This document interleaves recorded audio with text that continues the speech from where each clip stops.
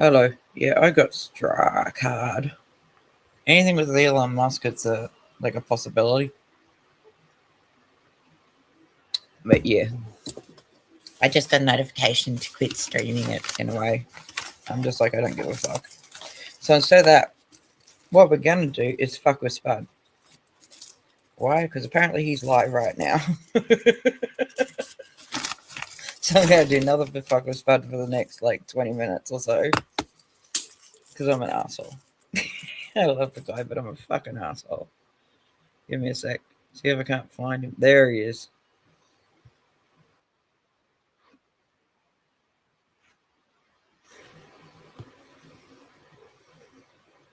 I just want to be a dick right now because I've had enough of being struck by fucking people and their feelings get fucking hurt and then they report me. Fuck's sake, get a life. Bruh. Hello, baby. How are you? I missed you. What the fuck were you eating? Was it pork rinds?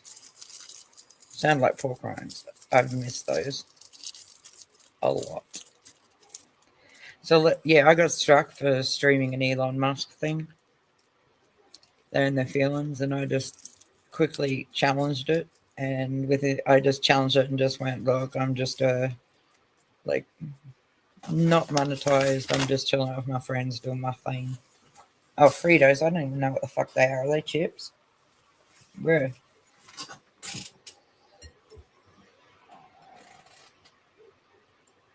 So we're going to restream Spud without Spud knowing, just so that we can fuck with the dude. Because I've got nothing better to do.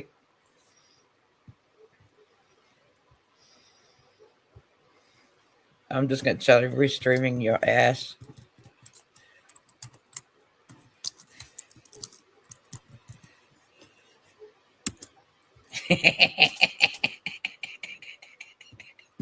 I'm such a bad girl.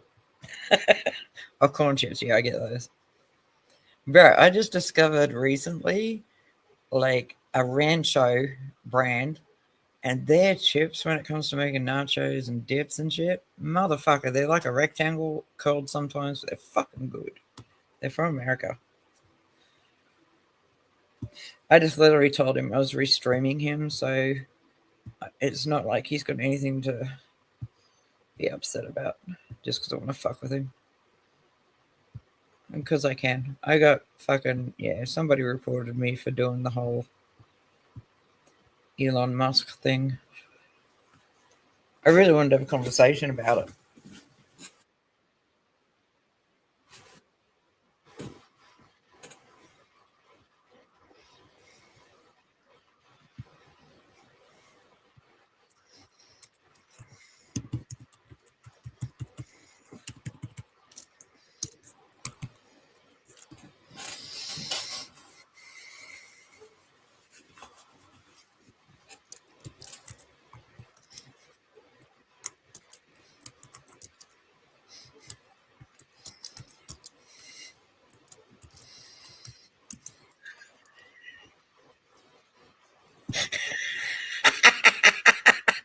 Gay loiterer. I love that.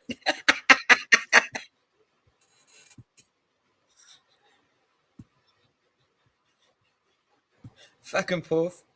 The fuck you doing? What's Rogie up to, Fracko? Tell her to come over here and stir fucking Brother Matty and Uncle Spud up. Back up quick.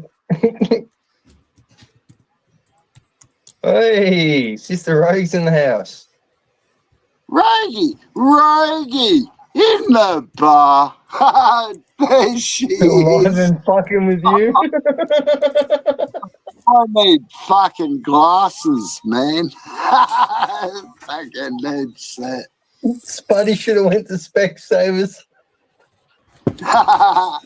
No, fuck them cunts. They're a rip-off if you're not on the pension. Yeah, they are, mate.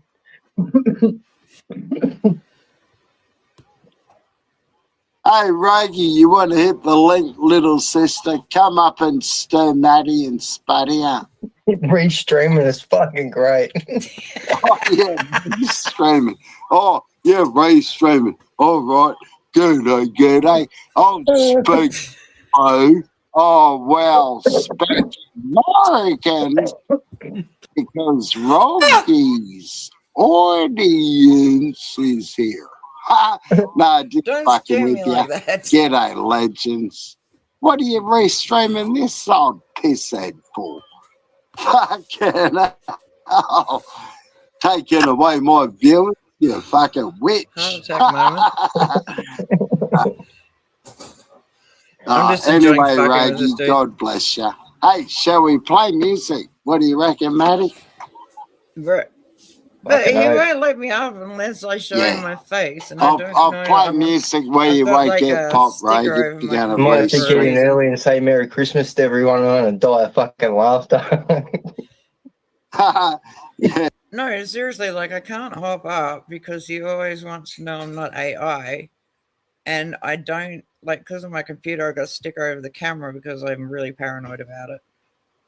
Hey, Devil Pup, get up here. Yes, we're struggling without you, titty girl. Titty girl, get your ass up here. Titty girl, get your ass up here. I'm sorry, that's my girl. I love her. She's fucking amazing. Thank you, guys. But yeah, like, I go to Spuds and I want to hop up, but then he's always like, show me your face. And I'm like, I've got a sticker over my computer's camera for a reason. Like, I'm paranoid enough. Like, seriously. The other day, I was like, it was finishing. I'm going, okay, what does, and then I started typing something, and then it completed the last words, mean. And I'm like, okay, this is kind of scary. I don't think I appreciate, like, tech the way that I should. I'm just not that person that can deal with it. I don't, like, I find couples that finish each other's sentences annoying. I literally throat punched a friend of mine's boyfriend.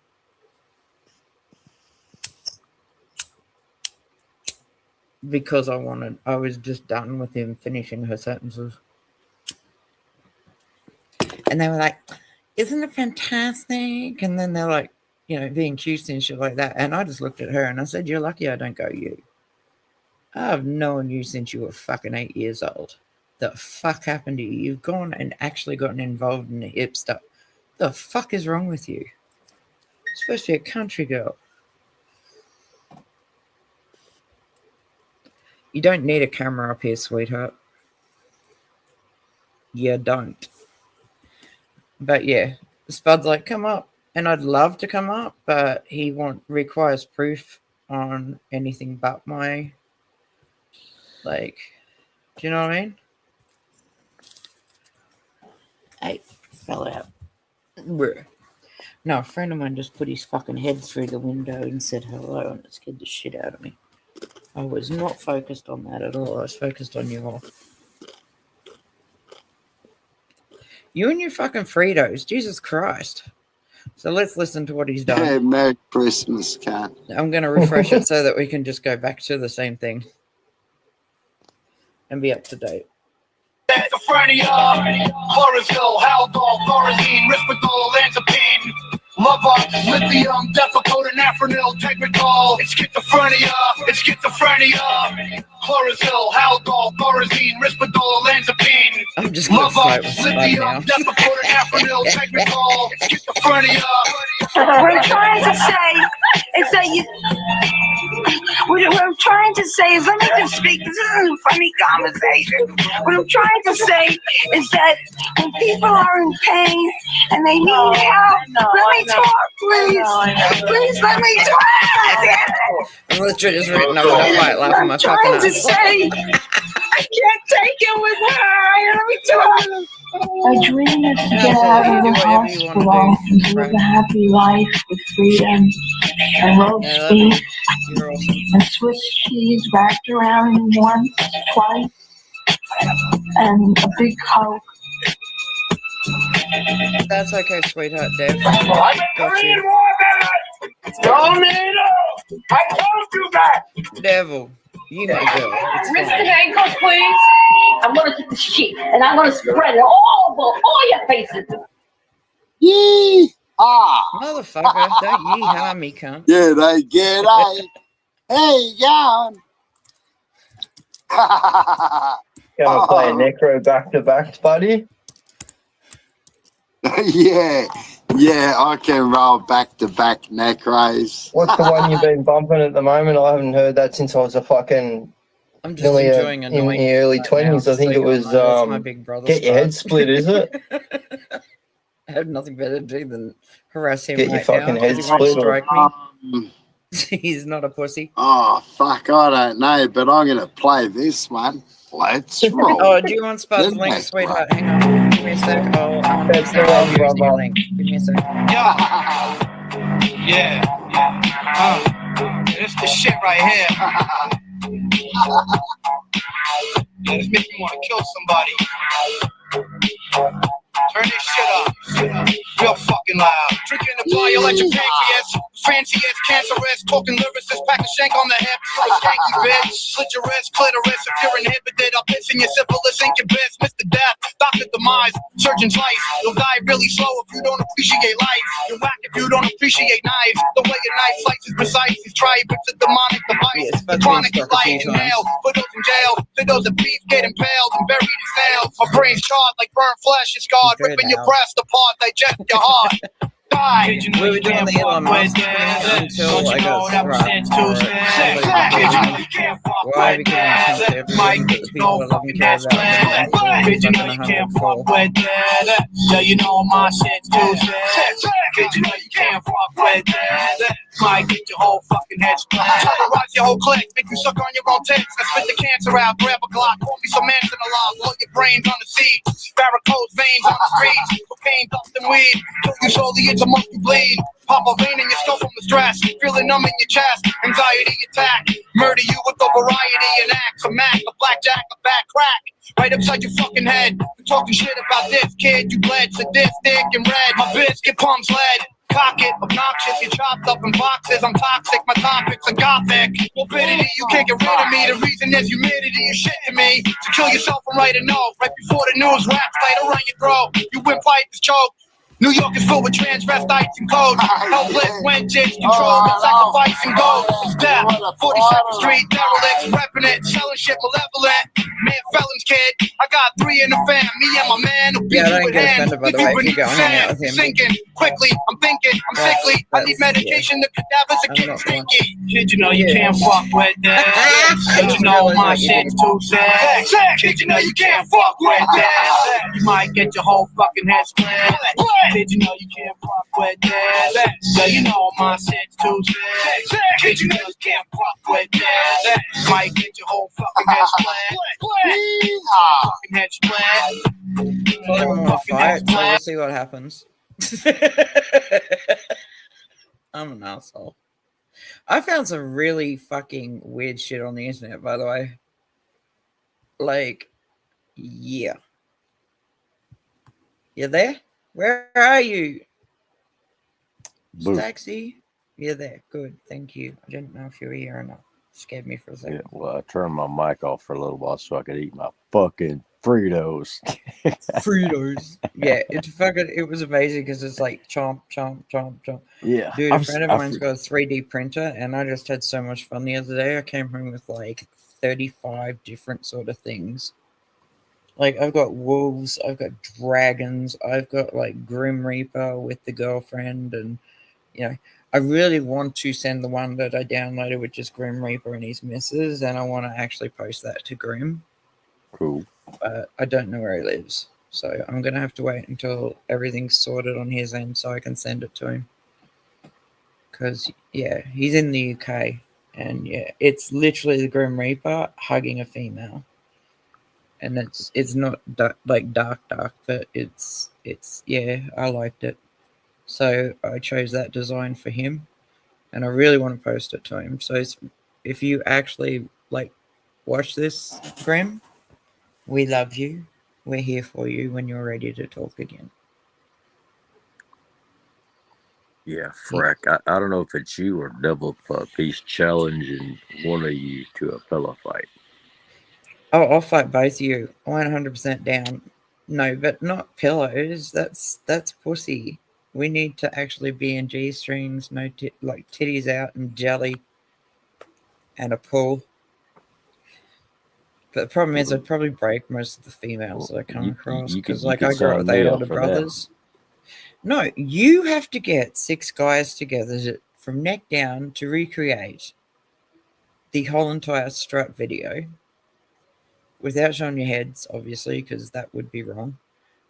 You all got wives and girlfriends and partners and shit No going shame on in in my your lives. game.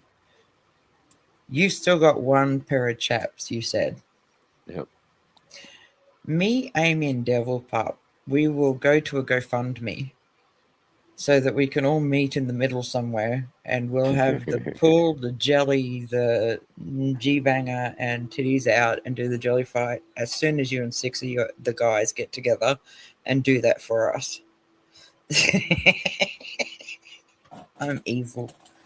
If you haven't worked it out yet. They've got to be proper chaps, but that's the only deal breaker. If you come up with some fucking vinyl shit, no. They've absolutely 100% got to be the proper country trap, like chaps. Like, we're not playing on that. The only pair I got left is, I mean, they're worn out. You could tell they've been used because no, that's fine. We're all good with that. We're just waiting for five other males to get involved. Yeah. We're all good with like proper used chaps, but what you can't do to us is go to like Temu and get chaps. We're not playing that game. We want proper country leather chaps. And the bonus is if you'll wear the what do you call it? It's sorry, my brain's just gone fucking farted. The spurs, is that the right thing? You got to have the proper spurs involved as well, because like, yeah, the things I want to do to certain men when they're in chaps, I don't think that they'd survive. Bro, you got no idea how much that turns me on. It's disgusting. The things I want to do to a dude, like a dude turned up where I worked in like 2 years ago in chaps, and I just looked him up and down and went, yeah, I'm gonna break that cunt. And I did. Well, you know, you gotta go somehow. He left town. Damn. Because I did him once, wouldn't do him again. It is what it is.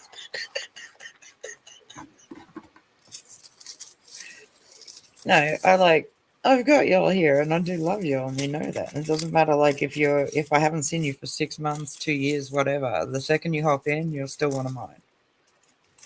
Do you know what I mean? Like, I understand people's got issues and things to do in real life and shit like that, but when I come across the very rare few, if they're modded, I 100% got them. And I don't know why I can't mod frack. I've tried. But yeah, but I'm still working on the other channel because, like, I've got to contact Bret somehow and ask him if he can help me make an intro for you and me. And then what I can do is, like, if I'm not around and you want to go live, you can go live and I'll show you how to bring stuff up and all the rest of it. So you can just kind of, like, just, you know, okay, Rogue's busy or Red. You have no idea. Dude, we were talking the other day, right? And we were talking about, like, again, this is, like, I'd totally marry Theo. I'd probably still fuck him, but he'd get used to it. But if you actually meet him and go fuck with her, you got no idea the shit that him and I could get into on here. Like, we'd both get banned for life. It just would not go well. I actually recently wanted to marry some chick called Elle or something. Have you seen that video? No. No, they do you know how much of an outsider this guy is, right? He has people coming at him left, right, and center because he's Theo Von, right on here. Well, he's a Louisiana kid living in Nashville. He's a sweetheart in general. He's an absolute sweetheart, right? But like him and this other chick that You Look Like You Love Me. Do you know that song? Sounds familiar. Okay, I'll try and bring it up. Hang on.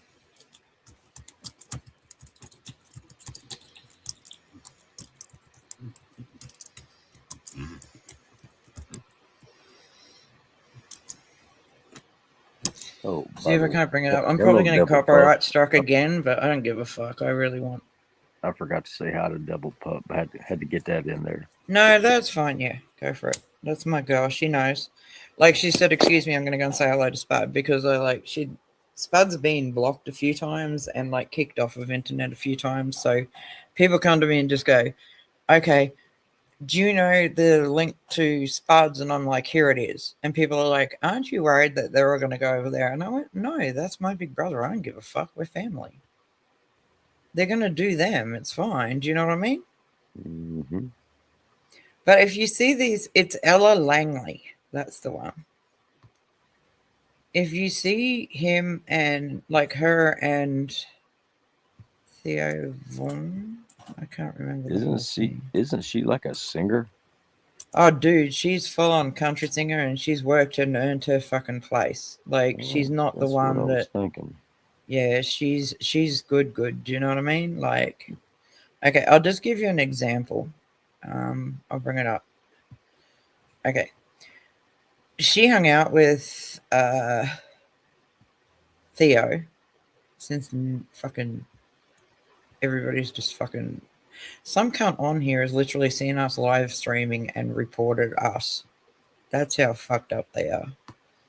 On here. It's just like, bro, I'm not messing with you no more, but if I find out it's you, 100%, I'm coming at you. I'm petty. I'm a cunt. Try me. But just to let you know, like, recently, this is what's going on. And I really think that they're both a good fit for each other, even though I want to marry him.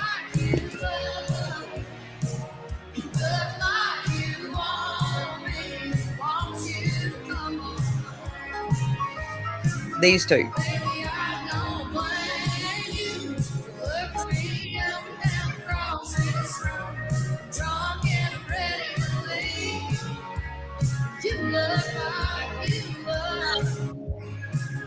Can you see the chemistry there? It's amazing. But I'll put him up so that I can see where's the. Sorry, I'm trying to find. I forget I have a touch screen, so I can just move shit around by hand. But I typed in her and Theo.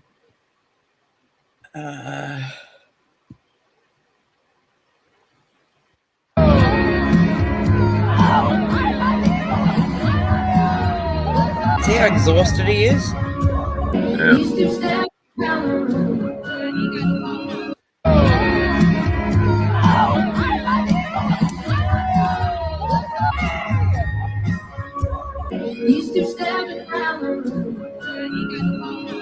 I'm just gonna bring him out and see if I can bring something else up because, like, yeah, him and her have got some chemistry going, and I enjoy it.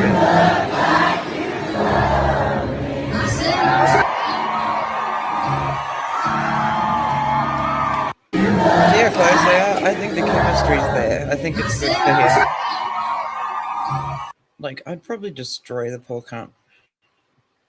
Honestly, I don't want to do that. I would. Like, I'm not the person for that shit. Here we go. Let's put this up. Get the edge this end of the financial ads. year with new Jesus Christ. Sorry. Still paying for fucking bills. If you get my drift. All right.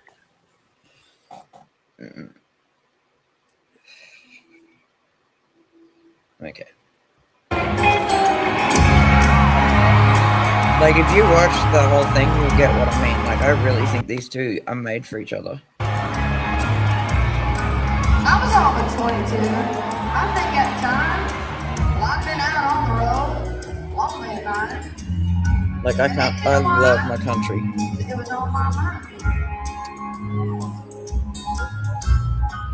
I start walking You and in, me both.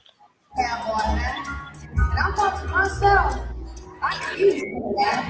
This looks like glass on a soft floor of Florida.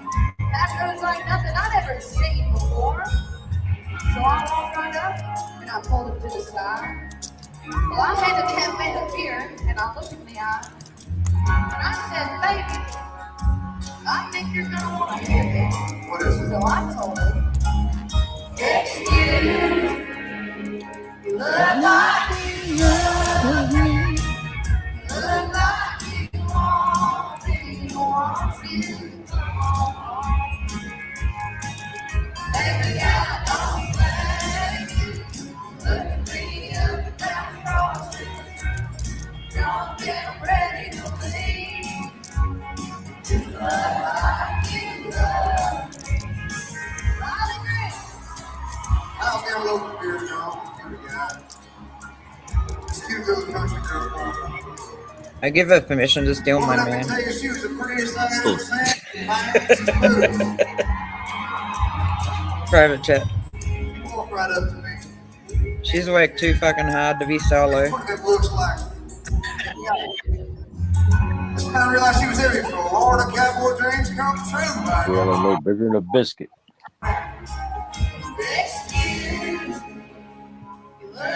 She wrote this song. Like, there are so many female artists that have hooked up with men that are more popular and more famous than them. And then the second that sort of goes apart, she's seen it too many fucking times. She's fucking intelligent as I love her for that. She's fucking smart, man. She's just like, nah, I'm not doing this. It's just like, yeah. And I'll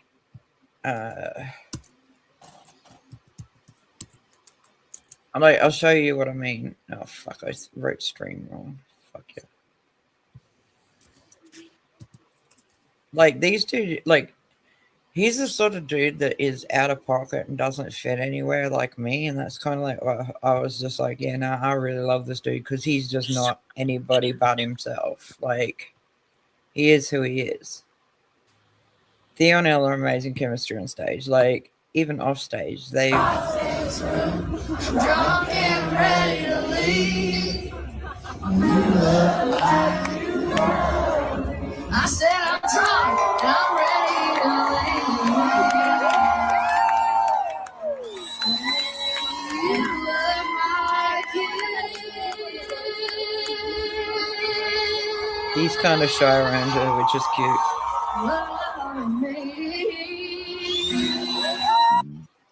She just kind of like, I don't know, the two of them are very outcast sort of personalities. And to kind of sit back and like watch a fair few like interviews and stuff like that, it's just kind of like, yeah, hang on, I hope he doesn't strike me. We're just going to play this. Please don't strike me, Theo. I will probably suck your dick if you don't. Yeah. Not his music.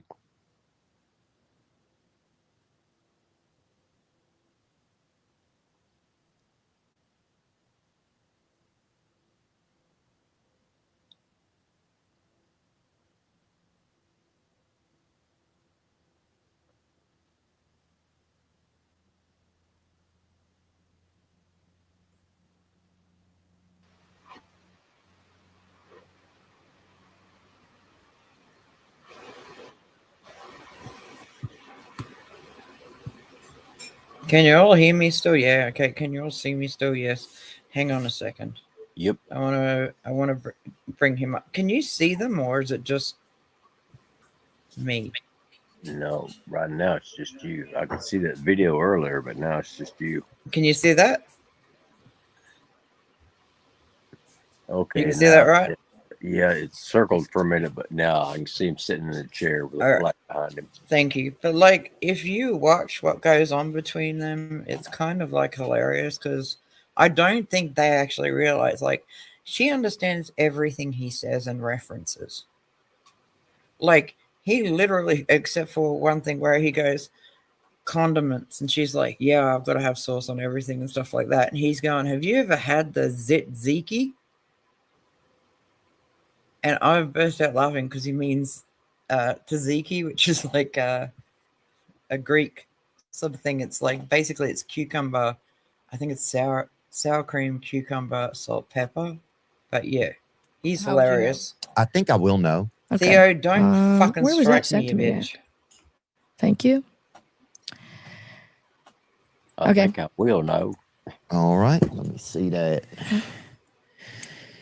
Just put my number in here. Sorry, I'm just watching this. Sorry. Just got Sorry. taken over by the devil. Sorry. The damn devil is Just swiping around in there. He's always looking It's like at you it. hand it to your dad and he just keeps swiping, you know, and you're like, Bro, if you give somebody a phone and they swipe one picture, is there anything scarier? You have no idea what that could be. you just swallow. It's just so hard immediately. It could be casserole. It could be a damn somebody getting a tummy tuck. Is this something you meant to take to tell your doctor later? I know, damn, yeah. Oh, you're like, that's for my doctor. You're like, you were going to show that young lady? Do you see what I mean about it? He's just himself. And I think that's what makes me love him the most, is that he is literally just like you and Frack and Devil. You're all your own people. You're the same vibe all the time. You're the same people all the time. And that's what makes my heart so fucking happy having you all around for. Because it's rare to have those sorts of people around you. And you should fucking be lucky, which I am. Thank you. Your doc? I like Tell anyone I'm soft, I kick you in the nuts. I need to go to a meeting. I'll fly over just to kick you in the nuts. What about Last Call for Us? Yeah. You can play that one. Is it a fun one? Oh my It's not God. as much fun, but It isn't? if you want fun, not that one. Oh, that's true, huh? But it's I mean, I like this song. Oh my God. Look at him. He's so shy. It's I'll cute. just listen and enjoy it. Thank you. But it's almost 3, and I think we both know that it's last call for us. Look at how blushed he It's a is. sad, sad tune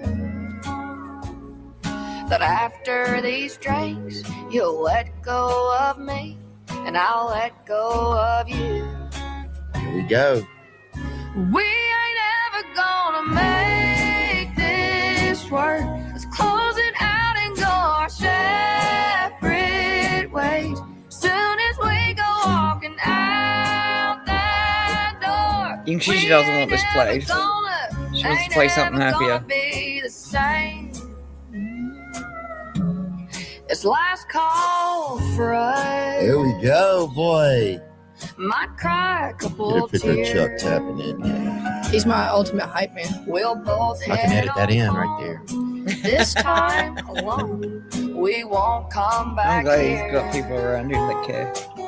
It's last call for us. You can fade it out some. I think we could play one more, We can. and then we can just pick which one. Let's do that.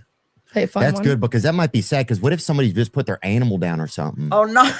And that's the song they want to cry to. That's a good That's point. why we put it out there. Yeah, and thank you for that. Yeah, let's play one more then. Let's play something mellow that. Well, let me think about one more. Let me try and pick one more. Okay, can I just say yes or no if I think it's a good one? Yeah, well, we'll take that part out. Okay. Why? Because if you say no, it's not a good one. That might. They are, but maybe not for this setting. Yes, for this setting, that's what I'm thinking about. See what I mean? Bottom of your boots. Yes. Bang, bro! That was my freaking one that I wanted. That my dad gave me that title, actually. Yeah. I was like having a freak out one night. It's actually kind of a sweet story, but I was like, Tell me about it then. well, I mean, he was just giving me one of his like, baby, you're fine. He's like, I love you from the bottom of my boots to the top of my hat. Oh, I love That's that. great title. Anyways, that's as much of a dad as there is. Mhm. Yeah. You know, pep talks. that's bottom to top. Yep. Bottom of your boots. Yeah. But she's so comfortable. She's just chilling with him. Welcome It's to the kinda new cool. generation of web creation. Yeah, shut up. Go Where away. Yeah.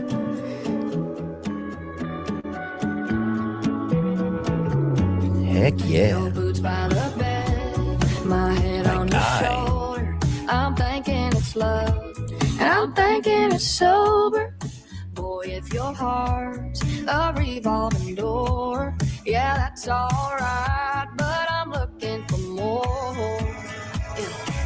If you're gonna love me, lay it on the table. Tell me how you really feel, give it a label. If you're gonna hold me, don't just Look at his face, he's blushing. Better hold me like you wanna hold me for. Yeah, the goddamn shoulder.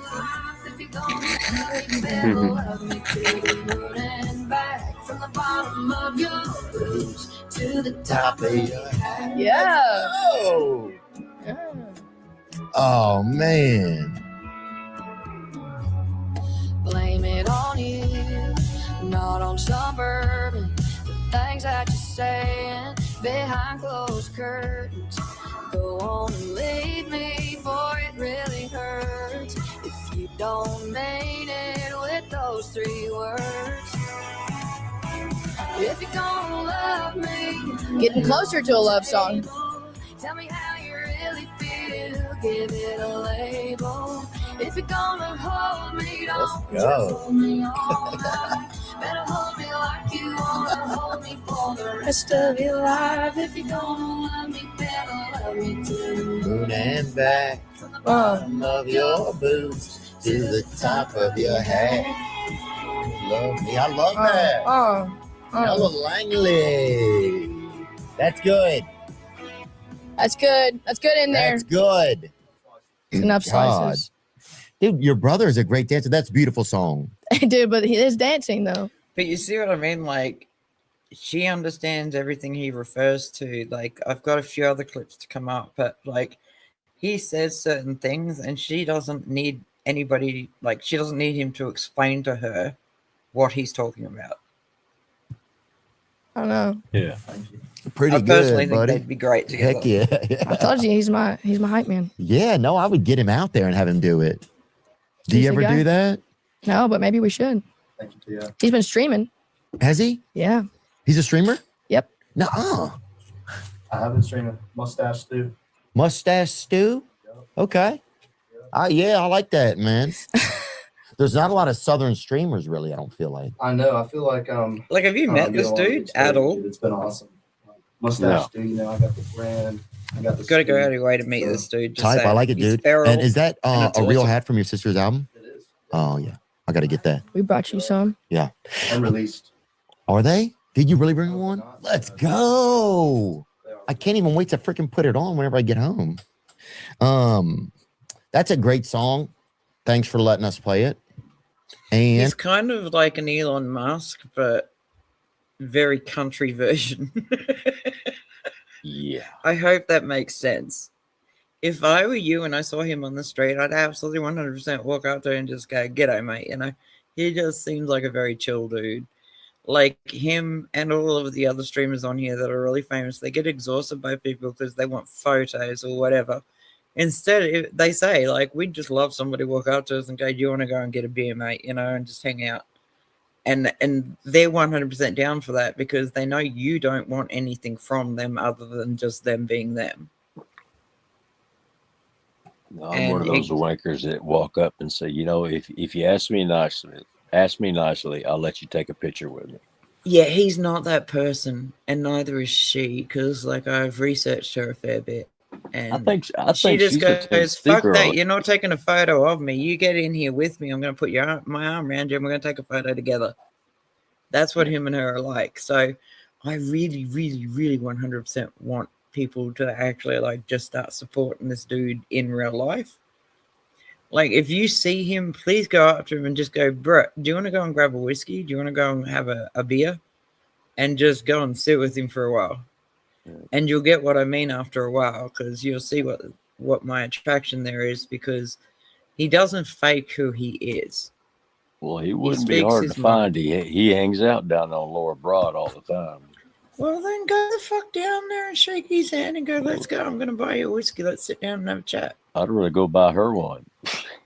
I know. She's gorgeous. Like, I seriously. think she's a Tennessee girl. I'm not going to swear If to it, those but I'm pretty sure she's if those two ever got married, I'd totally 100% be down for bang both. Just saying, I'd bang both. No, I I'd like think, to just go hang out. and what a great story to go with it. That it came from your dad saying Kind that of to sit you. off to the Yeah. side That's during awesome. some That's of a his nice reminder. podcasts. Should we do one more? Sorry, Dylan. I said, I think I'd just get a kick out of going to the studio and just like sitting back behind the cameras and just listening to a couple of his podcasts. I think it'd be hilarious. Because he was raised in the like lower parts of the Appalachian. How do I say it again? Appalachian Mountains. Yeah, like when he was born, I think his dad was like 65 or 70. Like, yeah, he was old. His mama was like 32 or 33. I can't remember the exact story, but yeah. Well, I was thinking he was from Louisiana. No, he was actually originally from the Appalachian. Dude, I watched this whole.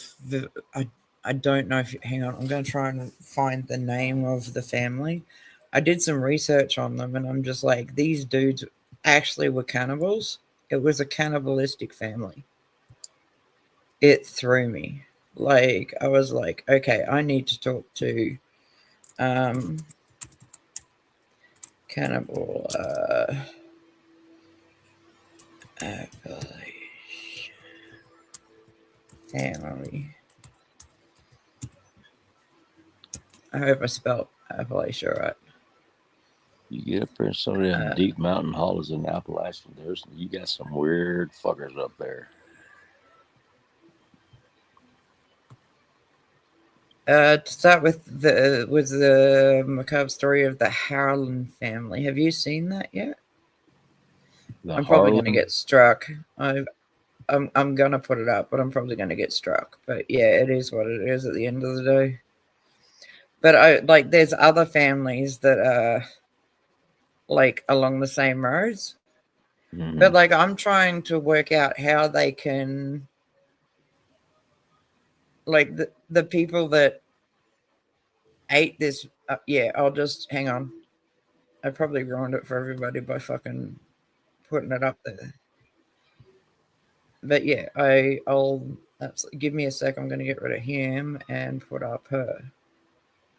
But yeah, like him and that Ella chick, I think they'd be perfect together. She seems like she knows exactly what he's fucking talking about all the time. He makes references that only you guys would understand, like if you're country. Yeah. But yeah, no, if you see him in the street, he's just wandering around doing his own thing and shit. He's just 100%. He goes, I just wish somebody would come up, shake me hand, and say, do you want to go for a whiskey? Do you want to go for a beer? And want nothing of him. Do you know what I mean? You don't want anything from him. Yeah.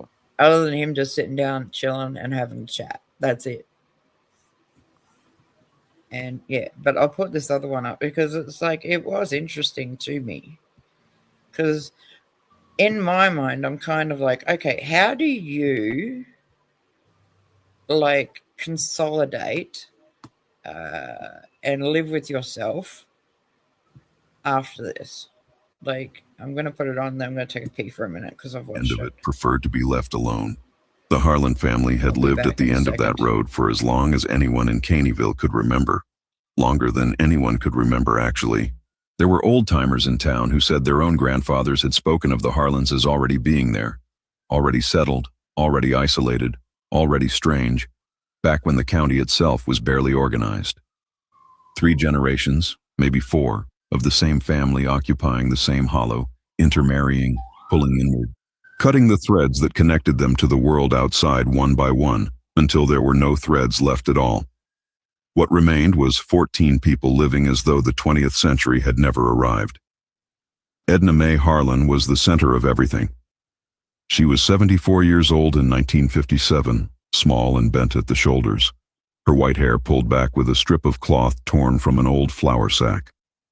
She moved slowly around the property with the authority of someone who had never once been questioned. Her eyes were pale gray, almost colorless in certain light.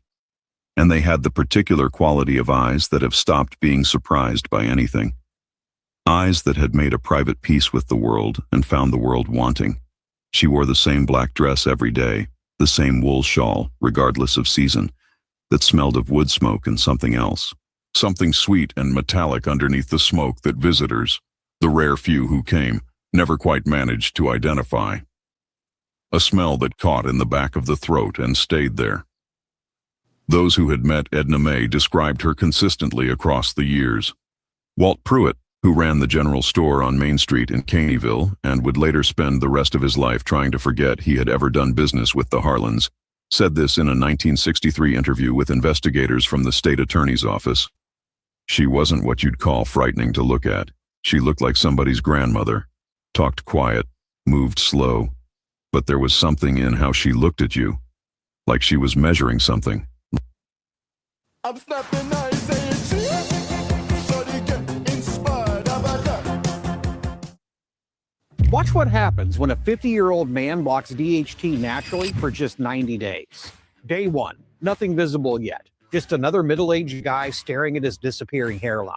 Day 30, baby hairs start appearing where there was nothing. Day 60, balding spots filling in with new growth.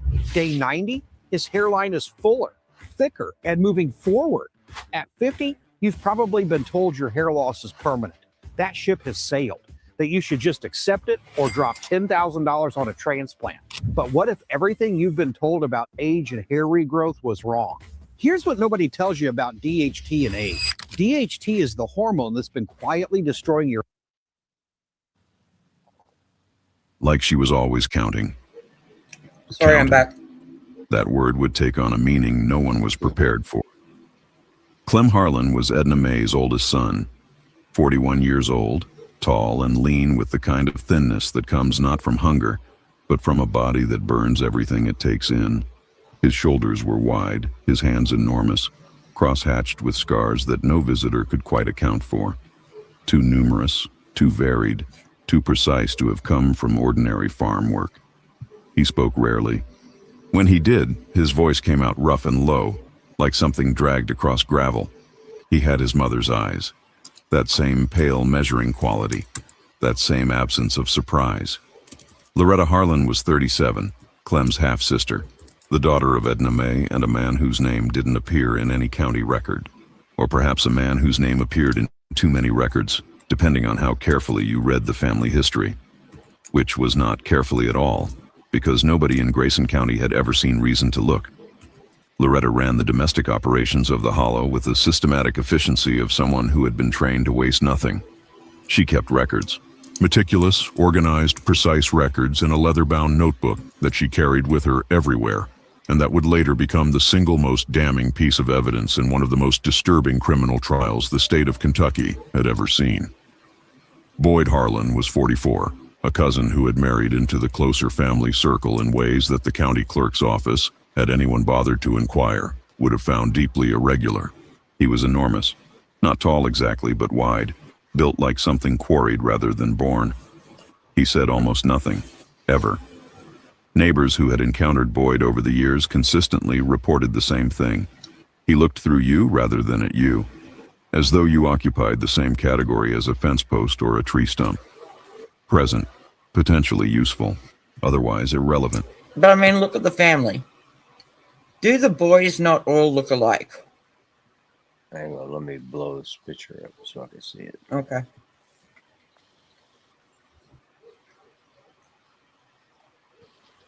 And it's not the only like cannibalism story when it comes to the Appalachian.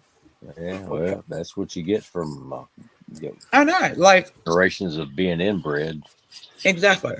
But this is the thing, like people judge them on that, and I'm like, you're not absolutely 100% ever in that person's mindset.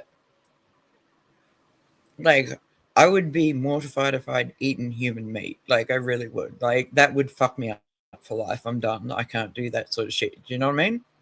Mm-hmm. But I'm going to be the devil's advocate here. Like, this is the other thing I want to do with you, too, on the news stream is, like, I will always play devil's advocate, and we can go backwards and forwards. So here, I'm not going, personally not going to defend them, but defend them in the way that, okay, these people have lived their lives on a huge property, different buildings, never interacted with the outside world when it became newer and newer and newer, because they just did not do that. It was just not who they were. So they went ahead, and the inbreeding and the marrying and the new, like, over here, for instance, there was one place I went and I literally looked at the guy and I'm just like, okay, this dude's looking at me because, like, it's a tiny town. He's looking at me like I'm fresh meat. Like a new gene. I grabbed him and I was like, I'm out, bye. I couldn't, because, like, the guy was just creepy as fuck. He just made the hair on the back of my head, like, neck stand up. It was terrifying. Because, again, like, I think the town had, like, at most 49 people in it. And we were driving down the road, and when we pulled up, it was just like everybody looked alike. And I'm just like, okay, this is not good. This is not a good situation. So I hopped out. Hooch was in the van, just curled up asleep, as he does, because that's just him. I walked in to grab a couple of beers and sort of like go camping somewhere else. And I went and jumped in the van. Off we went. And I was just like, I'm so glad I had Hooch with me. Because these people, like, there was a few dudes that turned up at the camping site unannounced. So I grabbed Hooch, and no matter how much pain that kid, like that baby, was in, he was just like, you're not going to fucking touch my mom. You're not doing that shit. So he literally came directly, like, I've taught him, he literally came directly between my legs, head up, and just growled. And I turned around to these guys and I go, you've got about 30 seconds before I unleash him on you. They're like, oh, we just want to come down and kick it and have a few beers and shit like that. And I'm just like, bro, you've probably got a scar on your neck where you had the second head removed. Fuck off. He got mad about that comment, so I just packed up and left. I'm not doing that. But, like, he got so mad when I said, because he did have a scar on his neck, and that's when it kind of clicked on me. You've probably had your second head removed. You're that inbred. But, like, how did they know where I was? I didn't tell them. I literally was halfway between that town and the next town, which had, like, 10,000 people in it. And it didn't feel right. So I just packed up and left because it was too, I don't know.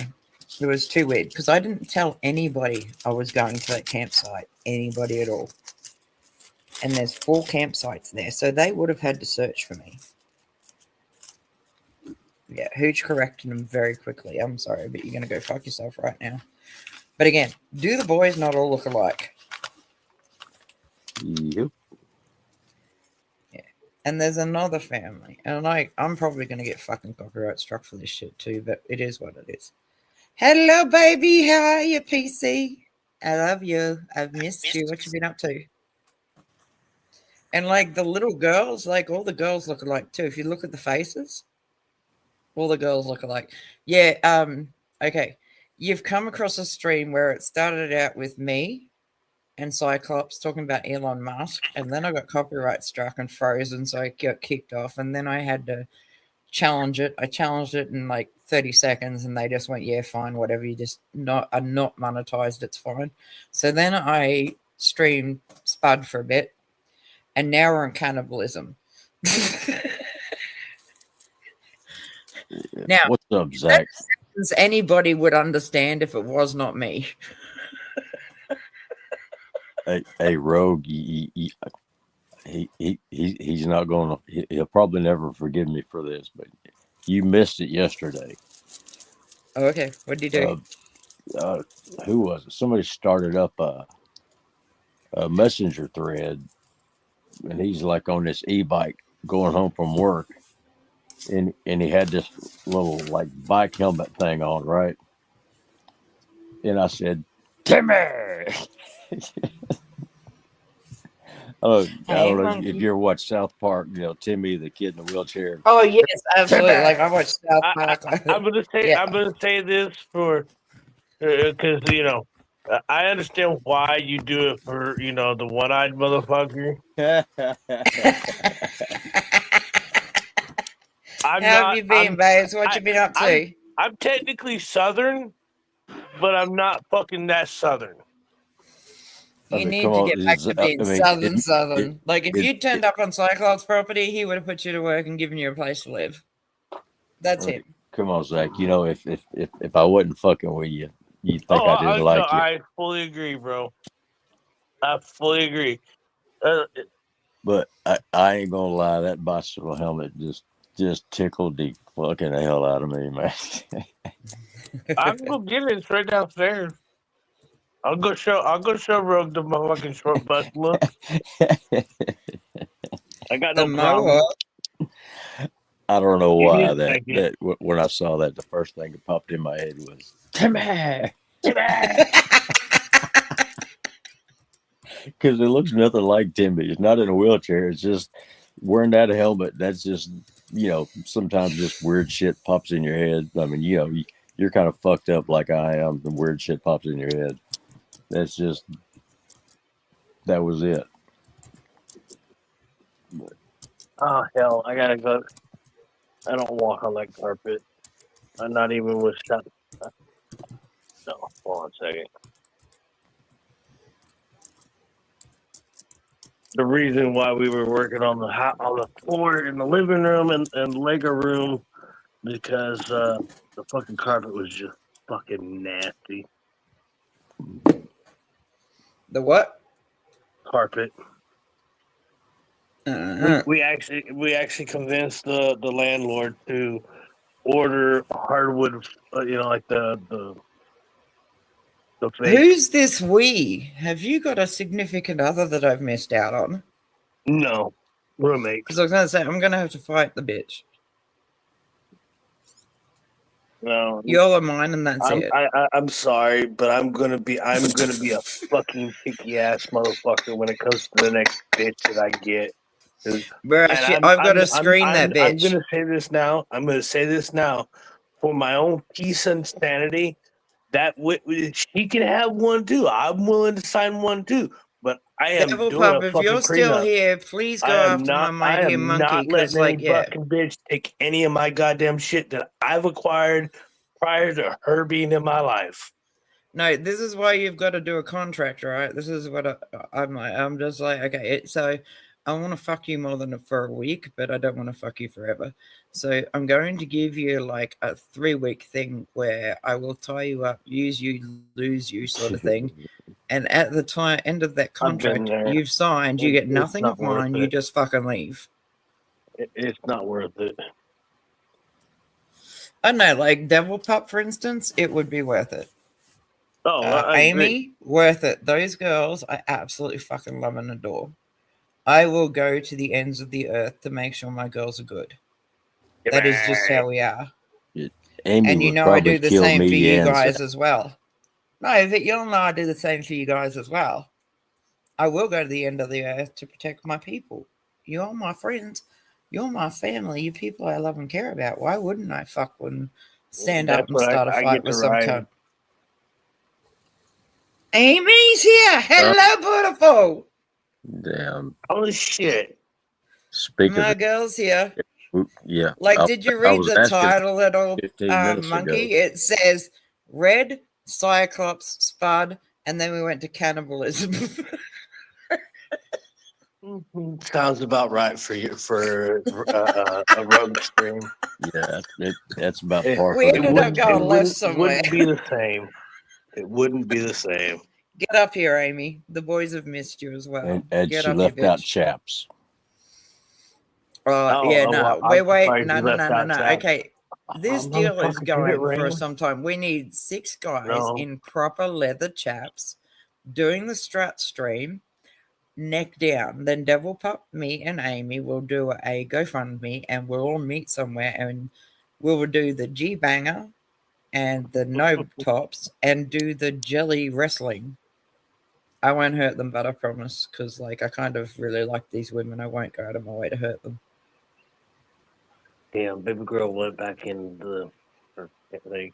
I was going to show off some of the pets at my house. She's busy. She's too good for us now. No, I'm messing with you. If you want to know something right now, Cyclops wants to order. No, you don't need to apologize, baby. You never have to apologize here. Please don't. Please don't. You never ever have to do that here. You're my girl. You don't never need to say sorry about shit. It's like when Monkey was having a bad day, he went off on here. He goes, I'm sorry, I've got to do this. And I've just sat back and gone, fine. He's like done what he's had to do and stuff. And then he's gotten on his way and he came back next stream. And he's just like, sorry. I'm going, please don't ever apologize to me. If I'm just sitting back and just going, yeah, go for it. It's because I love you and you need that moment to be able to just fucking do you. Mm-hmm. And that's why I love you all so much, is because you absolutely 100% are true to yourselves. You don't pretend that everything's all good when it's not. Like, you went off on my channel and like I'm just sitting there going, it's fine. Why? Because you needed it. And I wanted to afterwards just go, okay, but do you know that I love you, right? And you're just like, yes. And then you came back next thing and you're just like, sorry. And please don't ever apologize to me. Don't. You don't need to. Everybody's allowed a bad fucking day. It is what it is.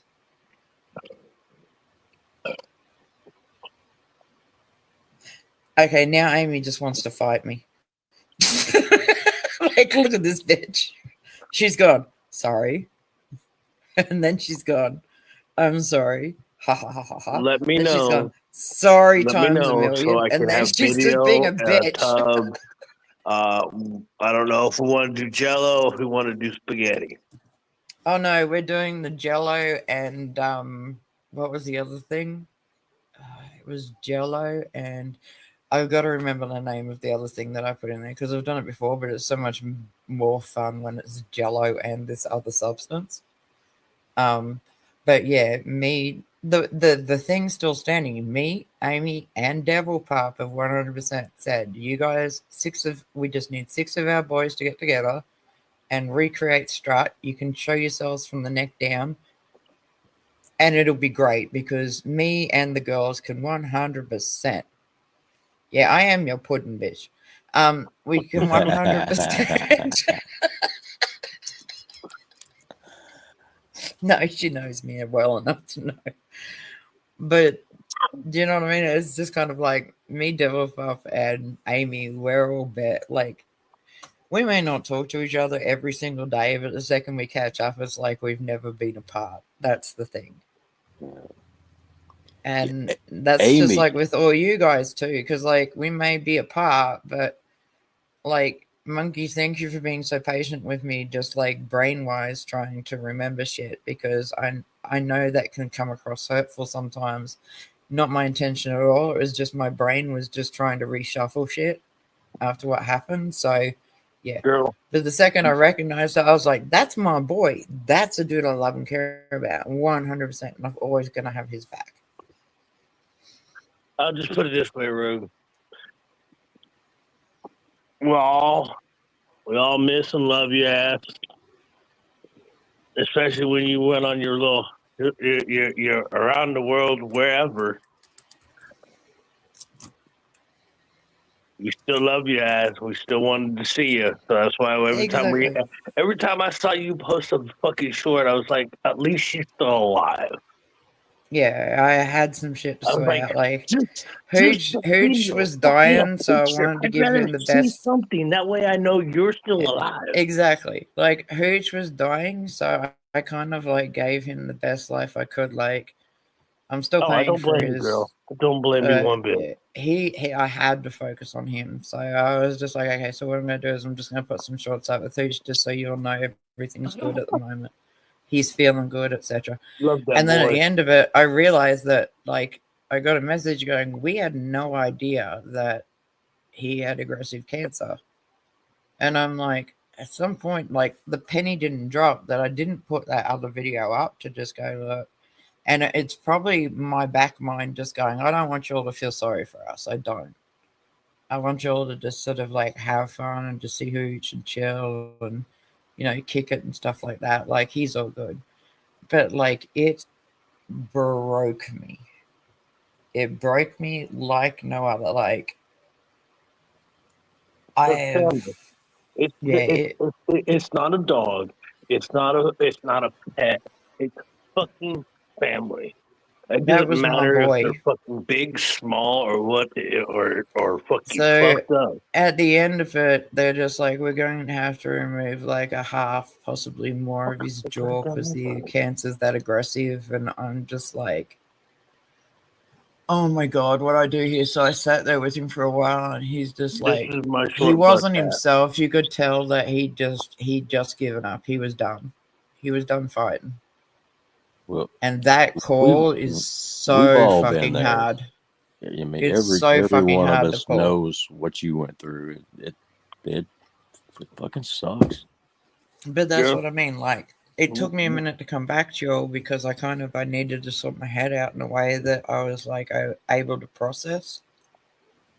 You had to do you to make you function again. Exactly. Like, I was a mess for a while there, man. I got into some fucking major fights. I threw a dude through a fucking window. And you had several motherfuckers wanting to drop everything and fly across the fucking world.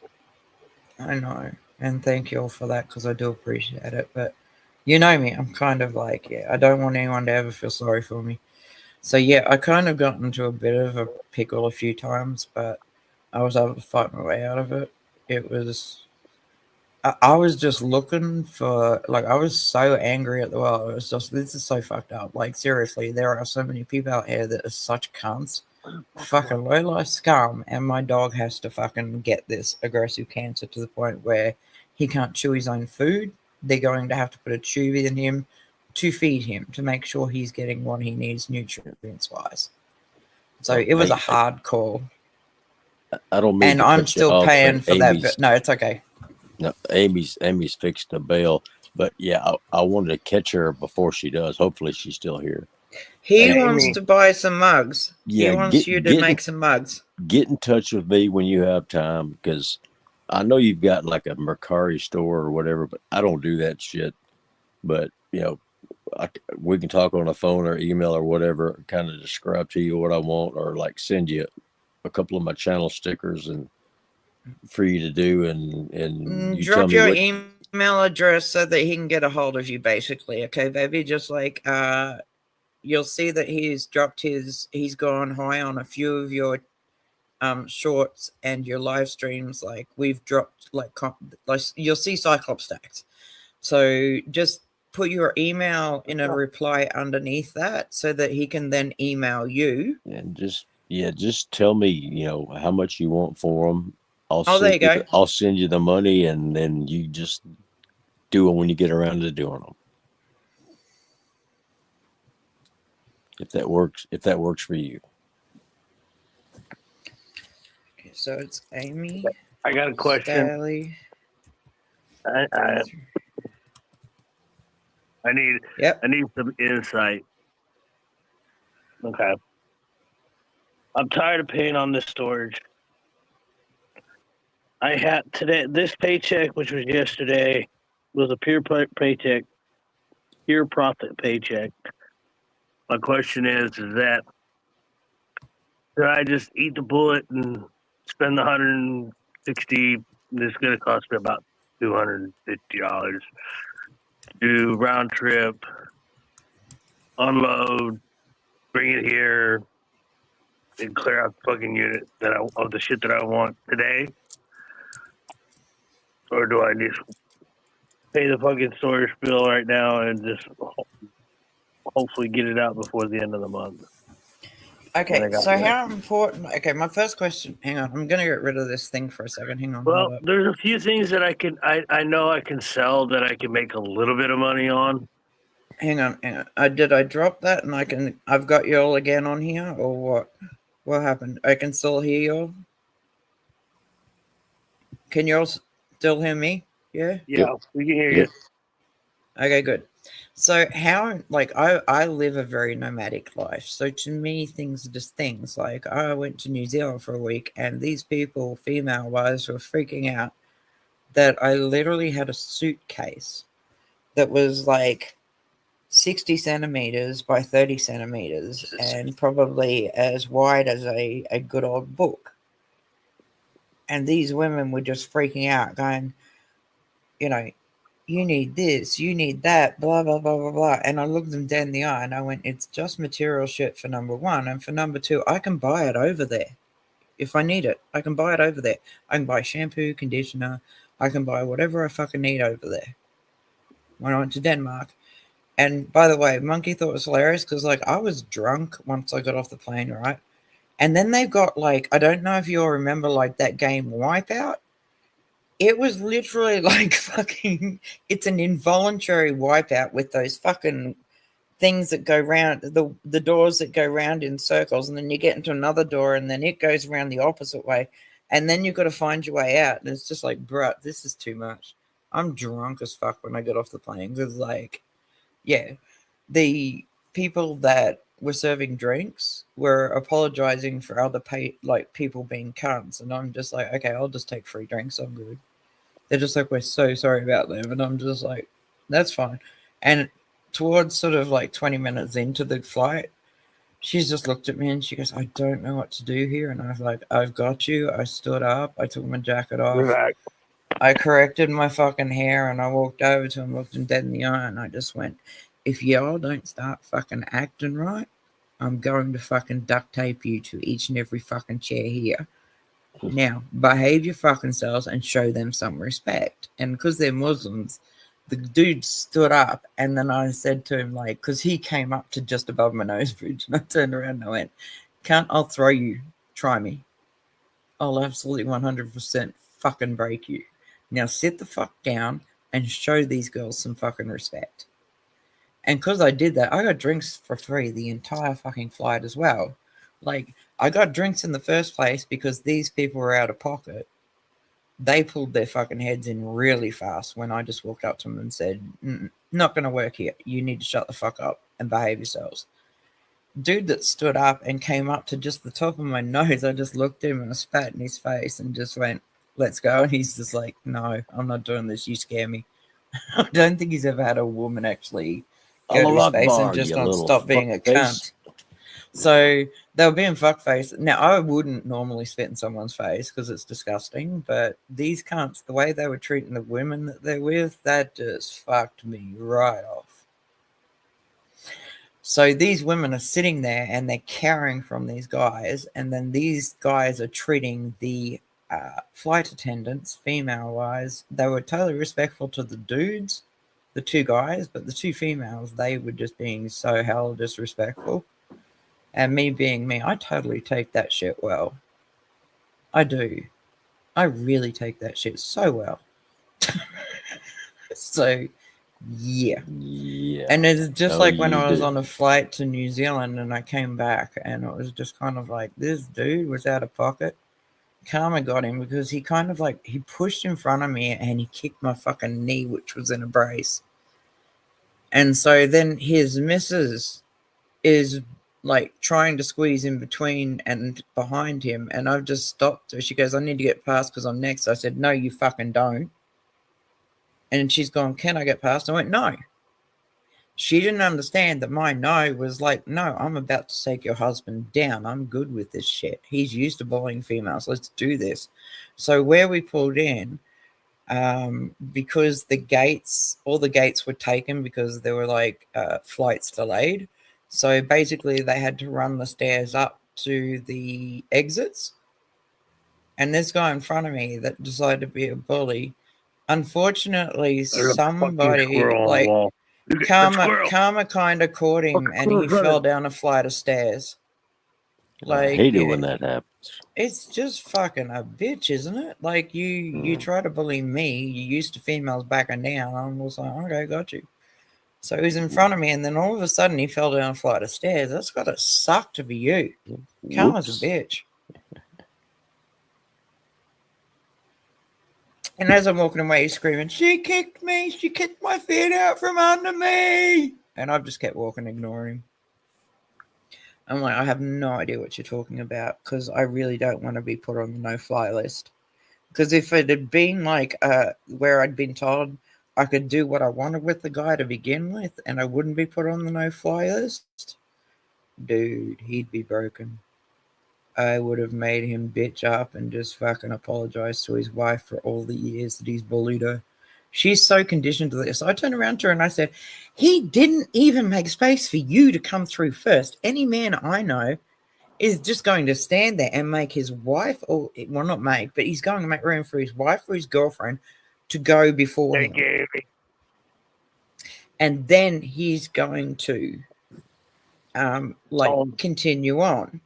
He didn't do that. He just bullied his way in front of me, and he saw a knee brace, so he went out of his way to hurt me in the meantime. And then, like, she thought I was being a bitch when she said, can I get past this issue? I'm like, no, you can't. I'm not being a bitch to her. I'm just like, no, you need to stand behind me because I'm about to educate your husband. So, yeah, he got taken away in an ambulance. Isn't that just suck? Like, full on 100% suck. Yeah, He's screaming that I kicked his feet out from under him, and everybody else is standing there going, doubt it. And so then I just continued walking away with my suitcase that was like the little one.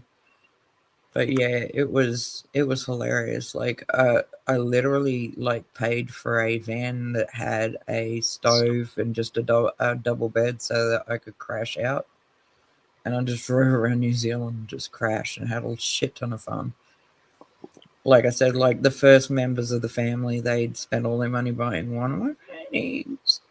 And then the cunts, like I was there and I was like willing to give them a go thanks to Staxy saying, no, just, give them benefit of the doubt. Yeah, whatever. And so I did that, and then they're just asking me for money to pay for their shit. And I'm like, no. So as I was leaving, all my cousins turned up, and I was just like, okay. And so we hung out outside talking and shit, and they just went, yeah, they're just cunts, don't worry about them. And then we ended up doing all sorts of fucking awesome shit. Like, we went river rafting, we went, what's that thing where you get up to the top of the mountain with one of those wheel carty things and then you fly down the mountain and go around the curves? I can't remember what it's called. No. You're like going downhill and it's like one of those original fucking carts where you go down and end up hitting a hay bale at the end of a mountain, but this was actually on a track. Oh, like kind of an alpine slide type deal. Yeah, that sort of deal. So I was doing all sorts of shit, and then I'd actually went like fucking instead of ice skating, they've got like these things with tracks underneath it. There's just like for grass and shit, and we went down a mountain, and all these cunts have just challenged me to shit, and I've destroyed them all. And that's why when I was on the way back, I put my knee brace on because I was in so much pain. But I absolutely would not let them win on that. So I'm sitting there on a plane in pain, and I'm just like taking a painkiller. Like I'm just sitting there going, okay, I'm going to be good, sort of thing. So when I stood up and the plane landed and shit, and I grabbed my bag and stuff like that, right, I just kind of like continued forward. My mate was like 5 people in front of me, and he heard me yelp. Like I was in, it was agony. It was one of the cheapest fucking planes that you could get. So I couldn't even bend my fucking knee back because there was no room. The person next to me in the aisle actually was good enough to swap seats with me so I could stretch my leg out in the aisleway. Mm. And so this cunt's just sitting there on the phone, just fucking carrying on. I'm just like, oh, okay, so it is what it is, sort of thing. So I grabbed my suitcase and it was on rollers, so I pulled the handles up and I'm kind of like rolling forward, and then all of a sudden this cunt stands up and thinks he's good enough. I'm like, no, you're not. Karma's a bitch. Oh, hey, Amy, how many was directed towards me? I missed that earlier. Yeah, I'd like to get like a half a dozen. Sorry. No, in private chat, I've actually put her email so you all can keep in contact with her. I've already screenshotted the one in the. Thank you. I put it back for you guys because it's hard sometimes to keep up with everybody, but that's just my head. Sorry. I haven't posted anything yet, but I need to. No, that's cool. Dude, we are all who we are. We're all different fucking people from different walks of life, and we all love each other. Like, no matter what's going on, there is always one of us that is available to talk to each other. Because we've got such an array of different sorts of people from different walks of life. And somebody said to me once, it's just like, so you've got a country boy, you've got a homeless dude, you've got Spud who does pot, you've got, and she was trying to put you all down. Okay, I fucked with that chick so fucking bad that she phoned me and cried and said, please, can you stop? I went, you disrespected each and every single fucking person I love and care about. You want me to stop, bitch? You have to fucking apologize to me. That's a word that is not in our vocabulary. No, I'm a cunt man when it comes to that shit. It's like, you go after one of mine, I'm going to destroy your life. Everything. I can find everything about you. Why? Because I've got 3 dudes that, guess what? What they do is nothing but internet. So if you really, really want to go there with me, I will find where you live. I will find where you work. I will find where your favorite place to hang out is. I will find out where your partner is. And I will absolutely doctor photos where you're lying beside another dude, and I will date it while you're fucking together. I definitely want to get bugs done, but I am currently broke, and that's the reason why I'm trying to figure out if I'm going to do this thing today or not. Yeah. Because I still got to walk. I got to still ride the bike, go get the fucking a U-Haul, and then I got to drive like an hour out of my way. Okay, so what's in there that is so important that you want to pull out to begin with? What is in there? You need to explain not what everything's in there, but what are your first go-tos that you need? Like your first 3 that you cannot live without. I'm not being a dick. No, you good. There's a chest that I want that I had that I was surprised that my family kept. Well, that's important. Number 1, absolutely, I understand that one. What's number 2, There sweetheart? are paintings that my mom did. There's also a painting in there. If it's a legit painting, it's $1,500. Okay, so it's an emotional attachment. I'm not judging you. I'm just saying. So these are things that your mama, like when it comes to family, totally get it. So exclude those 2. But and then tell me what sort of like after that, where 1, 2, and 3 grade, like they're a go-to 100%. Absolutely. You walk in there and you grab those 2 things, like the paintings, other painting. Those are different. That's a family attachment and emotional attachment. What I need to know from you from here. Hang on, just quickly. I will say this. All the stuff that I'm going after is all the way in the very back of the fucking storage unit. Because when I originally put it in there, back when my mom fucking died, I put all the shit that I was going to keep at the very back. And my goal was to let my brothers get into it, but they never helped pay for anything. So I was like, you know what? It's all mine. It's yours. Fuck them. So,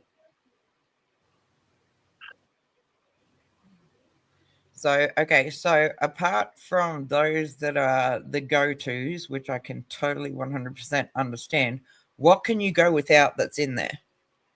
Can you just kind of like just go, okay, I'm going to put this in I'm going to take it, but I'm going to then go and drop it off at a fucking secondhand store. Oh, there's quite a bit of that stuff. And there's quite a bit of stuff that I'm just going to fucking leave and let fucking go.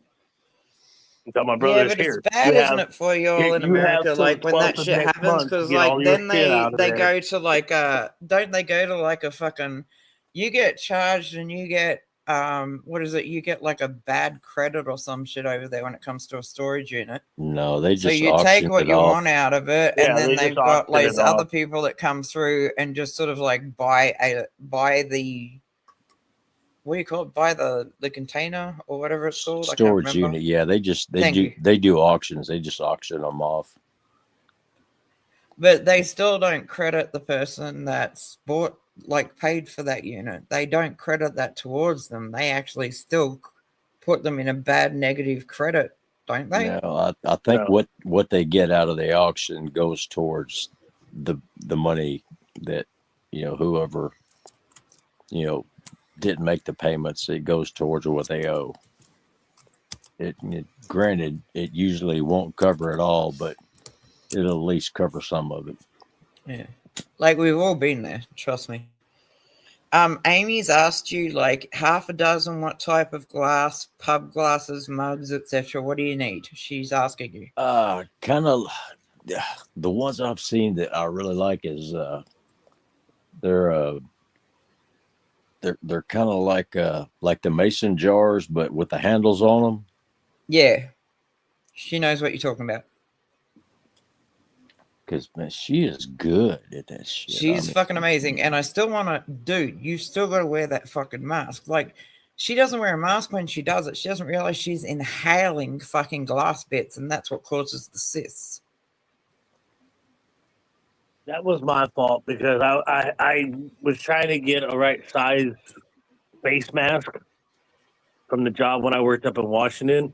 Yeah, but I never got a response back. She does. No, she did it so fucking long without a glass, like without a mask. And she does stream. She goes, "Happy now, Rogue?" And I'm like, "Yes, I fucking am," because you don't realize at the time, like, unless you like, if you want to do that, that's great. But what you want to do, if you can't afford the mask, is do it under some running fucking water when you're etching through. The glass will go straight down the drain.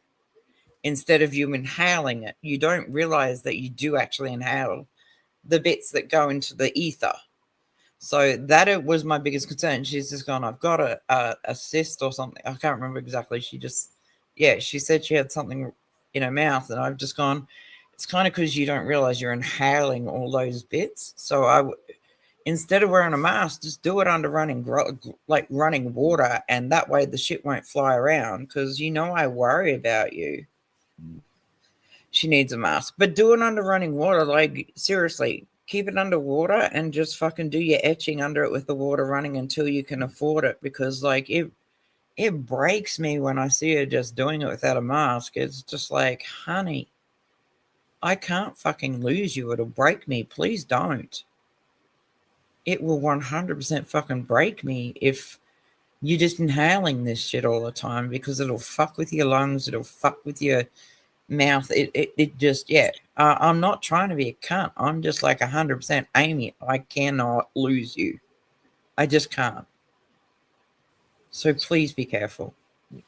Hey, just if you're gonna do it under running water so that all of the glass shards then don't fly around. They just go straight down the drain. Yeah. No, if you've got the regular mugs, that's fine. I'm not picky. Yeah. So she's asking you what sort of like things you want etched on those. Yeah, I've put your email channel in the back in private chat, sweetheart, so that he can he can ask you and you can talk backwards and forwards, okay? Yeah, I screenshotted her email. Good. So I'll get I put it in private chat for both you all so that you can keep in contact. Because we all seem to forget sometimes that we've all got real lives and shit like that, but when we all come together, it's like we all just seem to fit with each other. It's a rarity.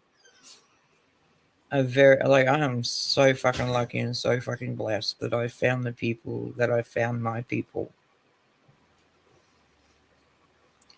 She goes, it's gonna be hell shipping though, probably. Get ready for my road trip. Just a sip bucket. Might as well do it now. Because originally the plan was. Can you do me a favor? Can you do a live stream when you're doing it? And as soon as I can hook up, and if I see that's the only issue is that where it's at. The last time I was in there, I had no cell service. So, and there's no Wi-Fi at the storage unit. Oh, okay. Yeah, Amy, I'm not worried about the shipping. Hey, whatever it costs, it costs. It's no big deal.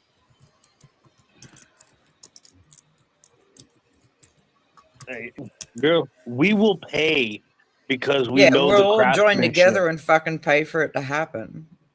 But we can't lose you. You've got to understand that. That's something we cannot do. We can't survive without you. We need to know you're okay. So just put up like I did, when I was going through the whole hooch thing, just 30 seconds or less. Just put something up to let us know you're okay, because we do worry. Yeah, and do a live once in a blue moon. I miss going live sometimes. It's been a while. I catch a short once in a blue moon, but it's not the same. Yeah, we miss you. You got to understand that no matter, like, you can run off and do whatever you got to do and stuff like that, but you can always come back to us. We're home for you. Please don't. Yeah, you're invincible, bitch. Please, I have totally studied the whole glass thing. I will fight Girl, you. I will start a GoFundMe just so I can come over and slap you. And possibly the other, redneck motherfucker. You say that shit, we'll fucking come find you. We know you're in that Texas area. We love you. You can't fucking not be around us. Like, there are a few And we people that will kind hunt of your like, they ass go if you out find and out you're they, dead. yeah, there's a few people that I've like, they've gone out and they've kind of explored what's out there and shit like that, and they've been shit on, and then they've come back and they're just like, y'all just treat me like, family straight away. You just, and I'm like, yeah, you're always my friend or somebody I love and care about, and then you're my family and shit like that. And so it's kind of like a mixed emotion. And they're just like, but that person I was hanging with was talking shit about you, and I've just gone, I don't give a fuck about them. I just want to make sure you're okay. I don't give a fuck about the rest of them. I want to make sure you, person I love and care about, 100% are okay. I don't give a fuck about nothing else. I just want to make sure you're okay. There you go. Like, one of the girls went out there and kind of like, this dude sort of hated me that much that he kind of sidled up to her and shit like that. And she kind of sat there and she messaged me and she's just like, what do I do? Because, like, I kind of like him as a person, but I don't really like where he's going with the mouth on you. And I've just gone, that's your decision, not mine.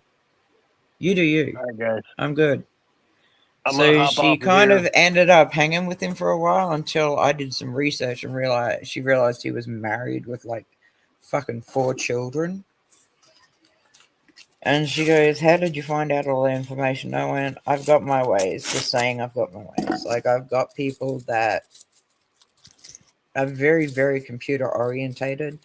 Henceforth, why a lot of people back the fuck off me because of that. I will literally send them a message just going, this is your address. I don't dox them on live. I literally just go to their personal email and I go, this is where you live. This is where your mother lives. This is where your brother lives. This is where you work. This is where your mother works. This is where your brother works. If you really want to fucking go there and go to war with me, let's do this. All of a sudden, I get all of these apology videos. I'm confused. Like, they had balls enough to want to fight me. I'm confused why they don't want to continue said fight. Rogue. Yes, baby.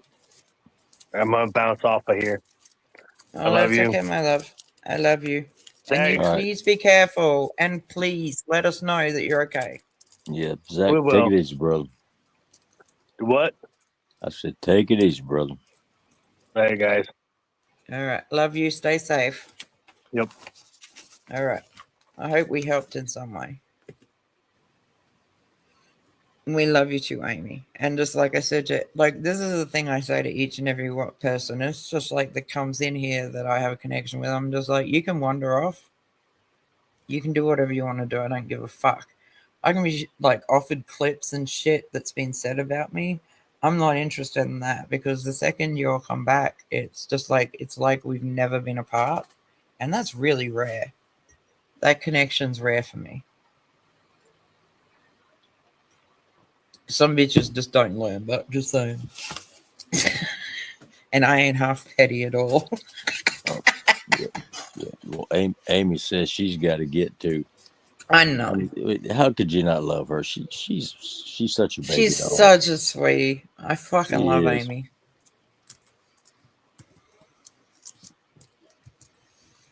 Yeah. Hopefully she'll do just a little more lives. They don't have to be super long. Just She's do one busy. every now and She's then. like you got to understand. Everybody's got their real life shit that they've got to get on with. But the second that we'll get on here, we'll just like meld. And none of us lie to each other. That's what I fucking love about us is the fact that we're all just so fucking dead set straight with each other. Because I don't have time for the games. I get confused. Like, there was a chick that was hanging around and she's just like confused me like fuck. And so I kind of like, I sent a few of the like links to a friend of mine. He's gone, no, she doesn't. No, she doesn't have your best interest at heart. Because I didn't understand. I didn't get it. I didn't understand why I was so popular on her channel, and it was because I always spoke my mind and I gave zero fucks. And so then apparently I became like a poke the bear situation. And so yeah, I was a poke the bear situation for probably 2 streams, and then I sent her a message letting her know that I knew exactly where she lived. I knew exactly where her mother lived. I knew exactly where her brother lived. I knew exactly where she worked, etc. I'm that cunt. I really am. If you want to try and make a fool of me, and I'm unaware of it because like I just don't understand that sort of shit. Somebody tells me that I love and care about that actually has my interest at heart, says to me, these people are being really unkind to you. And that's how they put it. I'm just like, okay, got you. And then I'm just like, okay, I've got your address. I know where you work.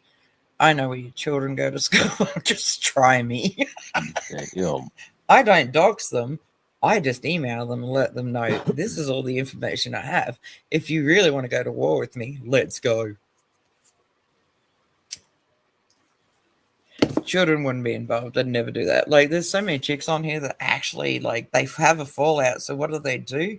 They call fucking CPS on each other's children and make up fake fucking instances. And that pisses me off. It really, really pisses me off because there are, like, CPS is there for a reason. I don't always agree with what they do and stuff like that. But, like, when it's just an internet revenge thing, it pisses me off because, like, to me, it's you're wasting those people's time where they could actually be somewhere where they could actually save a child that's actually in real danger. It's like when people waste court time, I get so pissed off. It's like with the turtle thing. I get so pissed off because it's like, bruh, no. What you don't understand is there are legitimately people out there hurting their children, and these people could be saving those children. Instead, you just decide to go to war and be petty female-wise. I've never understood the whole CPS calling child protection on each other. That confuses me. That's just cold-blooded shit right there. That's what they do, but they make up bullshit. And, like, I get so confused by it because I don't understand why you'd involve the children when you've had a fallout with somebody. What did the children do to fucking deserve that shit? Is it me or is it, do you know what I mean? No, it ain't you. Like, I got a problem with someone, I'm going to absolutely pop up in your fucking email and let you know I have all your fucking information. If you want to go to war with me, let's go. I literally, that's my last sentence. You want to go to war with me? Let's go. Then I've gotten an email of an apology and they've never fucking crossed the line again. I'm not saying I'm a powerful, big Yahoo, whatever. I'm just saying I don't play when it comes to me and mine. I just don't do that. I can't. And only time that I sort of ask you all is like, yeah, totally, I need your email address, but what I'm not going to do is share that with any other person on this planet because you've given it to me personally. I'm never going to do that. I'm not that person to do that sort of shit. Wasn't doxing because I told them what I knew. That's not doxing, is it? I've not involved the internet outside anything. It's just directly emailed them personally. No, that's not doxing. Thank you. I was concerned at first because I thought maybe it is doxing, but then I'm just like, no, I'm just kind of letting them know, dude, there is no way you can fucking hide that my friends won't find you. Well, if you gave all their info to everybody else, that would be doxing. Yeah, no, I can't do that shit. I don't even, like, I've been, like, watching some videos where females, like, there's those 2 females I didn't know existed, have an issue with me. They went to Spuds and tried to start some shit, and Spuds like, get the fuck out of here, just kicked him out. Yeah, I remember him talking about he that. He doesn't play when it comes to that shit. He literally called them out on the spot. He's just like, you got a problem with her, you got a problem with all of us. That's just how it is. And she's not perfect. She 100% owns her shit when she's fucked up and apologizes and stuff. That's just her. Well, I mean, And hell, who is perfect, you know? exactly. But yeah.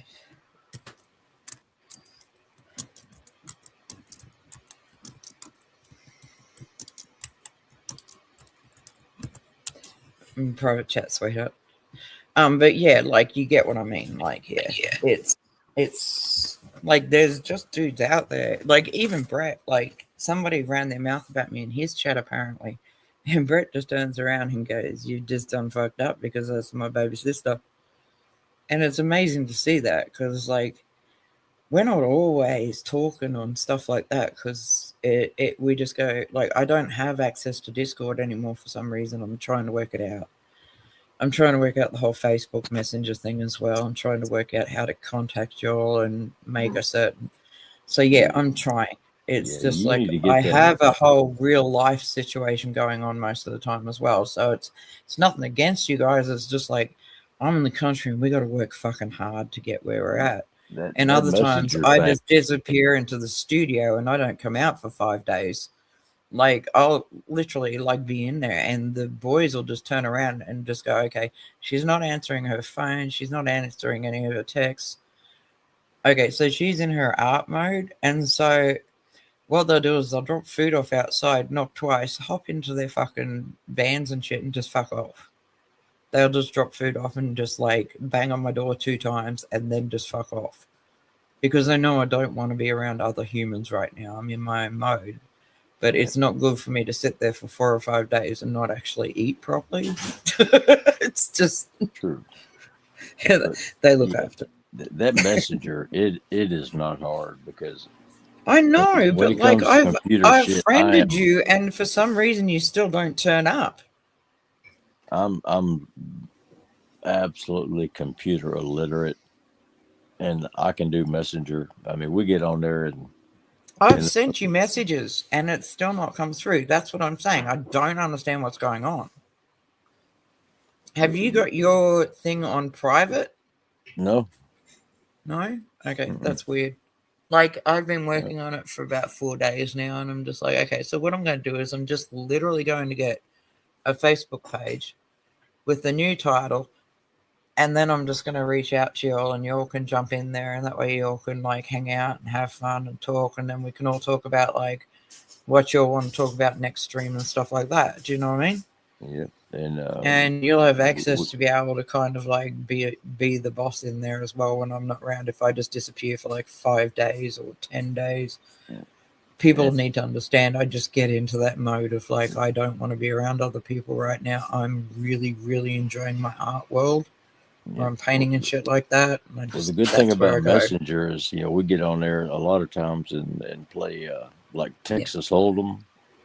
Exactly, but like even like that's the other thing. I somebody asked me the other day is just like, so how does this work? What if you get pissed off with somebody and they've they've done the messenger thing, like the messenger bubble thing. Mm-hmm. I'm not tech savvy, by the way. And I just turned around and I said, why would I ever reveal what was said there? She's like, oh, but they've disrespected you. They've done this. They've done that, you know? And I'm like, I would never, ever fucking betray something that was said in the DM. 100%. Even if I was fighting with someone, I can't do it. Yeah. Like, I have people's addresses that hate me. I've got their entire family history. I've got their Facebook pages. I know where they all work. And these people have sent this to me thinking it was good of them. And me, I sit there and go, this is confusing to me because I could never, do you know what I mean?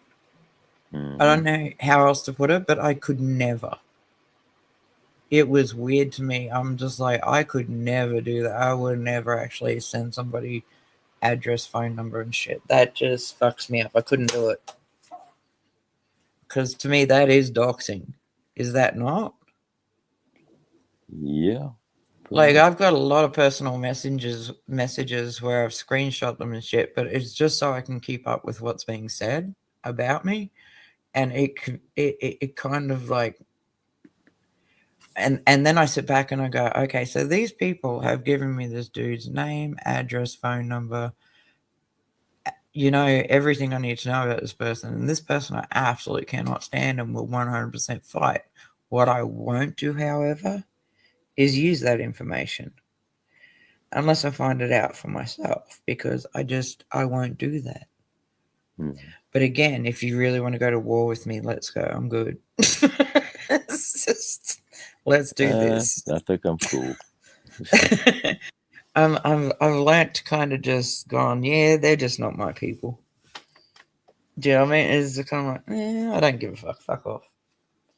The only time I get fucking, how do I put this politely? I will be the most vengeful, petty cunt in the world if you start fucking with somebody I love about. That's just how it's going to be. We are absolutely 100%. I'm on fight mode. I'm going to war with you. If you leave my people alone, guess what? Not a problem. The second you fucking step in and try and cause problems for them, and I'm aware of it, 100%, I'm 10 toes down. Let's go. 100%. Let's go. That's the way I always was. These days, I just, But you understand, like, the whole redhead fucker. situation is just like, once you're one of me, like mine, that's it. That's the end of the game. There is no disloyalty. There is nothing that I won't do. If I, like, do you know what I mean? It's just like, I don't know how to explain it where it makes sense. It's probably just not coming across right. But yeah, no, I'm 10 toes down for all of my boys and my girls. Just try me.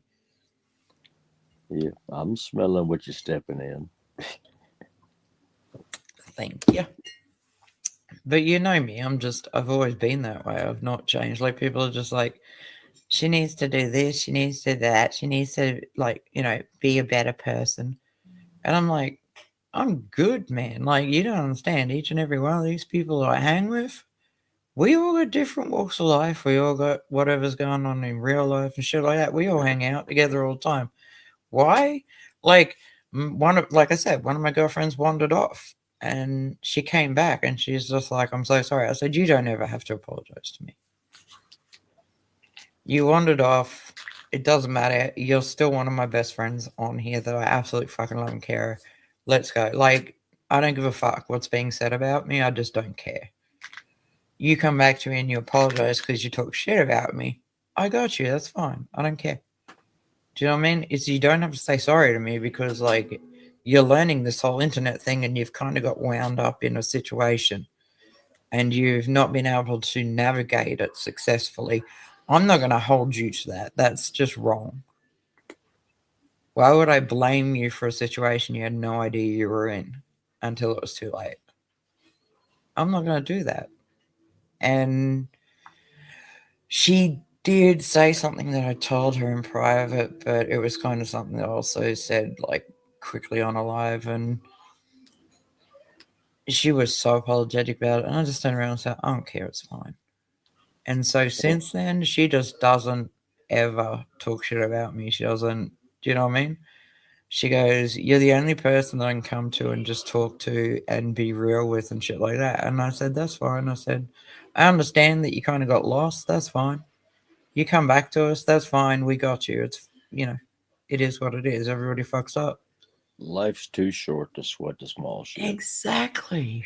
But she was like crying to me, and I'm just like, you don't need to cry. You don't ever need to say sorry to me.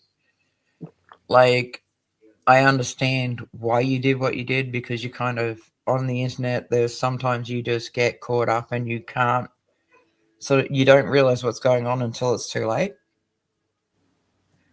But because I'd said, like I'd commented and said the same thing on a live stream, it was just like, it's not like it was unknown, so whatever. But, like, my history, so it's very hard for me to connect with people, but when I do, I'm always 10 toes down for them. Is why I'm so fucking lucky to have you. I don't think you kind of understand. Like, this man here, 100% fucking understands. He knows the worst of the worst that has happened to me. And it's like, he's surprised I trust any cunt. But yeah, it is what it is. Everybody's got their right. But I'm just going to bring up this cannibal family again, okay? Okay. I'll fight you still, just so you know.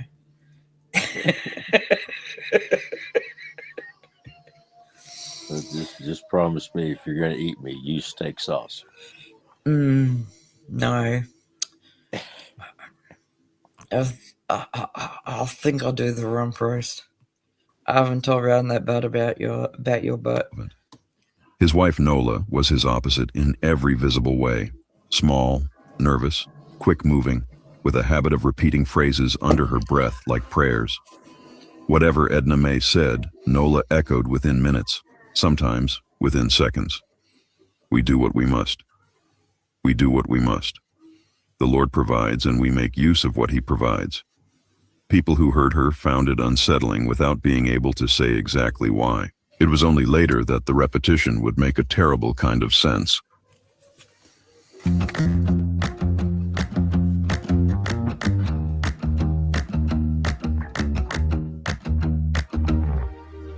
Fucking ads, I'm sorry, guys. Is what it is. Here we go. Dark Merlin was 24, and she was the face the Hollow showed to the outside world. Pretty in a plain way, with dark hair and an easy smile that reached her eyes just convincingly enough.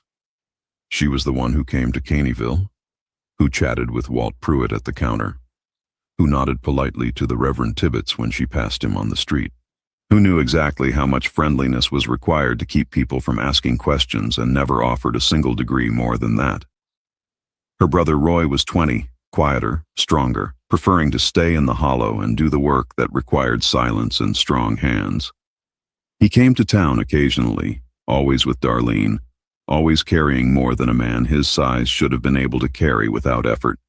And then there were the children, 6 of them, ranging in age from 6 to 16.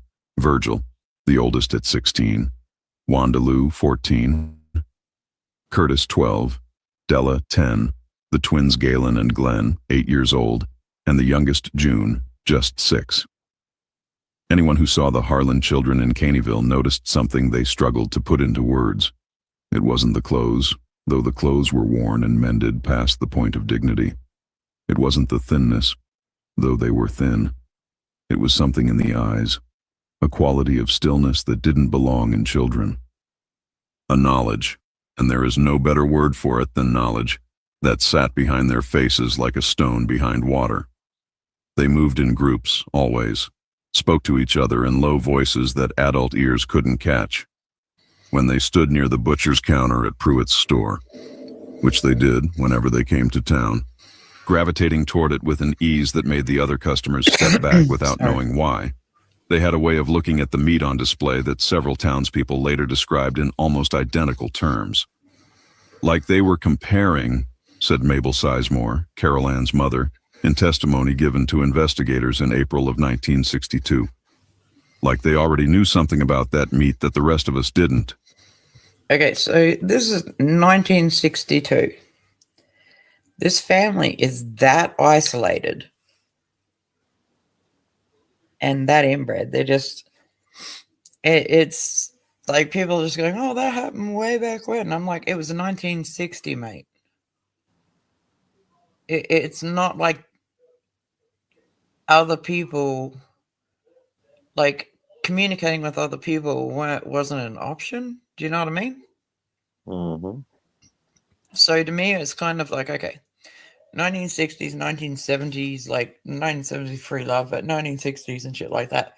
But again, if you look at the entire family, they're that inbred that it's ridiculous. Like all the boys look alike and all the girls, like the young girls look alike. So it's literally just inbreeding. But at some point, they crossed a line. Their whole thing is the Lord will provide. I'm sorry, but what?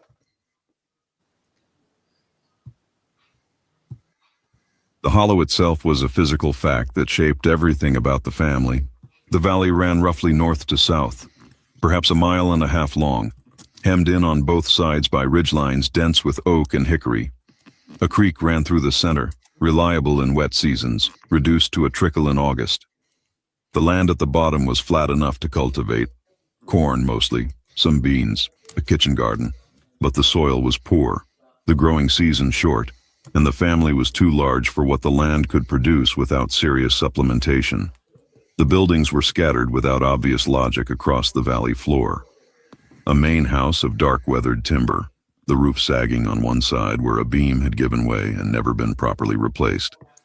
Okay, I just typed in, is there any verse in the Bible about cannibalism being okay? And it's gone, no, the Bible does not portray cannibalism as acceptable or condone the practice. Cannibalism is indeed mentioned several times in Scripture. This is what confused me because it's just like one thing. It says cannibalism is indeed mentioned several times in the Scripture, but only as a horrific consequence of extreme famine or as a punishment for turning away from God's laws. Those passages are not meant to approve of cannibalism, but rather to highlight the absolute depth of despair, judgment, and tragedy that a community could reach. So, do you have a Bible anywhere where you can look this up? Because I've been given... I've got one over on my desk. Do you want to grab it? Because I want to just give you these verses that have been put there so you can read them out so it makes sense to me. Yep. I have to find my Thanks. magnifying glass because mine is old. I've had it since the 80s, and yeah, it is. The print is really small. Oh, okay. Do you want me to just look them up on the internet? Give me just a second. Okay. Oh.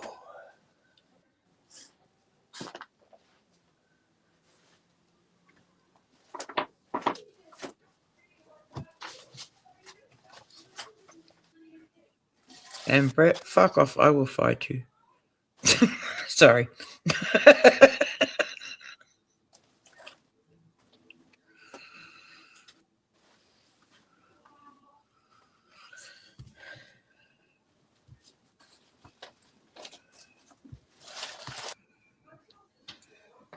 I'd rather you read out the scripture so that it's not contaminated, if you get my drift. Yep.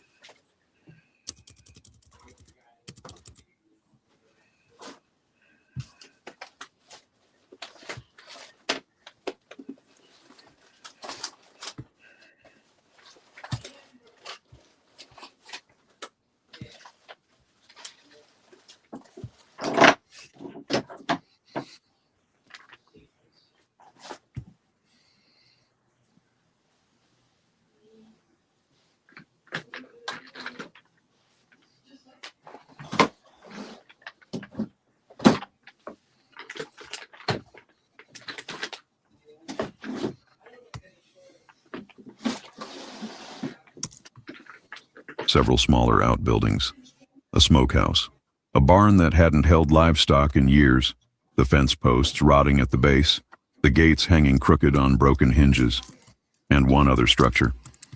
Set apart from the others, further back toward the northern end of the valley where the ridgeline curved and cut off the afternoon light earliest. A large wooden barn, newer than the others, the boards more recently cut, always locked. Always, in the memory of anyone who had ever approached the property, locked. From that barn, on certain mornings when the wind came from the north, something drifted down the valley. A smell, sweet and heavy and wrong in a way that was difficult to articulate. The kind of smell that triggers something ancient and animal in the back of the brain. Something that predates language and reason and says simply, leave. Most people did. The few who stayed long enough to ask about it received the same answer from whoever happened to be nearby. Edna May, usually. That small, bent woman with the colorless eyes and the measuring gaze. Imagine being able to build anything just by thinking about it. Meet Base 44, a complete AI creation platform. Smokehouse, she would say, and then she would look at you with those eyes. And something in the quality of that look made further questions feel unwise. In 1955, the Harlan family lived in poverty. Real poverty. The grinding, generational kind that wears people down to their essential components and leaves only what's necessary for survival. The children were visibly underfed. Let me The know when adults you're wore done. clothes that had been mended so many times, the original fabric was almost entirely replaced by patches. They bought the minimum at Pruitt's store. Salt, kerosene, occasionally a bolt of the cheapest available cloth, and paid in coins that Walt Pruitt later admitted made him uncomfortable without knowing why. The coins were always warm, he said. Always. Even in winter. Like they'd been held a long time. But held by whom? And doing what? In the summer of 1957, something changed. Nobody in Caneyville could point to the exact moment. It happened gradually, the way a season changes. Not in a single day, but in accumulated small differences that you only recognize in retrospect. The Harlan children began to look healthier. Their faces filled out. Their eyes, if anything, grew stranger. Not hollower, as you might expect from hunger, but fuller, satisfied in a way that was difficult to look at directly. Edna May appeared in Caneyville for the first time in 3 years that August. She bought more than salt and kerosene. She bought fabric. She bought a new blade for the handsaw. She paid in paper money, crumpled, as though it had spent a long time folded in a pocket, but real. More than Walt Pruitt had ever seen the family spend in a single visit.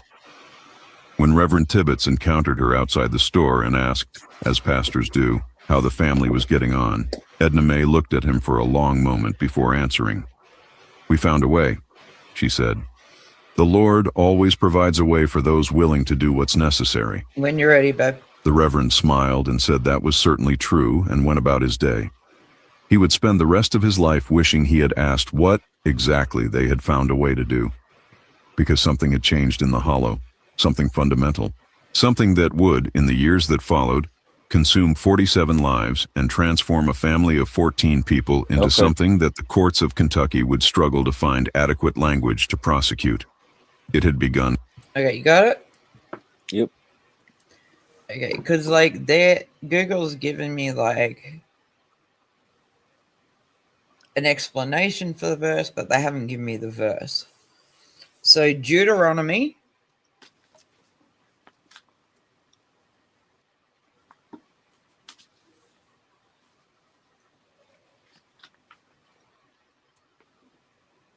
Okay. Deuteronomy what? Okay, 28.53.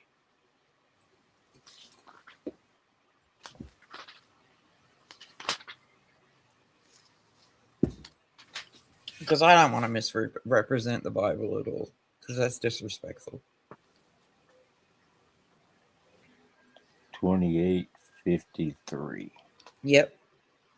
Says, "And thou shalt eat the fruit of thine own body, and the flesh of thy sons and of thy daughters, which the Lord thy God hath given thee, in the siege, and in the straitness wherewith thine enemies shall distress thee."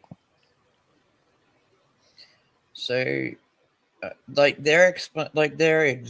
explanation afterwards describes parents eating their own children as a severe curse and judgment during times of extreme siege and starvation. So, are they approving cannibalism, or are they just going, nah? Let me read a little past this. Yeah, please, because I don't want to misrepresent the Bible at all. Because no, that's not me. I can't do it. Because it says Deuteronomy 28:53 describes parents eating their own children as a severe curse and judgment during times of extreme siege and starvation. Wouldn't it make more sense to eat your husband because he's kind of got a lot more meat? No offense. And I'm not being funny. I'm not. I'm seriously not. Just to me, survival-wise, it's just why would I eat my children? They ain't got the meat that my husband's got. Well, in verse 50 it says, or 51 it says, "And he shall eat the fruit of the cattle, of thy cattle, and the fruit of..." See, that's what I mean. There's so many of these fucking things that pop up and they misrepresent what's being said. They're literally saying, yeah, like, people just take that verse and run with it instead of actually going, okay, what's before that? What's said before Well, that? yeah, And what's said it's during real it? easy to cherry pick verses to, Yeah. fit whatever agenda you're trying to push. But yeah, I'm you not that got to person. I read can't do that. what's in front of it, what's behind it. I mean, Yeah. it could be referring to what a good person would do, or a godly family would do, as opposed to what an evil Exactly. family. So I've got another one. Well, I've got two more. It's Okay. 2 Kings 6 .28 to 29.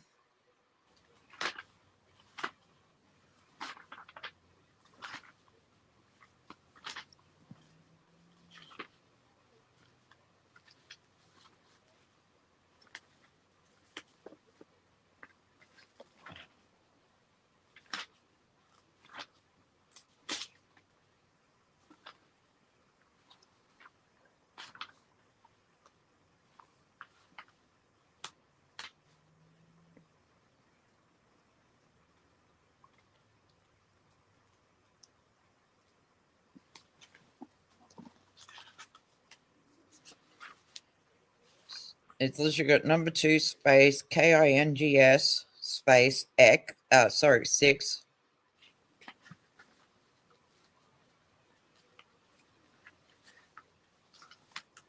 Yeah, give me just a second. No, that's fine. I'm good. This it is, man. The print on this is so small. Oh, it would be. I'm so sorry. But I don't want to misrepresent what it means. Like, I don't want people to go Google, like, the Bible approves of cannibalism without them actually knowing the context of it. It's like I had a fight with this woman the other day, and I just went, she's gone, "Do you want a president in America?" I said, "Dude, I'm in Australia. I don't want a president like Trump ever." But she's like, "But he said grab a chick by a pussy," and I went, "Okay, what you've got to understand is the context behind that. The thing was, he was saying, any rich man, there are so many females out there that will let you grab them by the pussy because they want part of your money." He's not lying. Famous guys have chicks all the time offering pussy. Do you know what I mean? And like, this chick got fucking so mad at me. She went feral. And I've just sat there and gone, "Okay, you done? Good. Now shut the fuck up." And I showed her the video, and I've just gone, it literally says, he is saying how easy it is for a millionaire or a billionaire. There are so many chicks out there that will let them grab them by the pussy. Right. It's a context thing, and that's what I'm saying about the Bible. I would never ever disrespect what you believe and stuff like that on purpose. Would never ever do that. That's why I'm asking you in particular, because like I'm just like, okay, so there's this whole thing on here, and I want to be able to just kind of like say, look, there is context behind this. It's not just cherry pick a fucking verse and think that you can run with it. That's not how that works. Yeah. Okay, 2 Kings, what was it? 6 28 to 29. 6. But it says these passages are not meant to approve of cannibalism, but rather highlight the absolute depth of despair, judgment, and tragedy that a community could reach. But then they've gone ahead and actually named these things. And I'm just like, this is wrong. I need an explanation from somebody I trust, which is you. So, yeah. Okay. So it's 2 Kings 6, 28 to 29. But, like, read before that, just personally, like, before you say anything, so that you can put it in context. I'll just start at verse 26. Okay. This as the king of Israel was passing by upon the wall, there cried a woman unto him, saying, Help me, my lord, O king. And he said, If the Lord do not help thee, whence shall I help thee? Out of the barn floor, or out of the winepress? And the king said unto her, What aileth thee? And she answered, this woman said unto me, give thy son that we may eat him today, and that we will eat my son tomorrow. But do you, like, people don't get the context behind that. Like, they are that fucking desperate.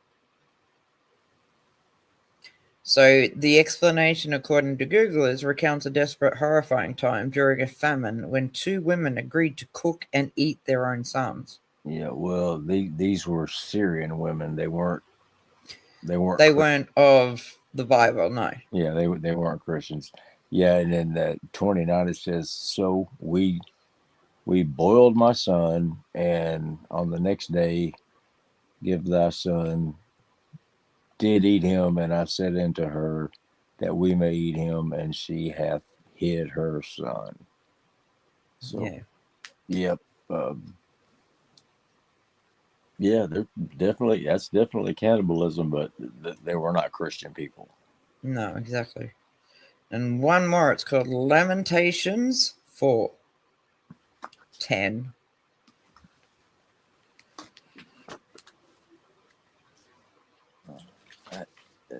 I'm just gonna put this in now when you're like around. Just while you're doing that, Bret, shut the fuck up or I'll fight you. No, it's just because I know that if he fast forwards through this, Bret, he's gonna read the title and he's probably gonna go, I really need to get involved in this whole entire stream that she's done. Because he knows I'm all wild. The title of, are you seen me adjust the title of the stream, right? Which literally says Red Cyclops Spud Cannibalism. That's the title of the stream. All right. It is what it is. This is Lamentations. I don't even remember that. Like, I was brought up Catholic, but because of the priest being the way he was towards me, I kind of like blocked a lot of that shit out. But like, I know Deuteronomy. I know that. I know Kings involved. I know like Leviticus. I know Revelations. Do you know what I mean? There's certain parts. I was really drawn to like the Revelation side of it because I'm an evil fuck sometimes and just would entirely enjoy everything that was coming to people. Revelations is weird. Revelations to me is like a bedtime story. I really fucking love it. Like, I know I'm fucked up in the head. That's the difference. Like, everybody else that's out there is just like, yes, and they hide off of these sort of like things that are being said. And they're just like, it doesn't affect us. We're going to be cattle. And I'm like, nah, bro, you need to kind of stand up and realize that there's some shit going down in your town. And if you don't fucking stop it or disapprove of it or get a group together and just like stand between them and the police or ICE agents, do you know what I mean? And I just get so frustrated personally because I get sent videos of these people, like these fucking weirdos with different sorts of hair and stuff like that.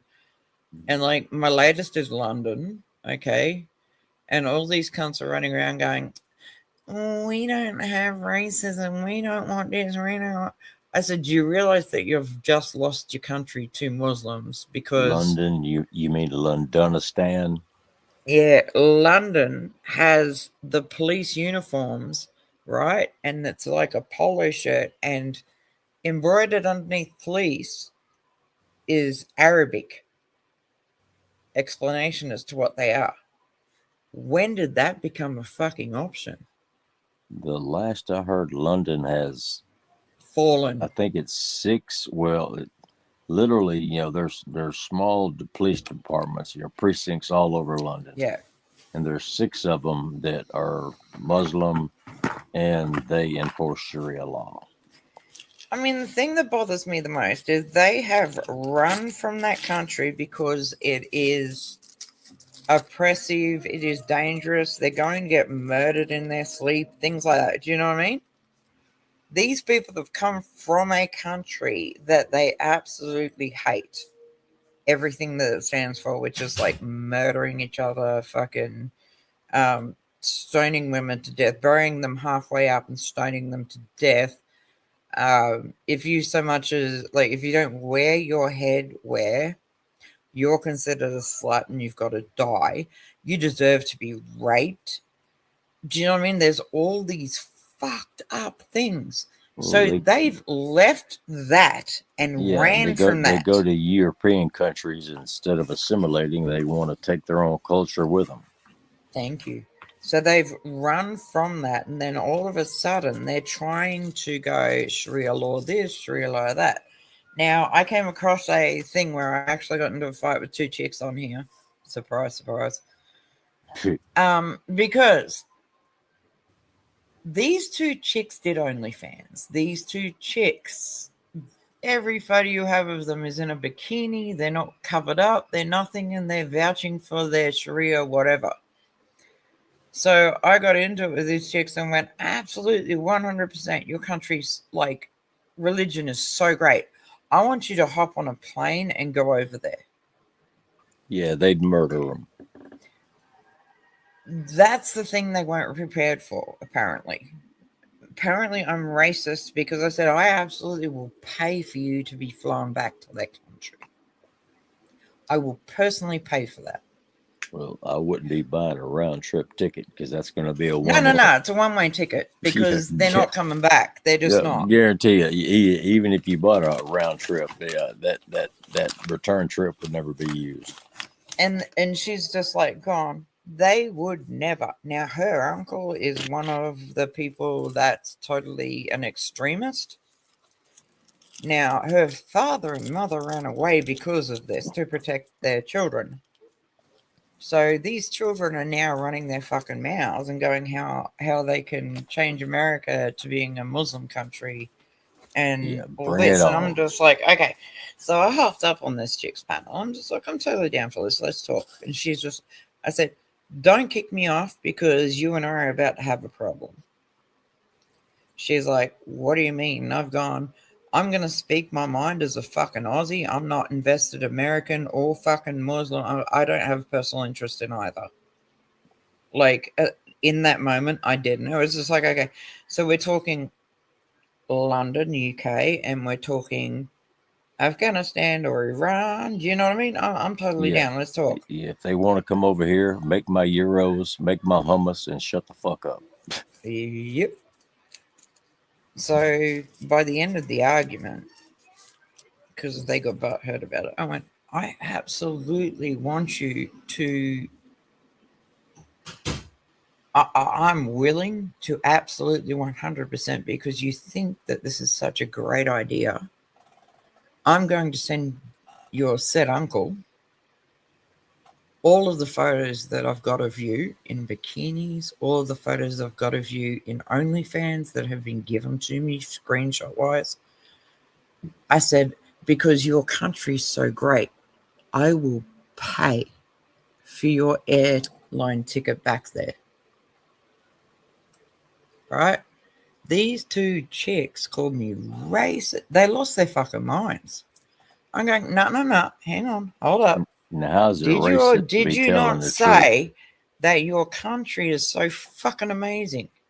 Did you or did you not say that you want Sharia law, you want this, you want that? Is that not what your parents ran from because of the violent situation where a chick could get beheaded just because she looked at somebody sideways the wrong way?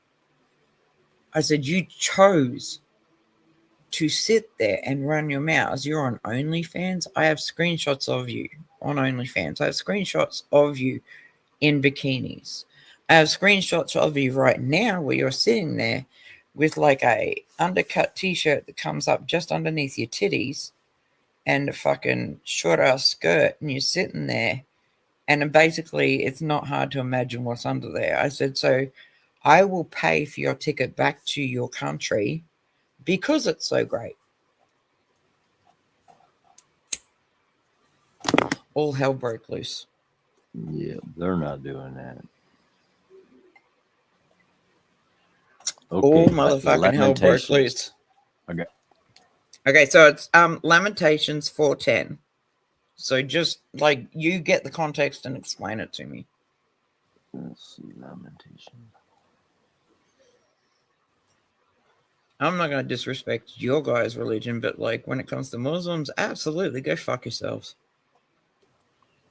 Okay, I'm going to start with 4:9.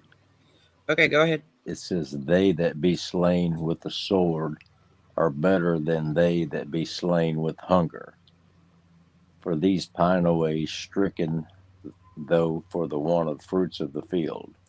The hands of the pitiful women have sodden their own children, which were their meat, in the destruction of the daughter of my people." So basically, these people were starving to death. Their children They were had no killed. other option. Yeah, their children were killed during a war or a battle, and to keep the rest of the family from starving to death, then they ate the children. Okay. No, but that's what I'm saying. Like, yeah. Do you know what I mean? It's just kind of like people take shit out of context all the time. I would much rather hear from somebody like you that knows the Bible and like can explain shit to me where it makes sense. So yeah, no, I can absolutely 100% go, you know what? That's fair. Like if you're starving to death and there's nothing else around, I can agree with the fact that you've got to survive. I mean, But me personally, I'd gonna, rather die than eat anything of human flesh. That's just me personally. Like everybody's got their own thing, but to me, I would never ever. But you know, some women, you know, if they've only got But two the choices, funny thing one, is, most let of these their other women children are not. starve. But yeah, but the thing is, most of these women are not of God. That's the difference. Yeah. These women that are doing all this, they're not actually of God. Because if they were of God, would God let you eat his son, Jesus? When you're in a hard place, he's hung up, sacrificed, and they've pulled him down, put him into a cave. Like, literally, is that what fucking happened to his body? Like, you've pulled the thing aside and just gone, I'm hungry, so I'm going to pull him out and eat him. And then put the stone back. And it'll be like he's just come back to life. That's another thing I was told. And I'm just like, bro, I don't think that's how that works. I'm not sure anymore about the Bible thing. But I'm just like, I'm pretty sure that didn't happen. They're probably referring to the sacrament where, you know, during the Last Supper, Jesus broke bread, said, "Take, eat. This is my body." I know. I'm confused by that. Can you explain that? Like, I was raised very Catholic. It's just like, here, this is the wafer of his flesh. This is the drink of his blood. And I'm like, why is this happening right now?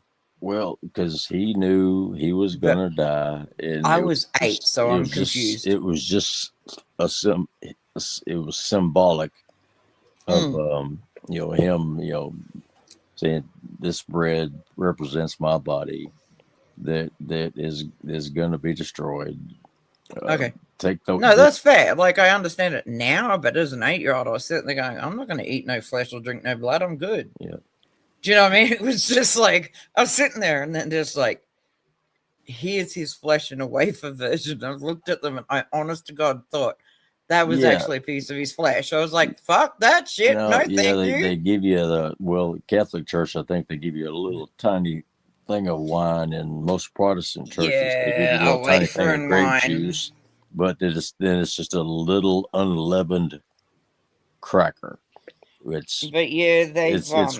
It's not what it is. It's what it represents. Round little rice crackers. Like, I don't know if you have them over there, but they're called Fantastic, and they're like a little round wafer cracker thing. Mm-hmm. But like, because of my personal experience with the church, the dude would give certain ones of us actual wine instead of grape juice. For a reason. Most Catholic churches do wine. Most Protestant churches do grape juice. I think it's port mostly.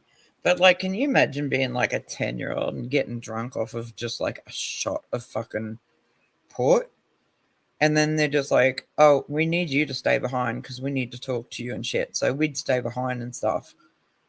As soon as like I realized what was going on, I was out that church. And I ran straight home and I ran to my dad and I told him what happened. that priest, his house all of a sudden just collapsed on itself with him in it.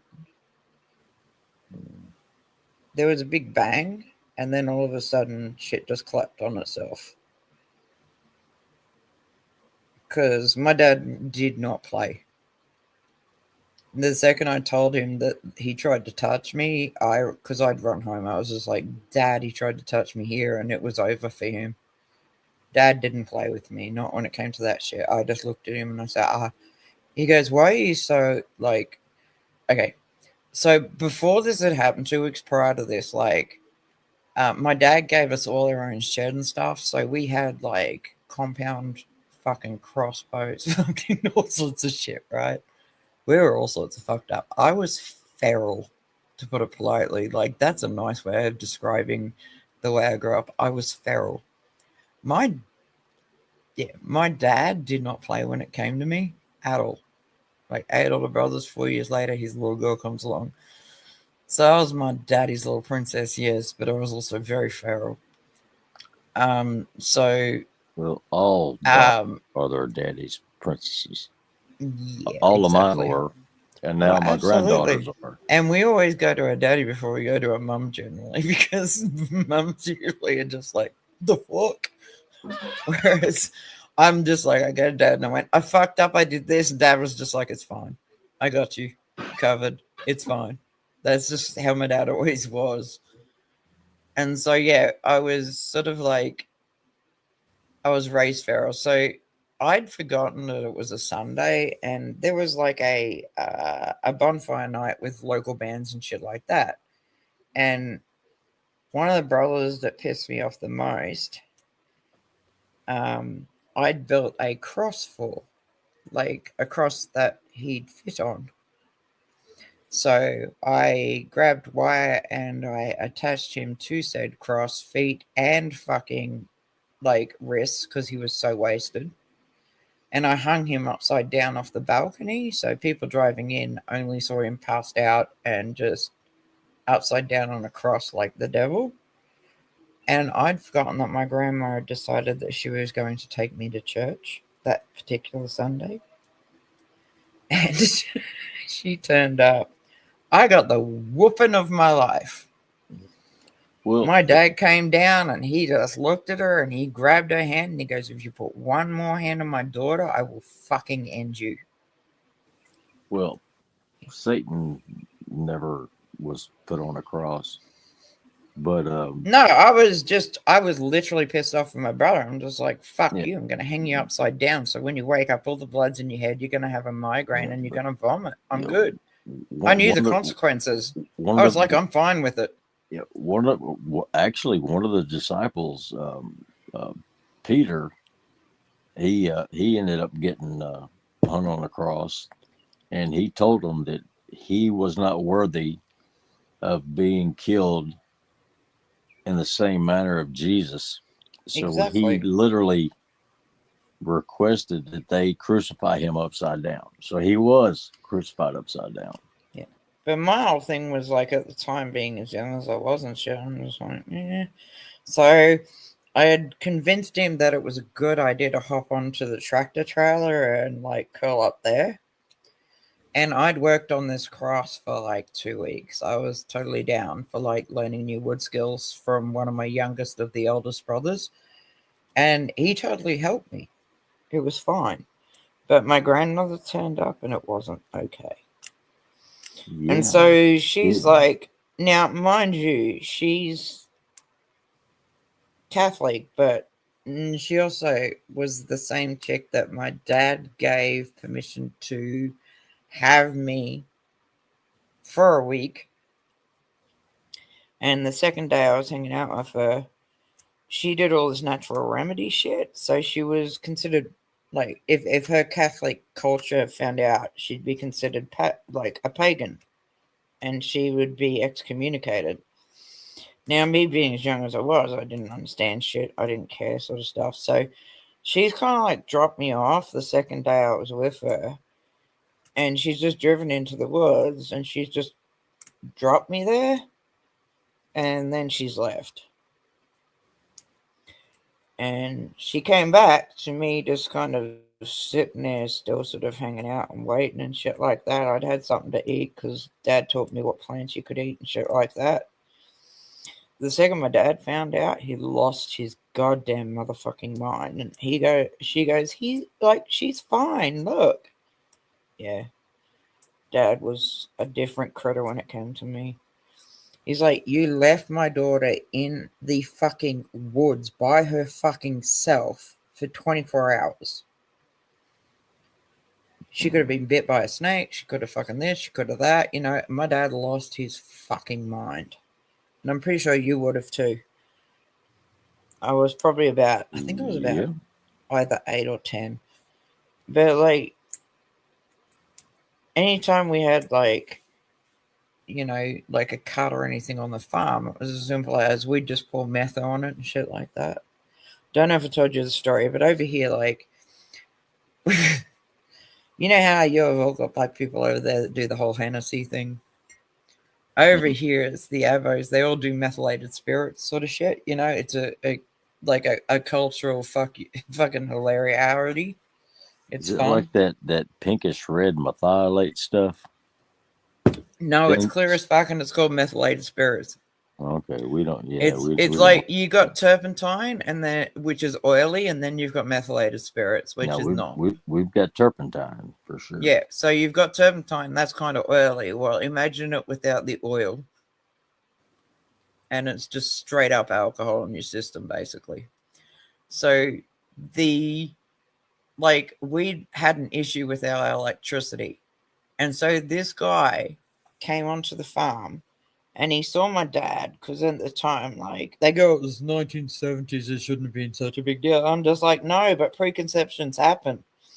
So he walked up to my dad when he drove in. He's just gone, oh, okay, so where's the boss that owns this farm? To my dad. And so my dad's just going, okay, I'm going to fuck with you now, because, like, my daughter ain't got nothing better to do. She's already surprised me with a coffin as a bed. So what else can happen wrong, right? Now, at the time, the whole tech thing was just like a fucking, like a pager thing. And it came across as a message inside of it. You could, like, it was very, it was kind of like, it was the shortcut when you're doing typing. What do you call that? Shorthand? Shorthand, yeah. It's kind of like in our family we always had like this shorthand, and so anytime we got a page, we'd look at it and it'd be abbreviated and we'd know exactly what to do. So I've walked into the kitchen, I've gone to under the sink, and I've opened a thing of methylated spirits, and I've gone and sat on 3 steps up. And because I'm apparently, this whole thing, my grandmother pissed me off because she goes, you look wide enough to get away with being white. And I'm just like, I don't like that. I'm sorry, but no, I'm my daddy's baby girl. No, I'm not doing this with you.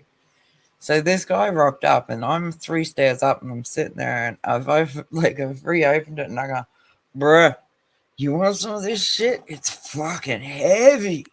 Because he's walked up and he's gone, I need to talk to you, the boss. And I've just turned around, looked at him, and I've just reopened the metho bowl and just gone, bro, you should try some of this shit. It's so fucking good. I've never seen a white dude go really, really white before, so it was interesting. He didn't know what to do or what to say. He hopped in his truck and he fucking drove back out the driveway. Now, my dad was already nearly near me, and he just burst out laughing, and he goes, that's my girl.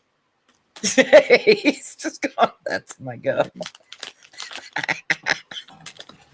Because he kind of just, we had abbreviations for shit that inside the family, so it'd just be literally, I'd just go TSM or whatever, each other, you know what I mean?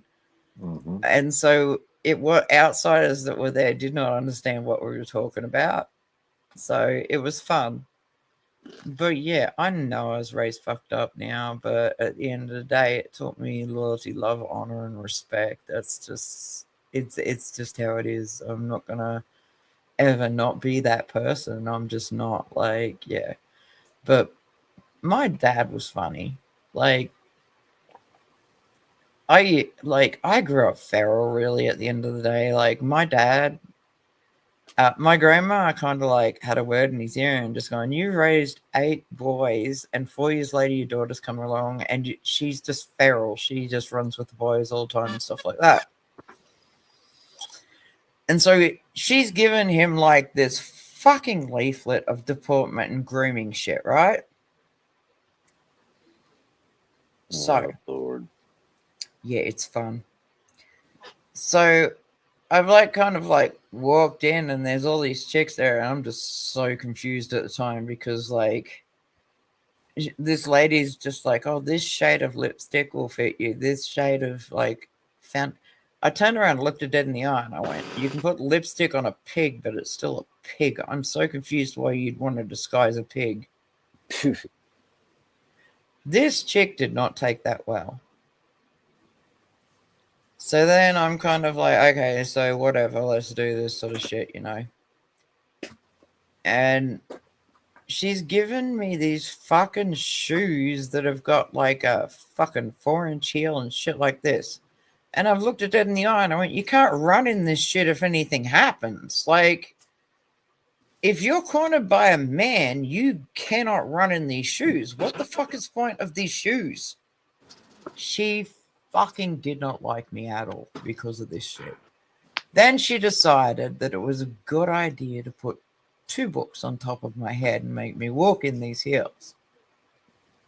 So my brothers dropped me off. So all I heard was this chortled laughter and bullshit. I took those books off of my fucking head. I threw them through the window that was open with no screen and smacked them and broke their fucking noses with those 2 books. Pulled those heels off and threw them at the other 2 that had just thought it was hilarious that 2 of my other brothers had just gotten like whacked in the head. I was not allowed back into that deportment grooming course under any circumstances. Like, my dad just looked at me and he goes, I love you because you're feral. He goes, I tried. And his whole thing was, I paid for it, but the lady couldn't handle my daughter. He'd raised boys. He was just trying to do the right thing. But to me, it was kind of like, fuck this shit. Well, my mom. I had, like, every woman, Tennessee. the only thing I can absolutely say is every country woman has those come fuck me boots. Okay? I have 2 pairs of those come fuck me boots. So, Yes, I'm doing okay. I'm well aware of those boots. Red hair, green eyes. Especially the thigh-high ones. Holy shit. Mm-hmm. Yeah, I've got nice legs, so I only like them to go just under the knee. I got really nice legs, apparently. According to many people, male-wise have told me, I love your fucking legs. And I'm like, well, fuck off. You can't eat them. What the fuck is wrong with you? And they laugh because they think that I'm joking, but I'm just kind of like, no, dude, seriously, I wouldn't fuck you if it's the end of the world and you and me fucking had to have actually like repopulate the world. Still wouldn't fuck you even with these boots on. Just not going to happen. And then they get butthurt and I'm just like, bro, I'm just being honest. It is what it is. I'm not going to fuck you. If I see someone I want to fuck, they're the first people. No, I'm sorry, but no, not you. You dipped out. But occasionally I'm just kind of like, I'll tease a friend of theirs just to fucking piss that person off. And I'm not going home with their mate. I'm just there to fucking, yeah, okay, let's go. You want to play with me? Fine. 2 can play at this game, bitch. So 2 good friends that have gotten along their entire fucking lives are now fighting each other because he said he wanted me first. But I decided I liked his best mate that was there. I wasn't going to fuck him or take him home. It was just fun to watch them fight each other. Why? Because redheads are assholes. We absolutely love to collect souls because we don't have any ourselves. Shall we get back to this cannibalism? Okay, we're going. quietly, as the worst things always do. And in the locked barn at the north end of the valley, under the shadow of the ridge where the afternoon light died earliest, the evidence of what had begun was already hanging from iron hooks in the cool and careful dark, waiting, as it would wait for 4 more years, to be found. Darlene Harlan first walked into Walt Pruitt's general store with a serious offer on a Thursday morning in September of 1957. Walt remembered the day clearly. He would remember it for the rest of his life, not because anything about it seemed remarkable at the time, but because of what it would eventually mean. Because memory has a way of rewriting itself around what you later learn. Can you grab the Codral Kids? Coughs, cold and flu are no fun. Save the day with Codral Kids. Killing jokes in the chat. If you ever wanted to start your... Killing joke, how are you? I've missed you. Where the fuck you been?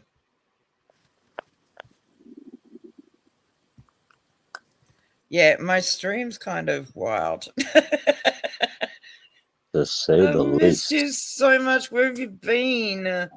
I've been told that you've somebody told me that you took a stream down, you don't stream anymore and shit like that. And I'm like, he will for me.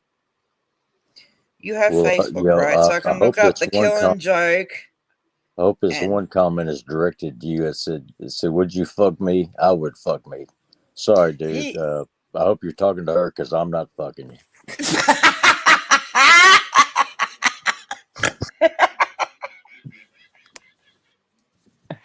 Sorry. Yeah, I couldn't let that one go. That was no, absolutely not. But he just served that one up, man. I had get up here, boy. I have missed you. You need to get your fucking ass up here so I can talk to you.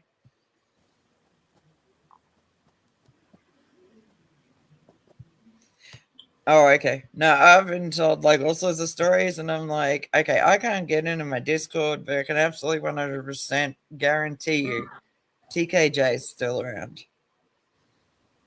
Get up here so we can talk to you. Did you like my live stream? So far it's gone red, Cyclops, Spud, and cannibalism. Oh, you're on the road. That's fair enough. Yeah, this is going about 18 ways from sideways. Yeah, but hello, you have met me, right? You need to do a live stream at some point. I don't know. I'll have to figure out how to do it because I don't know how to do it. Oh, I'll send you the links that you need. Okay. I mean, well, I've got StreamYard. I mean, I use StreamYard to get on everybody else's. I just got to figure out how to do it myself, and yeah. Then I'll help you. How to pay the monthly fee or whatever. You don't need to. StreamYard's free, but it's only free for certain amounts of hours. So yeah, I think you get like 20 hours a month free. Yeah, but I've decided to use them all up today because I've had all of my favorite people here. Well, yeah, I mean that's the thing. I get your silly ass up here on one stream. My 20 hours is gone. You're welcome.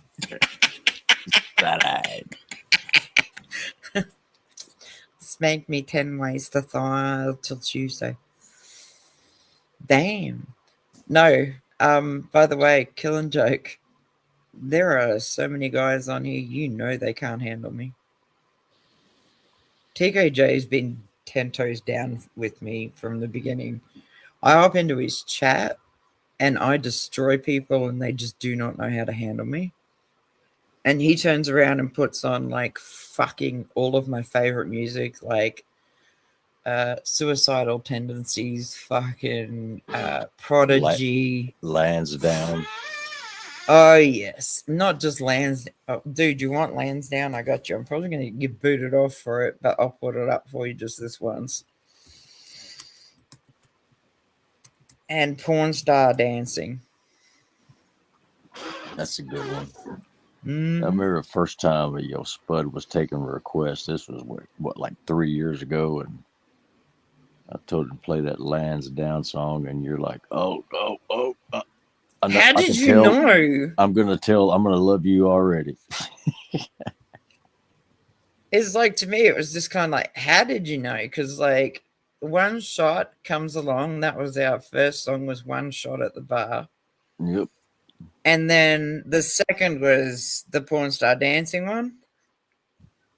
My Darkest Days. That's a So good yeah, one. we trouble. Us girls trouble.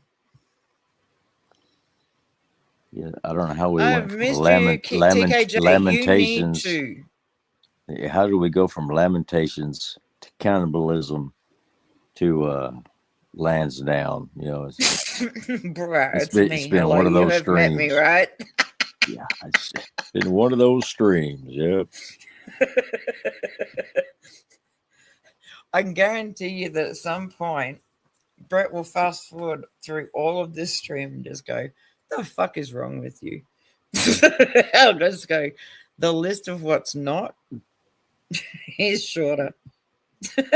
Yeah, I have never been on a panel with him. You need to get his ass on here one night. Oh, yes. No, he knows I love him. He absolutely knows I fucking love and adore him. I've been like, he was gaming and then he had talk to, what was it? Text to talk, right? So I'm sitting there just describing like in the chat what I want to do to him. And then there's this audio telling him exactly what I want to do to him and shit like that, just because I'm a dick. And so then I'm just like typing all sorts of fucking weird shit to him and stuff like that. And he's just like, this was a mistake. He's gaming, just trying to concentrate on the game.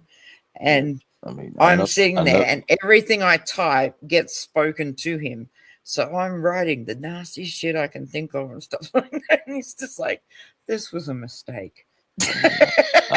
I know the dude fishes and he makes a lot of his own fishing lures. So yeah, I'm gonna get along with him really well. You'll love Bret. Bret's fantastic. Here we go, just for you boys.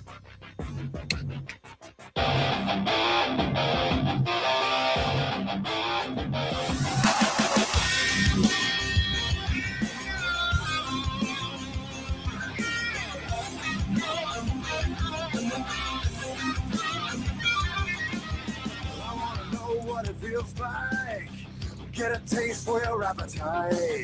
Lay it down on the barroom floor, let the whole room watch while you're screaming. We can move it to your bedroom, switch our positions up and go for round two. Tie it down, gonna leave no doubt from the first kiss to the screaming. She'll be my favorite mistake.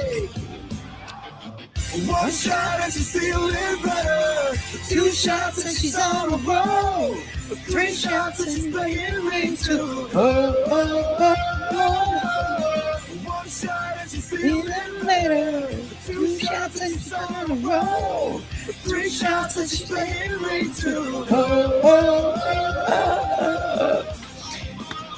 I'm always everybody's favorite mistake, just so you know.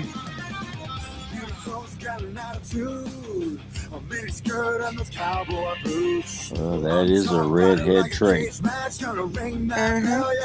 okay with it, I don't care. Being a redhead gives you like... Okay, not trying to be struck, so I'm just going to stop it here for 2 seconds. Yeah. Absolutely, I'm a redhead, green-eyed girl, like... I'm white enough to get away with apparently being white, but I totally took my heritage because, like, after what happened, my DNA was used to find said other person's DNA. So, yeah, I was definitely my daddy's child.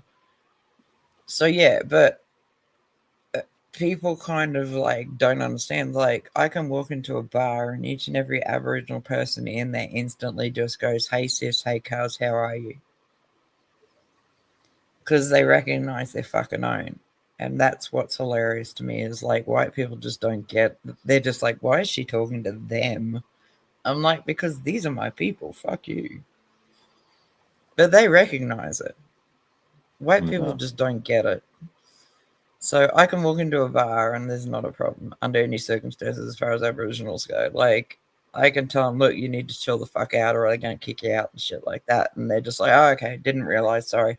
So they're very respectful of me as well, which is kind of cool. But it's probably because they've seen me throw people through a window and they've pissed me off. But it is what it is at the end of the day. Well, I yeah, am who I am. That would probably have something to do with it. You know? Just a little.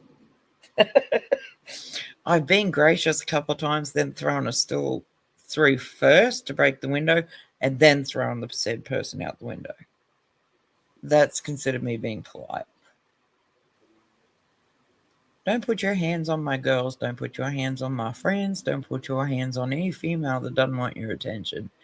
That is going to end up very badly for you because I'll happily pick up a stool and correct your fucking head.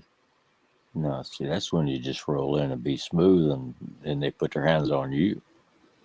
Oh, no. That's how you play that game. Dumb. Not dumb.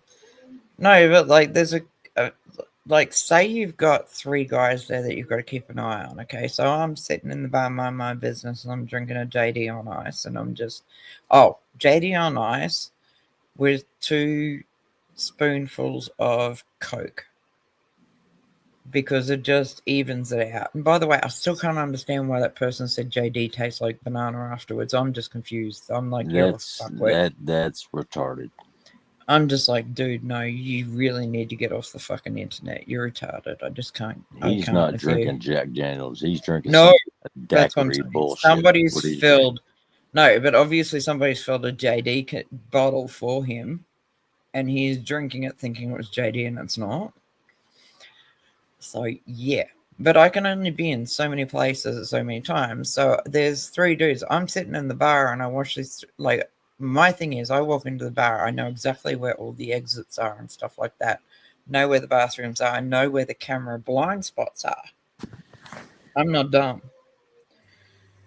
So yeah, and I happily pay for windows to be refixed so that not a problem. So yeah, it cost me about $1,000 occasionally, but at the time I was like, I didn't give a fuck. So I'm sitting there minding my business. A dude comes up to me and sidles up to me and he's carrying on a little bit. And I'm just like watching him going, yeah, I can deck you. It's not a problem. And then I watch another dude walk behind the bar and grab one of my girls by the ass. Now, these are chicks that I've grown up with, okay, that have moved here because of me. Their men are working on my niece's farm. Do you know what I mean? Mm-hmm. So we're very tight-knit. And they stood there and they just looked at them and went, you just done fucked up. And the guy's going, oh, what you gonna do about it? I grabbed the cunt by the ponytail and put his face into the fucking metal counter below the thing. Then I drag him by his hair and drag him out and I'm done. Like, yeah, no, you're not going to do that. So I drag them out and that's fine until they then decide that it's a smart idea to call their friends in. All of the locals then get involved and it never ends well. These cunts just don't get it. Like, yes, these girls are flirty and whatnot. Why? Because you pay for the alcohol, but you also give them tips. And giving them tips does not mean you can put your hands on them. The tips is not okay, I'm going to pay for this and then I'll put my hands on you and you're going to have to absolutely come home with me tonight. That is their justification. That's how they make their money. Girls flirt for a reason. They do it because they want to earn those tips. But at the end of the day, they're totally loyal to their partners. 100% loyal. And it weirds me out that people don't get that. It's kind of like, do you not understand that this is just a job for them? They're going to go, hey, darling, what do you want? Do you know what I mean? They're going to go, okay, how can I help you? They're going to be polite. They're going to be nice to you, whatever. Well, now, some dudes have respect and some dudes don't, period. Yeah, but that's what it boils down to. They get paid by the hour, fair enough. But, like, at the end of the night, there's always, like, a glass see-through vase that's put up on the counter, and each and every person, like any guy that's there, puts their fucking money in there, like paper money, and just as they're on their way out, sort of thing, just go, this is the best service I've ever had. You know, these chicks are on it. They're just like, would you like another? Can I help you? You know, because they see, like, their thing is like, okay, the way they make their money is to be a little bit flirtatious, yes. Does not mean that you get to put your hands on them like that. That's not cool. So when I get that phone call, I kind of come with a little bit of backup, but they're female backup. But these chicks are just like next level. So they're just like, they keep it professional. Do you know what I mean? And I've introduced a new thing, which is like a one bar to one bar. There's like a 4-foot passage basically in between. So I went and bought a 4-foot steel fucking bench top, and I bought some hinges and shit. So that stopped people going behind the bar, because that 4-foot thing just went from one of the front bars to the back bar, and there's no way that you could misunderstand that you're not supposed to be behind there. Mm-hmm. So yeah, putting your hands on these young girls is just like, it is war for me. I mean, you know what I've been through. I'm not going to do that. I'm not going to, under any circumstances, let you put these girls through that. That's just not going to work for you in a good way. I love who I love. I care about who I care about. It doesn't matter if we're arguing or anything. If one of my girlfriends says, I need you right now, I'm in my car and I'm at their doorstep. I don't care if I've got to drive 3 hours. I'm at their doorstep. As soon as I hear they need me, I'm gone, I'm done, I'm coming for them. And they know that. And as their partners know too, they're just like, shit, we'd never like to fuck with this bitch, because like one of the girl's partners was in Queensland. He couldn't do anything about it. He rang me, and I was there. Probably it was normally a 4-hour trip. I think it took me about 2 3/4 of an hour to get there. And it was all for nothing, because like there was just a random Aboriginal dude just walking up the river fishing, and the guy came and knocked on her door, and it freaked her out because she's not used to being around sort of like random people. But yeah, I arrived up there. He was fine. I just turned around and said, dude, you're freaking her out. You just need to go.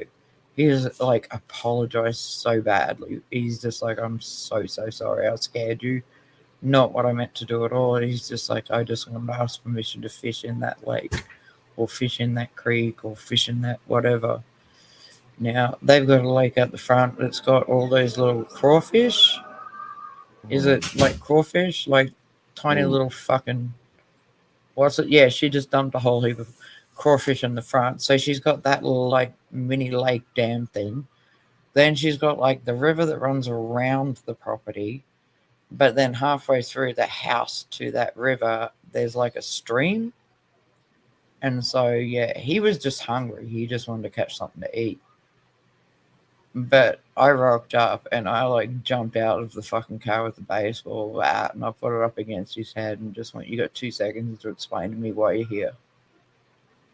He's like, I'm so sorry. I went, you banged on her fucking windows and her fucking doors, mate. How is she not supposed to be scared by you? She's here by herself. So he backed off really quickly and was so fucking apologetic and shit. And then I'm just like, okay, sit down. And then I've got her out, and we've all had a coffee together and shit like that. And I went, okay, her old man's not here, but he does come here randomly, and you will absolutely, under no circumstances, like, always be prepared for him. He's 6'2". He's going to turn up, and he's not going to play when it comes to his wife. They're not married, but I put wife in there. The guy is just like, I'm so apologetic, etc., etc., etc. He's just like, I'm looking for a job, blah, blah, blah. So she ended up, like, she asked me first. And I said, yeah, no, give him a job. He can just come through and just fucking, like, clear the property with a fucking chainsaw for a while, you know? Just the minimal amount of stuff to keep it away from the house. Let him... He goes, I know how to drive a forklift. I know how to drive a tractor. I know how to this. I know how to that. I'm good. So you can cut all the grass down you can move most of the logs from around the house. So if a fire does happen, it's not going to be like directly to her front door and stuff like that. And he was so grateful, and like he was happy just to sort of like camp. We bought him a tent, and the boys built him like at my dad's property. We used to do this. Like there's a 2-man tent that you could hang in, and then we built you like I suppose it's probably a 6 foot by 4 foot sort of shed situation. So during winter, there was always like the door would be open, and you'd have like a little fucking pot belly, tiny little pot belly, not extravagant or anything. It was just like leave it open. You could go to sleep in a hammock inside the shed. During summer, that was what the little fucking 4 foot by, I think it was 4 foot by 3 feet tent sort of thing. Fit 3 people. There's only one person in there. He was happy to live by the river and just fucking catch a fish and eat it every day, and then he'd go to work around the property without being asked. He'd just go around and do what he had to do. So he's now one of us, but at the time he didn't understand that he terrified her. Like you can imagine coming from the city to the country, and then you sort of like rent a place on a property, and the person that owns the property is like 4 hours away because I'm a dick and didn't explain to her how it goes around here. But he's never ever crossed the line or anything like that. In fact, anybody that rocks up and causes problems, he's the first one to bounce their ass out. That's just who he is. And like, I would have gone him if I thought he had bad intent. But you kind of get to a point in life where you can tell who does and who doesn't have intent to harm you. Is that the right way to put it? Pretty much. Yeah, so she's gone from the city to the country now, and she's just completely like, there is nothing that scares this girl anymore. Like, I used to get phone calls, and she'd be like, "There's a snake on the porch," and I'm like, "What color is it?" She'd describe it and go, "Yeah, that's just a python. It's fine.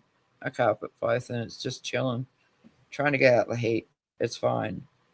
And I've gone, in fact, go and put some water out, like 5 feet away from the front entrance. I said it'll probably just go there and get some water and move on, which most of the time it did. Sometimes it didn't, but most of the time it did. It's because of the heat here. It's just looking to survive. It's not looking to cause problems. It's not like we wake up every day and have to fight a kangaroo and a snake and a fucking spider. Do you know what I mean? It's just like people have this. It's just like your country, right? You understand, like you get snakes, you get spiders, you get fucking, everything. You just deal with it as it comes. It's not like you wake up every fucking morning and have to fight off all these things. So I get frustrated with people when they misunderstand because they're just like, we want to go to Australia, but everything wants to kill you over there. And I'm like, look, dude, you're more likely to be murdered by a random stranger than you are by any other animal in this country. Not comforting, but I'm telling you the truth. You're seriously more likely to be killed, you know what I mean, by some sort of animal. So here we go. Now is a good time. She'll be my favorite mistake. You're welcome. I'll tell your boyfriend that you're gonna be late. One shot and she's feeling better. 2 shots and she's on a roll. 3 shots and she's ready to go. 1 shot and she's feeling better. 2 shots and she's on a roll. 3 shots and she's ready to go.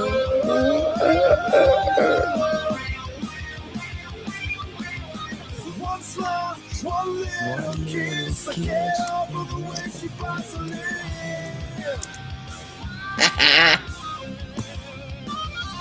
Bites her lip.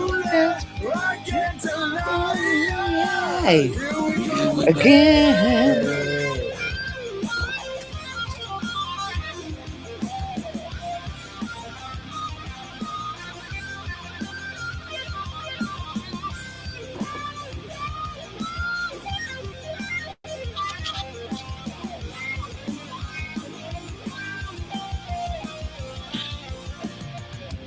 She's feeling better. 2 shots and she's on a roll. 3 shots and she's begging me to. 1 shot and she's feeling better. 2 shots and she's on a roll. 3 shots and she's begging me to. Give me a hell yeah, she's my kind of woman. Give me a hell yeah, she's my kind of girl. Give me a hell yeah, she's my kind of woman. Give me a hell yeah, she's my kind of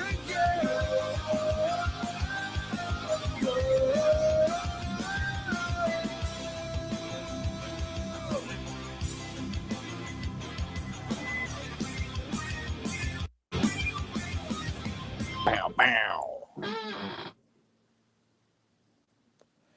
Good shit. This game. Sorry, I had to pee. You're not ready for it. It's what it is. Okay, hang on. Don't need this in my life right now. You ever listen to that Buck Cherry Crazy Bitch song? No. God, you kidding me? You'll love that shit. You need to give me the spelling so I can put it in right now. It's Buck, just B-U-C-K Cherry. The song's called Crazy Bitch.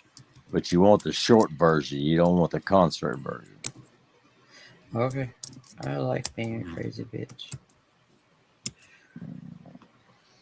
Crazy Bitch is I don't think my I've ever bread and heard butter. this, to be honest. There's a 3-minute 24 version. Is that the one? That's it. That's it. It's, Okay. Go see.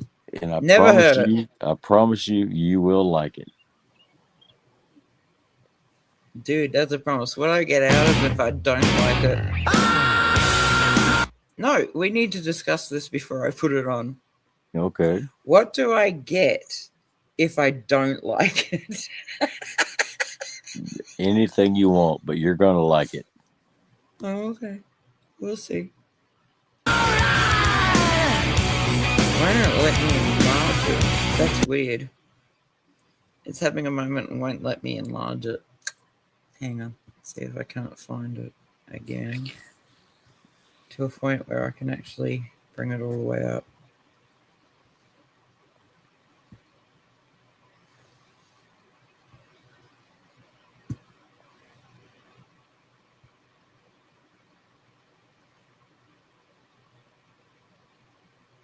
Remember, you said I get anything I want.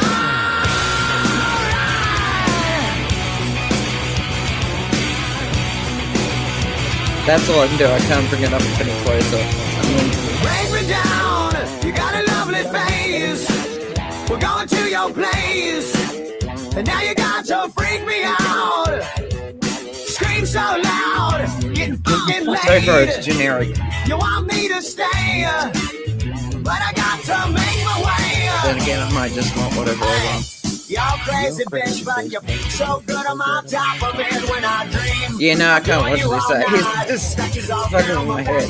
No, I don't like it. I don't know why I don't like it. I just don't like it. I'm not being funny. I'm serious. It's just like, it might just be the stereo because like the hearing side of things, but I'll put this one on and see if I don't like it much better. It's probably just the bass in it that's throwing me off. It's still the same song. Oh, that's the long version. But it's only like 3 minutes, 14 okay. seconds. You got a lovely face. Going to your place. Now you got to freak me out. Scream so loud. Getting fucking laid. You want me to stay, but I got to make my way. Hey, y'all crazy, like you're so good on my top of it when I dream. I'm doing you all night. Scratches all down my back. Keep it right on. Y'all crazy, but you look so good on my top of it when I dream. I'm doing you all night. Scratches all down my back. Keep it right.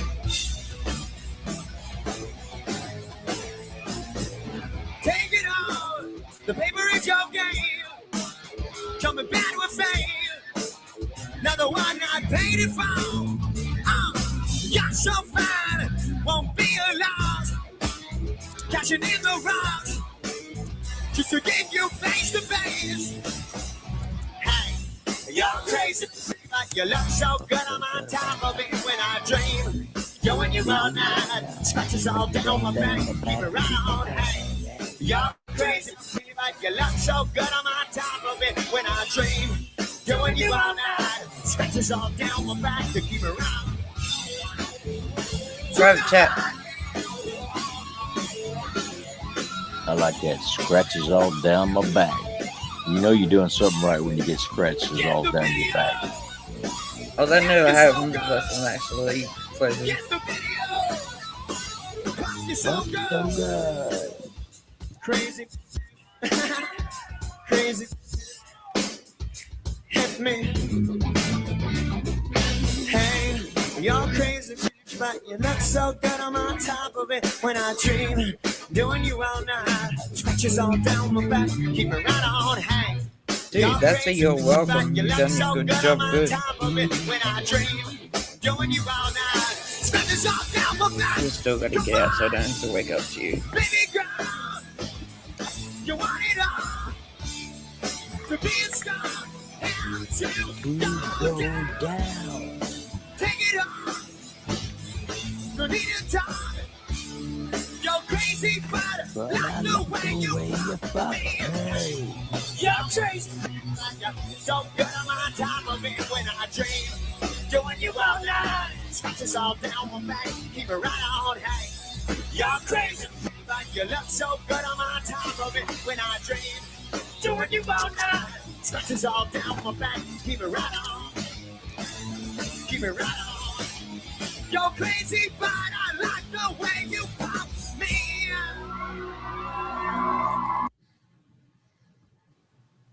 You read private chat, right?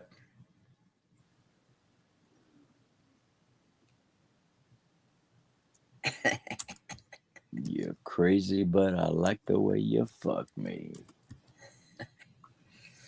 Yeah. I mean, what's not to like about that? I don't know. Look at my private chat. Let me. Okay, hang on.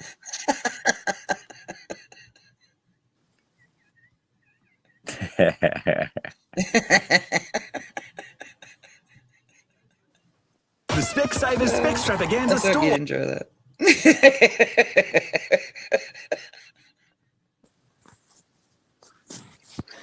This always reminds me of what's that one? Porn star girlfriend. Hang on, isn't playing it. Porn star dancing. That's a good one too. I gotta pee. I'll be right back. Hold on.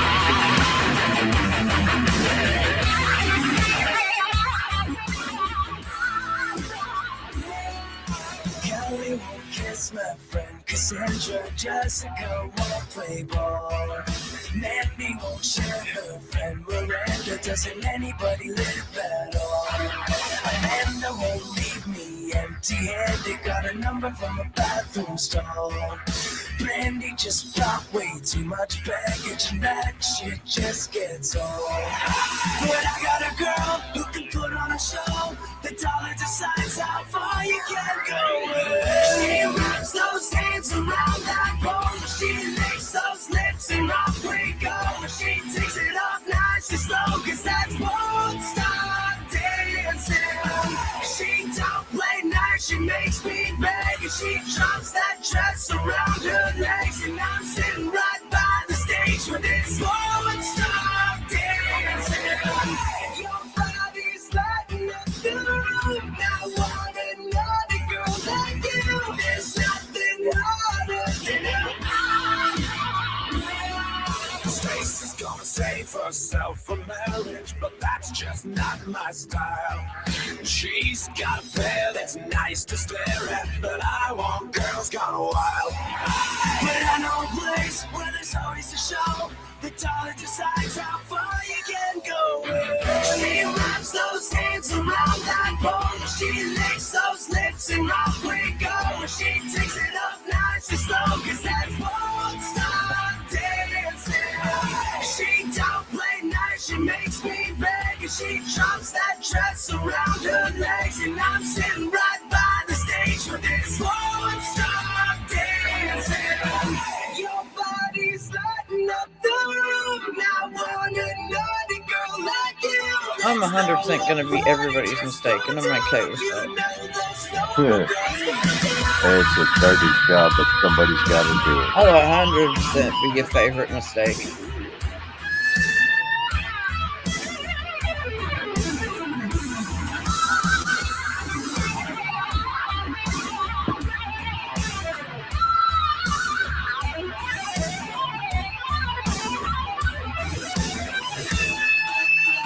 She wraps those hands around that pole. She licks those lips and off we go. She takes it up nice and slow, cause that's won't stop dancing.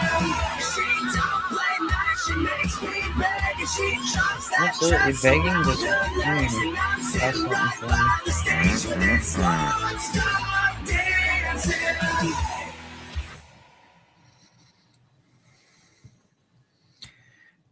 Like it with ING Orange every me up day, that you knew you that could unlock like amazing. Lansdowne one. I was just like, that's our first one that me and my girls always go to. Yep. You like mentioned Lansdowne. I'm like, you must have seen, if not just one of us. Just I don't know, man. It's just a good tune. Yeah. I'm like, I'm gonna Have you put heard this that song up, and then all of a sudden you girlfriend? put in chat Lansdowne. I'm like, fuck, he's probably seen one of us, if not all of us, on top of the bar being inappropriate. Not inappropriate. Have you ever heard that song called "Bad Girlfriend"? Yes. That's a badass song. Mm-hmm. Hang on. I've got fucking tobacco that just fell out of my mouth. Sorry. I've decided to do rollies. I've tried the tailor-made cigarettes. They just, I don't know. They're just not the same as rolling. Yeah. Like rolling tobacco. Probably, but rolling tobacco to me has always been a thing. Like my daddy said, as soon as you can roll a cigarette, you can smoke. So at 12 years old, guess what? I rolled my first cigarette. My dad had a fucking heart attack. For fuck's sake. I had an uncle who used to roll his own. He would fold his paper up, had the little pouch of tobacco he kept in his bib overalls. He'd tap it, sprinkle it out. You guys have drum over there? Roll it with one hand. Over here, drum is a prison tobacco. Before it became a non-smoking thing, but yeah. It's considered prison tatter, like fucking rolling smoke. Yeah, my old uncle, he was about 90, and he would roll it with one hand. Yep. And light it, and like 2 hits, and that cigarette, no filter. 2 hits and that thing was gone. I was like, oh shit. And guess what? He died of lung cancer. Surprise, surprise. Yeah, no, I've really got to quit. I've done better because, like, I've bought that Nicorette spray shit, right? Yeah. Did I tell you when I was on the plane that they literally had a fucking moment about it? It's just, oh, excuse me. Sorry, didn't mean to burp.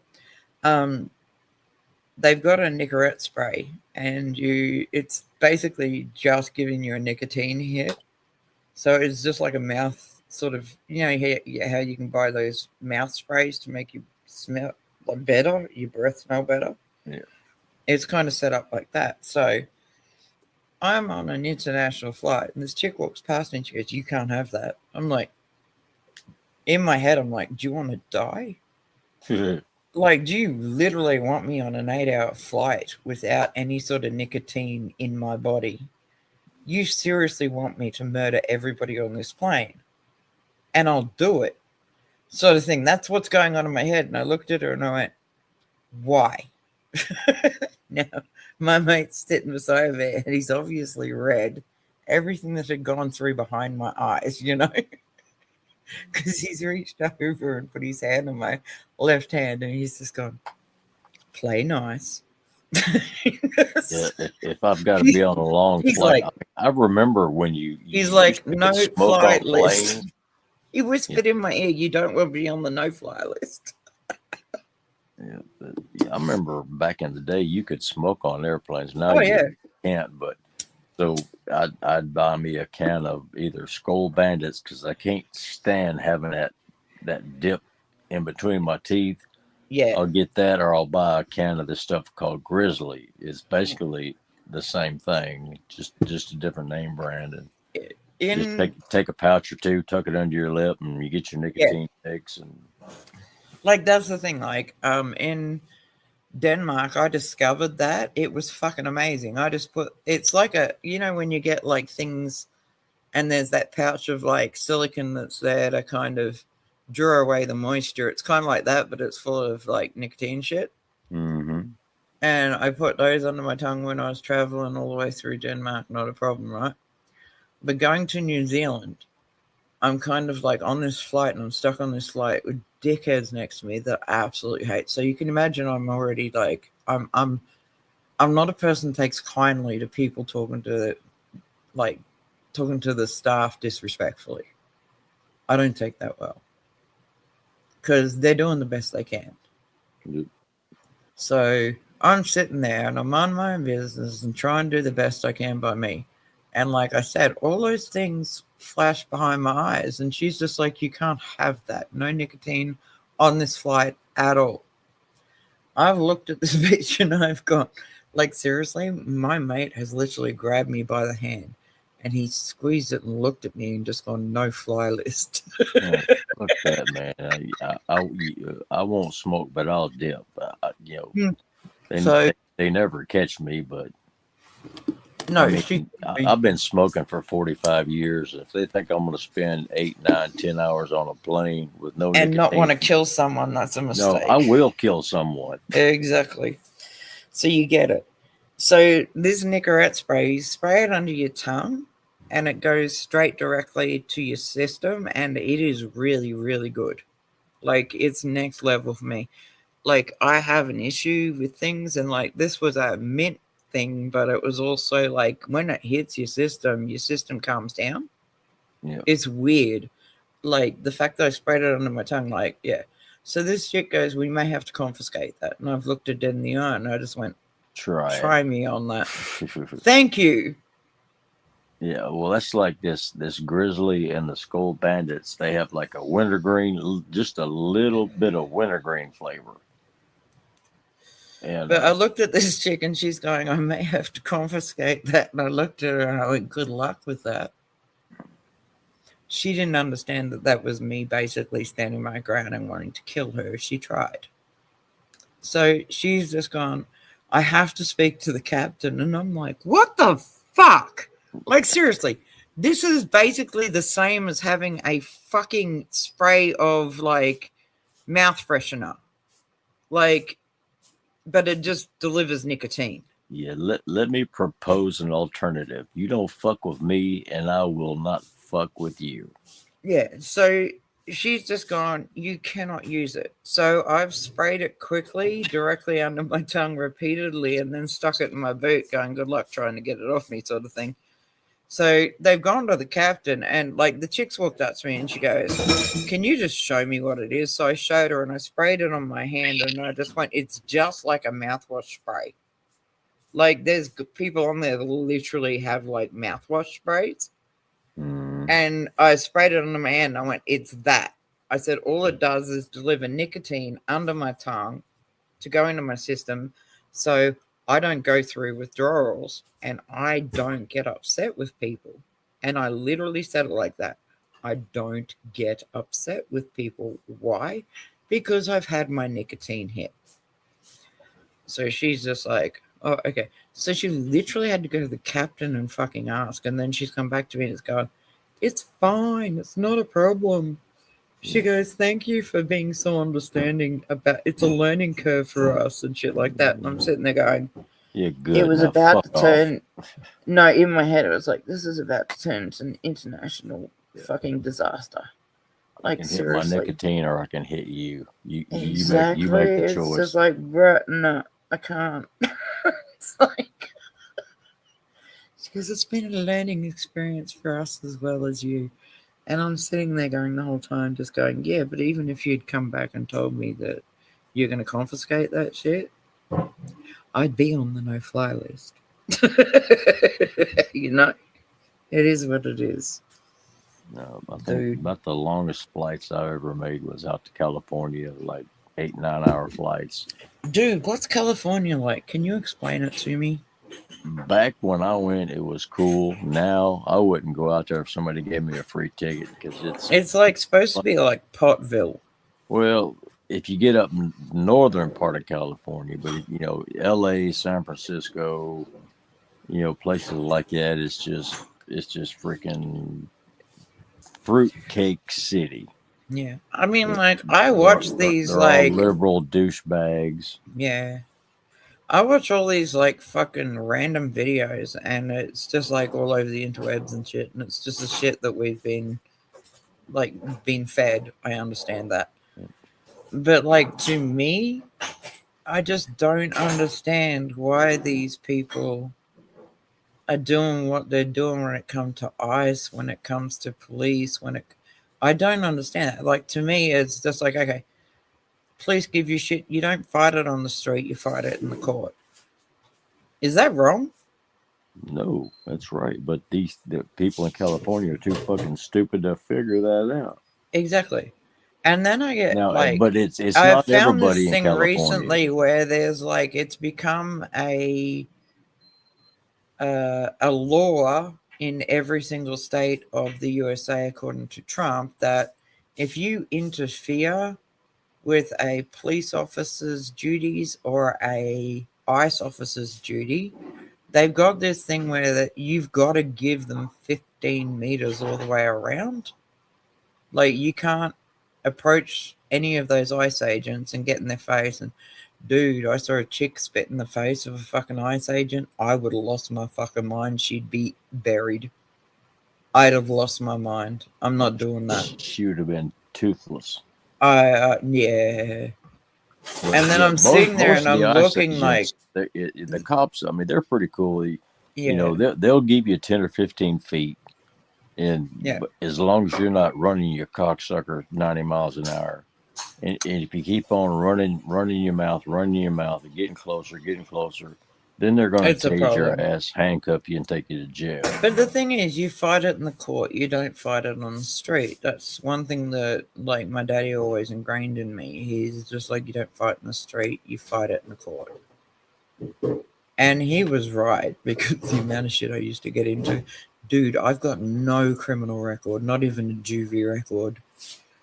The amount of times I got arrested just because, like, okay, my daddy was Aboriginal Maori, right? So to me, it was hilarious to occasionally, when you pick me up from school and the new police were in the fucking area, they'd pull him over and just go, like, I'd get out the car, they'd make my dad sort of like get out the car, but then go behind the car and then at the front of it. It's like, yeah. And then I'd just go, no, I don't know him. He just picked me up from school.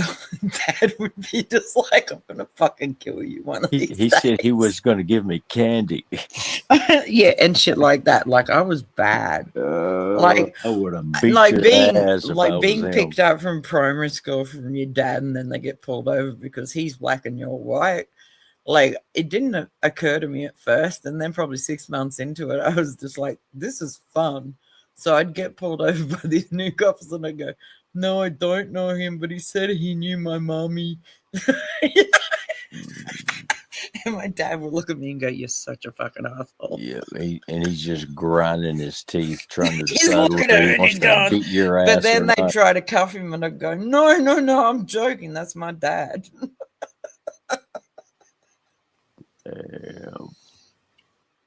He'd look at me, and that's probably why he sent me to Portman Grooming, thinking I'd get better.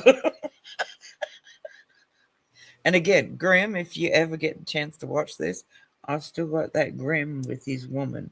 Just saying, I've got it here. I want to send it to you. But yeah, no, it was kind of like, it was a cultural experience. Like I said, like I think I told you about what happened when my brother died. Yep. And they tried to blame me and shit like that. That fucked me up. I was just like, dude, you have no idea. Like, why would I help somebody I loved and cared about that I've been caring for and shit like that? My daddy always taught me right from wrong. If he'd have asked me, I probably honestly would have assisted him. But he didn't give me a chance to say goodbye, and I think that's what fucked me up. Nah, man, you got no idea. He had probably about a foot left of his fucking colon. Oh, okay. He was way gone. Different story. He was beyond gone. Like, I was giving him morphine, pethidine, fucking fentanyl. I gave him every sort of shit that I could. I also made sure that he had his pot because after the chemo treatments, he'd vomit. Yep. And the only thing that would stop it would be marijuana. So I'd absolutely 100% like, I'd go to people and just go, I need marijuana now. And they're just like, we got you. They get it and then they deliver it because at the time it was illegal. But it's the only thing when it comes to cancer patients, mate, that stop the vomiting. You can give them the Maxilons, etc., the antiemetics that stop you from vomiting. Not going to work. You give them pot. It not only gives them fucking the relief of not vomiting, it makes them have a little bit of a break from normality. Do you know what I mean? Well, it kills the nausea, and sometimes it actually helps them get a little bit of an appetite. It does. It was the only thing I could do, but like when he got down to probably maybe a foot of his fucking colon, because the rest had been removed. So it was, like I said, he was the youngest of the older brothers, and 4 years later I came along, so him and I are really, really tight, like next level tight. My daughters were so fucking just next level destroyed when he was gone. They were just like, they couldn't, do you know what I mean? And I understood why they couldn't. It was kind of, at the time, like living next door was his mum, not my mum, but his mum. So when the police and I got into trouble and shit like that, she made sure my 2 girls were with her the whole entire time. Yeah. So she didn't have to do that. She really didn't, but she did because she saw me lose my fucking mind. And she knew I was in trouble. But I was so fucking lucky that I came across a judge that knew my dad, knew my brothers, etc., and knew I wasn't generally a problem. He just literally just said, nope, not responsible. She lost her fucking mind out of grief. She wasn't responsible for what she did. Now, that cop had to have his jaw rewired, and I was not responsible for it. How amazing is that? Fuck him. I mean, like, Paddy turned up, and he just totally he just grabbed me and hugged me, and I burst into tears, and he's just like, I gotta put cuffs on you. I don't want to do it in front of kids, blah, blah, blah. I was just going, yeah, okay. So put cuffs on me, I'll happily hop into your car, but he just turned around and he goes, I don't know. Like, on the way to the station, he goes, I don't know if I can protect you from this. But on the way there, we actually talked, and he was like, okay, I'm gonna try and sort this out for you and help you out here. Because he knows I'm not generally violent unless there's a reason for it. Mm. But could you imagine I've gone off to do something for my brother that he knew for a fact that would take me over an hour to 2 hours to organize and bring it back and shit like that, and I just walked into him overdosed and dead. Mm. That, like, I was robbed of not saying goodbye, but then I'm like, I'm being selfish because it's not about me. It's about the fact that he finally got the relief that he wanted. He had about a foot of his bowel left. He got sick of me, like, wiping up after him and looking after him and carrying, like, sort of like helping him, not carrying him, but like putting his arm around my fucking shoulder and walking him back to the bed and shit like that. He was beyond at the point where he just goes, I just don't want to live anymore because even though you can imagine, you really don't know the pain you can't. Going through.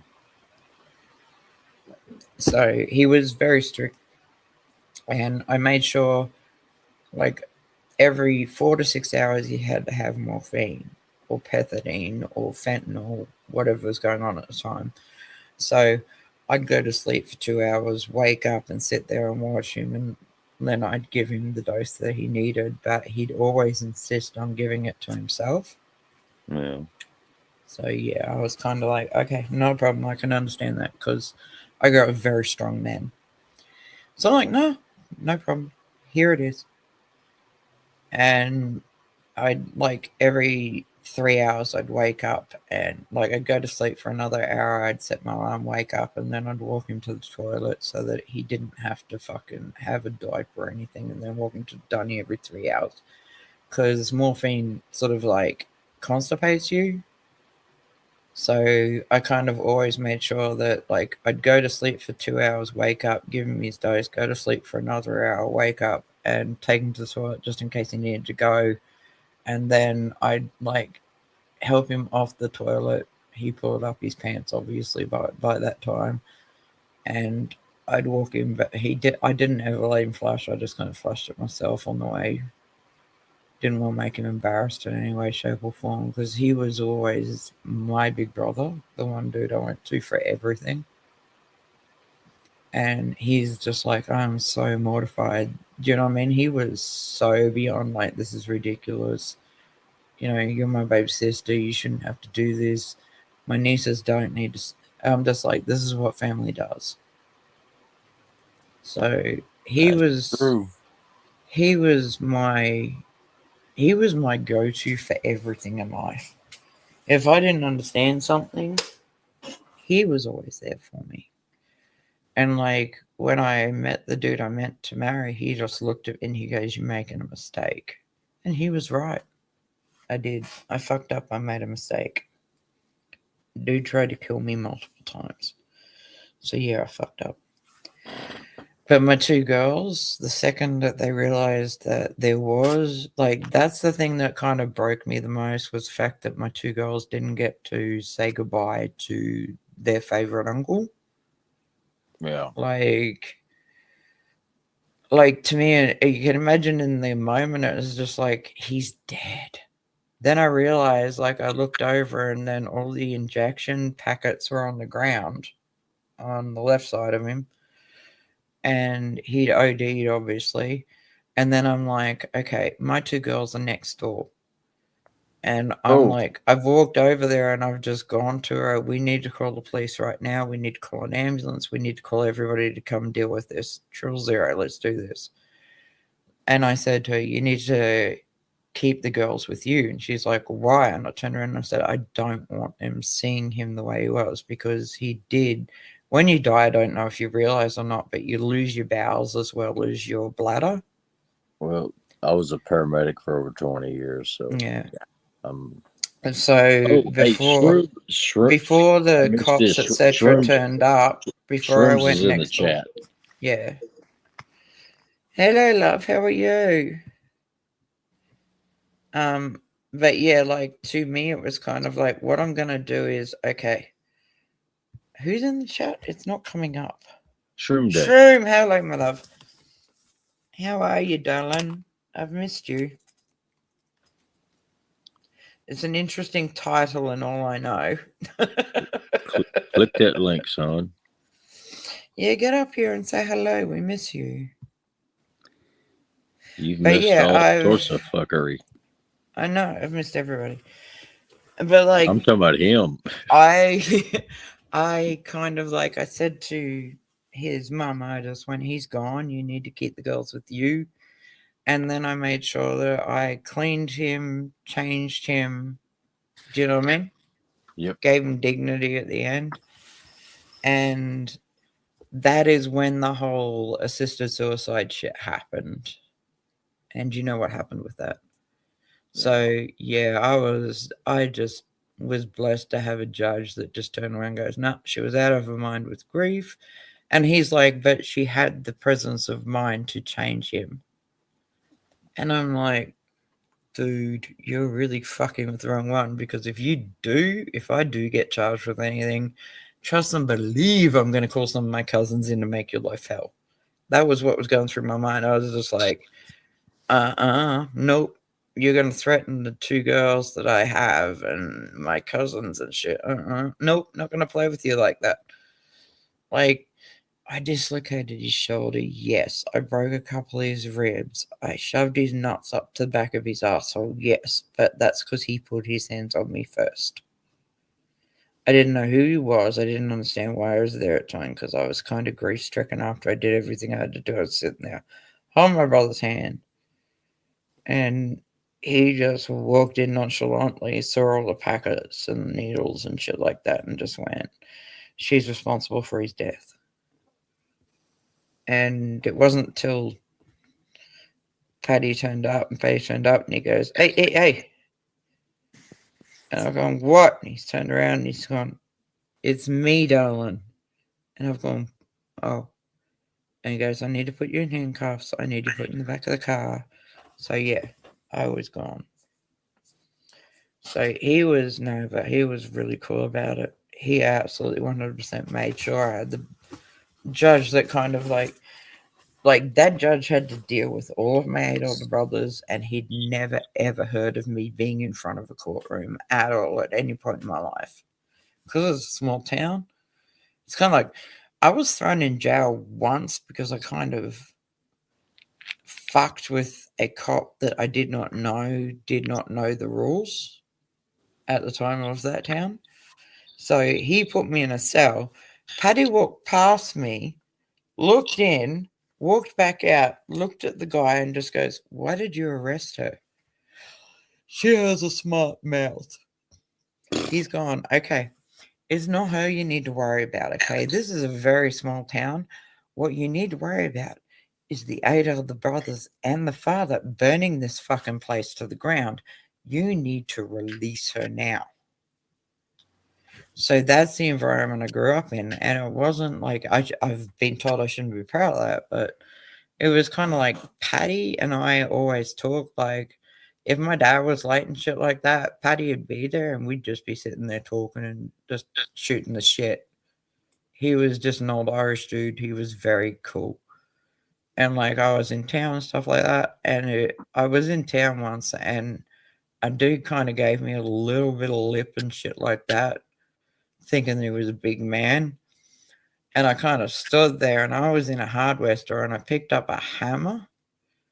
And then behind me, all of a sudden comes Paddy and he's just gone, you need to give that to me now. I'm like, okay. He's just told the guy, he goes, you need to fuck right off right now because if our 8 older brothers find out that you've been picking on their little sister, it's going to end badly for you. Like, I understand I wasn't raised in an excessively, how do I put this politely? Like, not in the greatest manner, I get that, but it's given me my values. Yeah. And I understand, like, trust me, believe I still cry at night sometimes about my brother, and, you know, I my past, so I kind of sit there some nights and just curl up and cry for no reason because of certain things that have happened in the past with my dad and my brother and shit, understand. So, yeah, sometimes I just curl up and feel helpless and cry. And it's at those times I don't want to be around people. And my mates understand that. They knock on the door. They don't get a response. They leave. They understand I just need me time. Like, I'm a grown-ass woman now, but I still fucking cry over those I've lost. It's why I never want to lose any of you guys. And I mean that when I say that, because you know what I've been through. Well, we will do the best we can. You all do that, and thank you. I can't thank you all enough. And Shroomy, get your ass up here, boy. Yeah, okay. Come on, old man. Get up here. Yeah, come on. I'll fight you. We're going to put the cannibalism back up, by the way. I'm serious. Finally got his ass back up out of a hole. He's been doing videos, but he hasn't been I know. I've on missed you. You Messenger need to get up here, or boy. anything else. So Yeah, I'm gonna put this next one. It's the Cannibals of Kentucky, but they're at the they're kind of like at a, I don't know how you put it, in a valley of the Appalachia. like the foothills. Yeah. Thank you. I Okay. couldn't remember the word.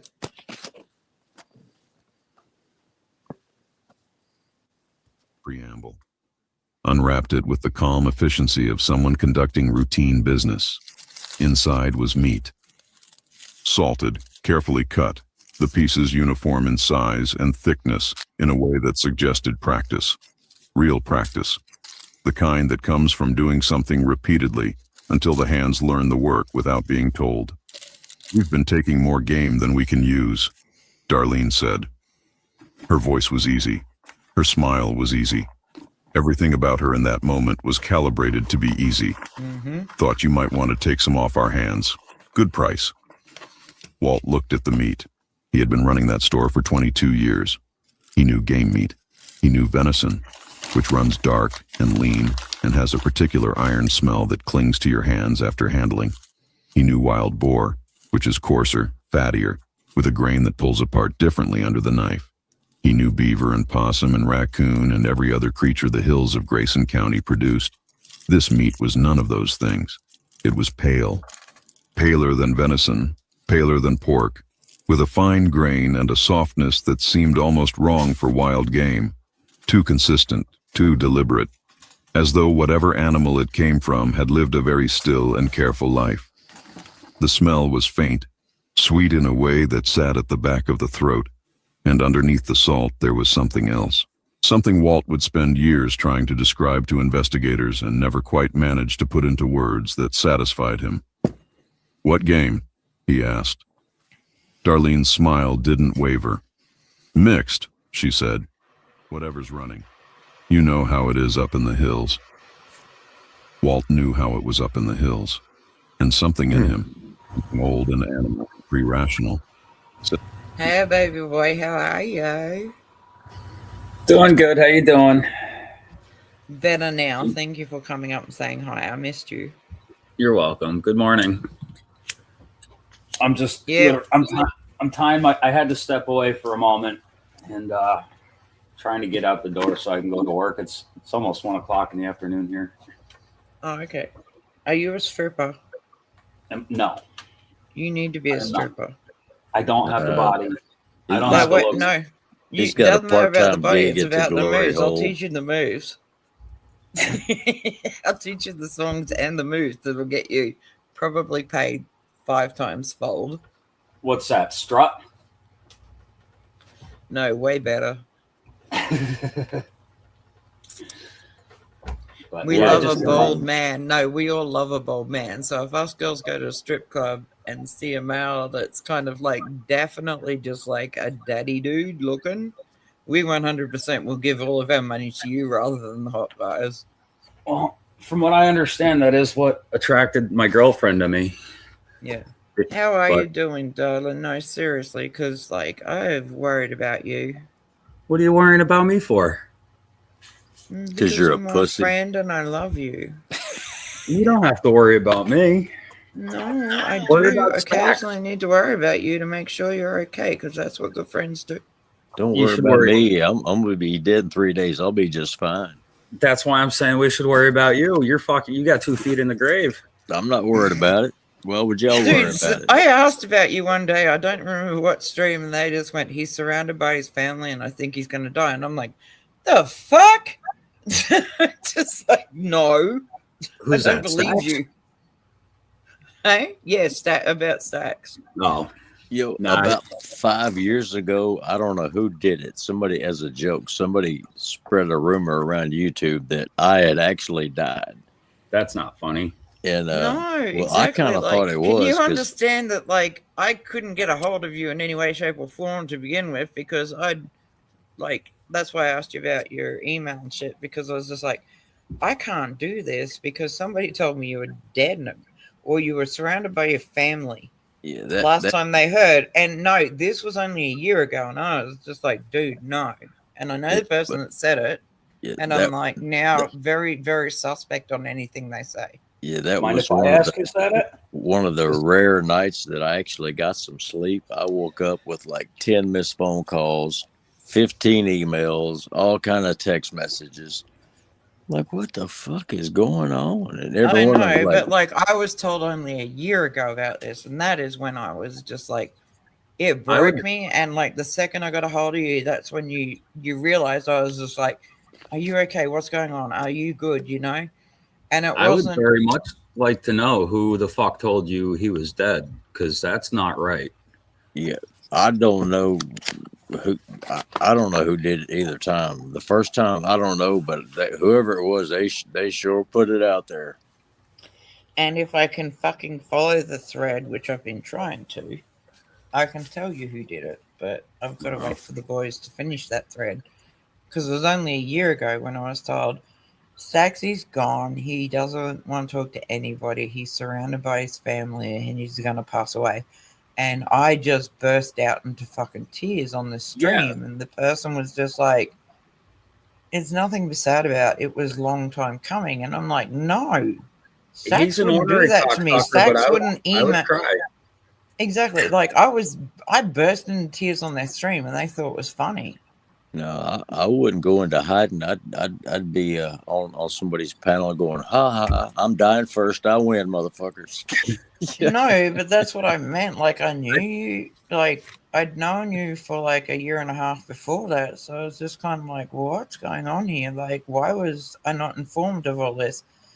And like the second I heard your voice, I don't know if you realized or not, it was just like such a great relief for me. I was just like, oh god damn, my boy's good. Do you know what I mean? Like, I don't know why people get a kick out of doing that. I mean, I don't understand it either, because it broke my fucking heart. Yeah, trolling somebody or fucking with somebody, that's one thing. But personally, it doesn't bother me. Yeah. But no, but I'm going to get it traced back, because like I don't believe that the person that told me was the person that was on the stream that they named themselves as. So I've been trying to search for that, because I'm going to destroy them. But I know it's hard to believe, but I do have one or two friends on YouTube that actually care about me, and yeah, they're here. I wouldn't want them to be upset, Yeah, but well, yeah, I kind of. Your two friends on YouTube are here. Yeah, I got both of them right here. Right. Hey, I don't mean to end this, but I really got to get going. I got to head out to work. Wait, can you show me what you're wearing first? Are you serious? Come on, show me what you're wearing. She's going to see if you're wearing them chaps to work. Yeah, you just made my day. Have a good night. There you go. All right. I'll catch you guys later. Be careful out there. Have a good day. Thanks, Be man. safe. I hope you sleep well. All right. I'll catch you guys later. All right, man. All right. Peace. Love you. Bye-bye. Glad you jumped up. Mm-hmm. He's a sweetheart. I love him. Yeah, he's a prick, but he's our prick. Yeah, exactly. It's just like somebody said one of my friends was an asshole. I said, that's fair, but he's my asshole, but I'll still fight you over him. Yep. And she's just like, what? And I'm like, seriously, try me on that. Yeah, last few days he's been kind of laying low, so. No. He pops up when he wants to pop up, and that's fair because he's got shit going on. But when he does, I'll hit him up, like every other day or so. Just, hey, dude, you doing all right? Everything cool? Yeah. That's what friends do, Exactly. Like, it's because a lot of people get upset about my relationships with guys on here. Like, they do go a little left sometimes, and I'm like, you can say what you want about me and to me, but you've got to understand something. I will always stand for me and mine. I flirt, yes. I carry on, yes. It is what it is. Yeah, well, me too. And I don't give a shit what people say about me, but when they start talking shit about my friends, that's different. Yeah.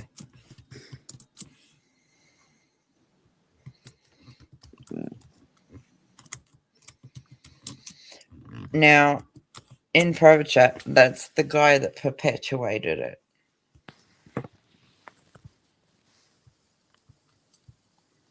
Because I asked him, and he goes, I haven't seen any of them. And then he kind of like said that about you. And he goes, can you get Amy to come say hi, etc.? And I'm like, oh no. Like, I just don't trust that anymore. Wow, that's weird. Would don't Because know I said, who have in you the world. heard from? Have you heard from? And said persons then just said that to me, and he didn't understand why I had to hop down and cry. I can't imagine who would have told him that. Exactly. I don't have a clue. But on meds and off meds, a different person. Do you know what I mean? Yeah. So yeah, and I think it was off, but at the time, and just kind of like every single person that I rocked with, like TKJ, Amy, like I've got a chick called Divine on here that I hang with, Devil Pup, etc. There was always bring them to me sort of a situation. I'm like, no, I just want to hang out with my friends. I don't want to be all in your business. Do you know what I mean? Mm-hmm. I was just like, I don't want anything from any of these people other than them being them. And that caused a problem for a while because said person went off of that regime. And that's when those things were said. And I was just like, yeah, no, this is not going to work for me. I don't like a one-sided friendship where it's just me always trying and said person always using. Do you know what I mean? Well, that's not a true friendship. Exactly, and you've taught me that as well, which is awesome. Because like I always thought maybe I'm being weird because I'm just like I'm always there for everybody. I always stand there and I always stand for people. But then when it comes to said person in the background that I told you about, I'm kind of like, okay, so I have been disrespected. I have been spoken to disgustingly. And under no circumstances on my stream would I allow that to happen to any of my boys or girls on here. But said person let certain people speak to me a certain way. And then the whole white knight came up, and I went, I'm not talking about white knighting for me under any circumstances. That's not what I'm talking about. I'm talking about a common respect thing. Don't let other people disrespect the people I love and care about. And I expect the same from them. What you're not going to do is disrespect me to the people I love and care about. We've got that relationship where it's just like, this is not going to end well for you. But when on meds, he's the greatest guy in the world. But off meds, you can tell. Yeah. Well, I remember one night it was me, you on your panel, and somebody else got up there and he started just talking bullshit. Yep. And I started going off, and you put me in the basement. I said, just fucking bitch, put me in the basement. God. Yeah, I only put you there because like I had to. There was an actual serious mental health thing happening at the moment, so I actually, instead of dealing with it online, I SMS'd him, said person, and said, you need to calm the fuck down and take a breath. Yeah, I don't even remember who he was, I but he didn't was want. being a prick. And Oh no, pissed yeah, me no, off. that dude, he is no longer on the internet. You know why? Because Bret was not going to allow that to happen. Bret from the settlement, you've sort of like heard him. Yeah. He was informed that this guy was going after me, etc., and carrying on the way he was. I didn't ask Bret to do shit. Didn't contact Bret under any circumstances.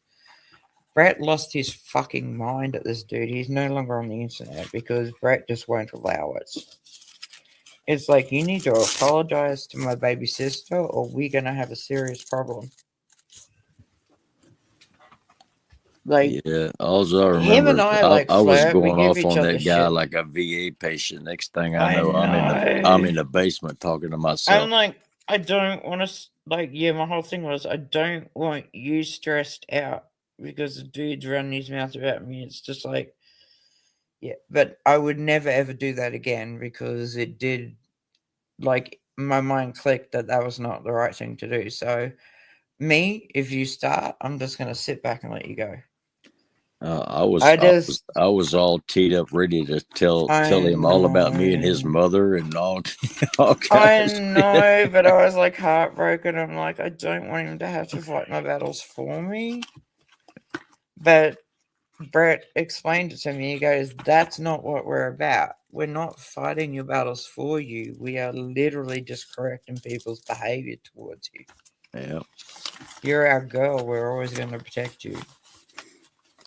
Do you know what I mean? It's just like, it's been a long time since I've kind of like been informed that all you guys, like, no matter what, like, you know, if I'm fighting with you, I'm fighting with you. But trust and believe, anyone comes after you, I'm going to absolutely fucking correct their behavior.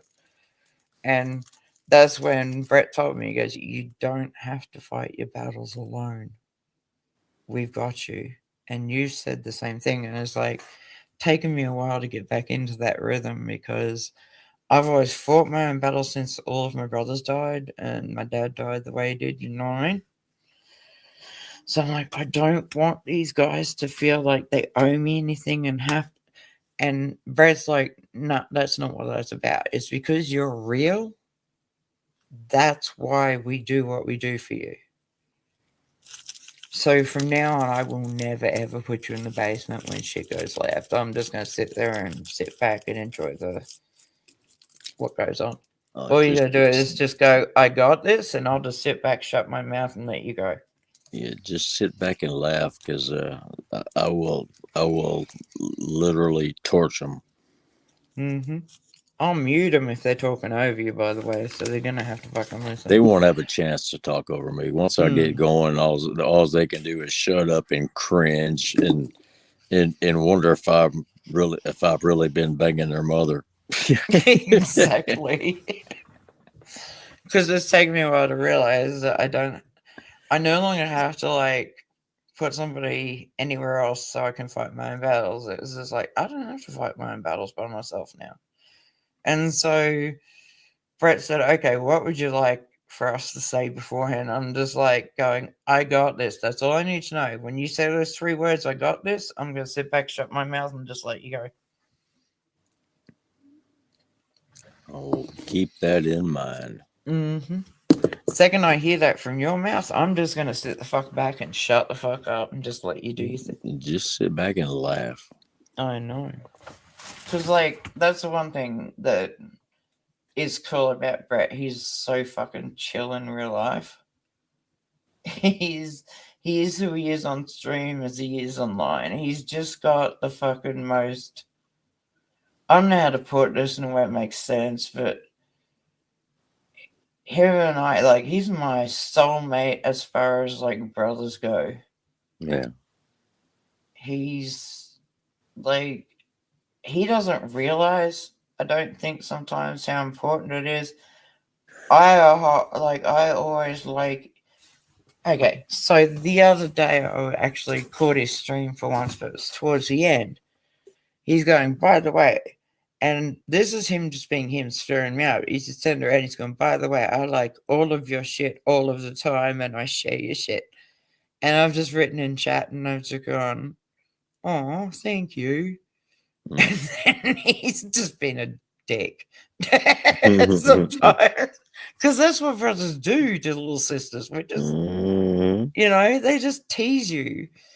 And like the other, like, I think I told you, like, people don't understand. Like, Spud said I wanted to read him. I'm like, no, that's my big brother. Why would I? That's gross. But the second I remember that. Yeah, it's just like, I just turned around and said, that's gross. That's just wrong.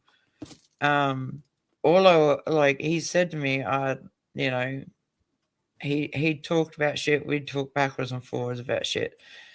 And I'd said I'd really, really like you to do a live stream where you just making flies. And him and I got into it because, like, he wanted certain pliers and stuff like that. And because I do jewelry the way I do, I sent him a thing about a magnifying glass, and I sent him a thing about what pliers he needs that will work for him, because I've been through that whole trying to work out what the best fucking tools are for what I'm doing at the time. And so him and I kicked it about that, and then he actually did a stream, and then I hopped in. He's just like, I'm doing this for you. And he honestly, I don't think he realizes. And that is when Spud turned around and he goes, yeah, we understand you want to read it. And I'm like, no, you don't understand. Like, that little effort just going, I'm doing this just, for you because you wanted it. It meant so fucking much to me. This dude has a whole fucking channel. He's got over 1,000 fucking followers, etc. But he still makes time for me. Yeah, next time he does a stream where he's like tying flies, you need to let me know. Oh, I'll alert you straight away. I'd love to get in there and check that out, because I used to I'll fly try and fish a find lot. the last one that he did. I'll try and find it's been a while, but I'll go back through streams to see if I can't find the one where he's actually sitting there with the magnifying glass and the tweezers and shit and just making shit happen. Because, I'm just giving him shit like front and center. Like, when we first met, I'm just like, I'm going to fight you. He's going, I'm going to break you. And so I was just like, I'm instantly in love with this dude. Let's go. I used to fly fish a lot, and I would tie a lot of my flies. And I'll admit, I wasn't real good at it. I was good enough. But I've got friends of mine that are way better at tying flies than I am. But it's fun. Yeah. No, he's amazing. He'll help you out with whatever. He's just that sort of dude. What you got to do is just go, Rogue said that you can help me with like my fishing like flies, and he'll 100% jump in there. Well, at this If you just point, mention my name, he'll 100% be down for it. Well, at this point, I've probably got 5,000 different flies for every when it comes to fly fishing, the flies you use. There's a term that's called match the hatch. So like whatever bugs are flying around above the water, or whatever bugs are hatching around the river at that time, you want your flies to match that particular type of insect, because that's what they're looking to feed on. And oh God, I've got thousands and thousands and thousands of them. He won't come over here and hop on a boat with me and go out to sea and catch a fish because he's terrified I'll feed him to a great white. He just turns around and goes, no, I'm not fucking stupid. Damn. And I'm like, bro, no, seriously, we need to get a GoFundMe so I can get your ass over here so I can take you out deep sea fishing. And he's like, that's never going to happen. Oh, I'd like to get out there and fish that Great Barrier Reef. That's one thing that's on my bucket list.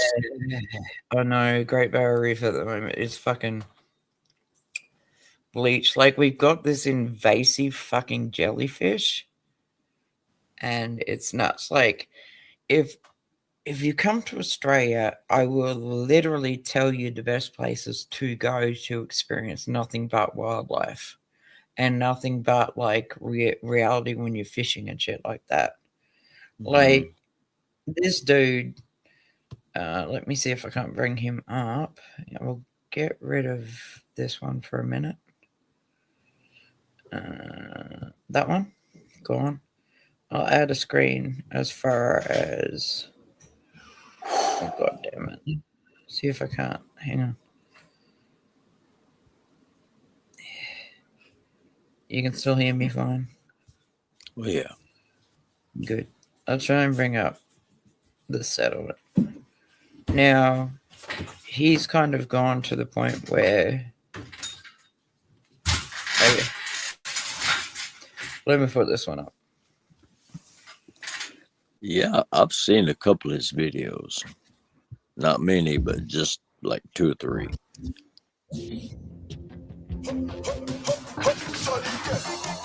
God damn it, get off. Fucking sellouts going with ads. It's the first time I ever had a chick tell me that. You're welcome. But this is him. This is his piece. I love it for him. Bret with 1 T.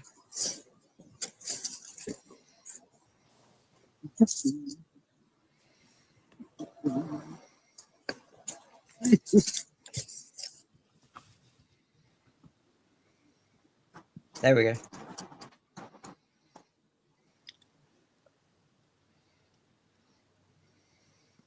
He's strictly catch and release. That's me, unless I catch crappie, and then they're releasing grease.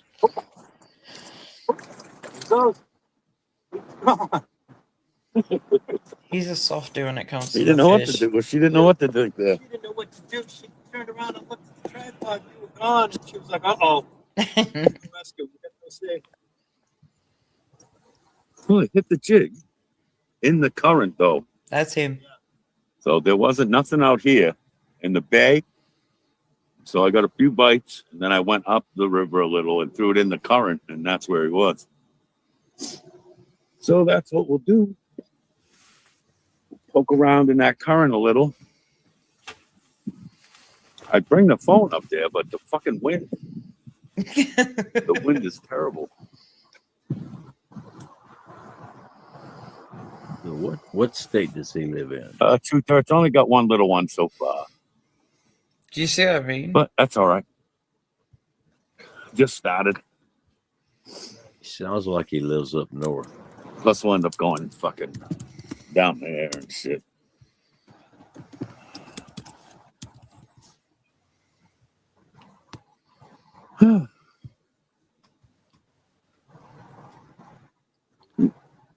You know what state he lives in? Let's fucking it sounds like a Yankee. Start this off.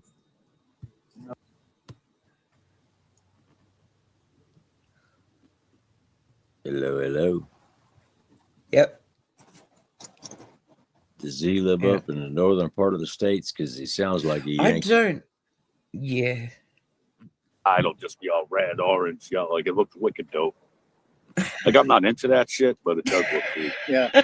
I'm sorry, but it's funny. I just read somewhere the fact that we haven't had any water. It's the reason it hasn't picked up yet.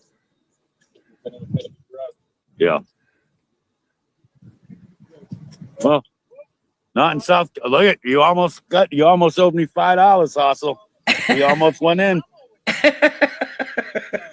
When's your show, nigga? That's how it fucking works.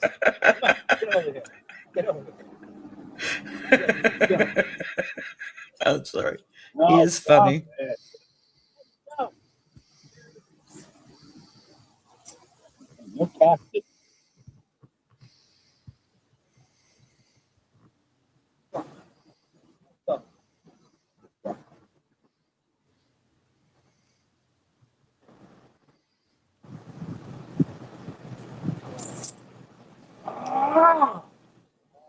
Did you see that? Ah. He's like the chillest dude on the planet.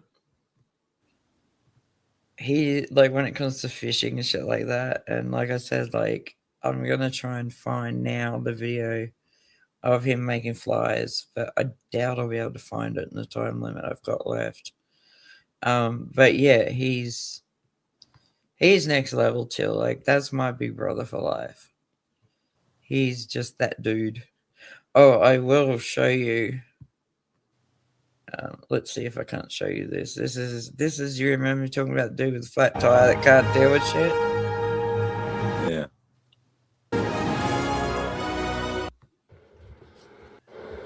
Yeah, John, he like ripped off his boyfriend and for some meth, and now he's all messed up. And Sorry, that's not it's it. bad. It's really bad. Sorry, they do some fucking videos that crack me the fuck up. It's just like, bro. But yeah, he's a cat person normally, but he fell in love with Hooch. And Hooch fell in love with his voice. He'd talk shit and say the word cookie, and Hooch would lose his fucking mind. Thanks, Jill.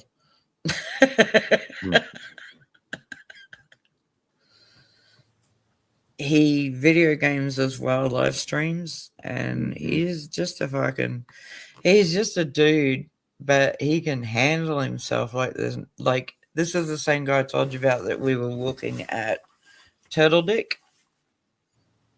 Turtle Dick was going up against this guy. Okay. You can see like all of these pictures, right? Does this go well for Just anybody? barely, yeah. Okay, yeah. It's not a good idea to pick a fight with Bret. I did it, but I fell for him. He's a sweetheart. Okay, I'm going to introduce you to Connie. Hopefully this is an example. 2 Connies, 1 cup, a peripathetic peepon story. This here on the left is Connie. Consuelo, I call him.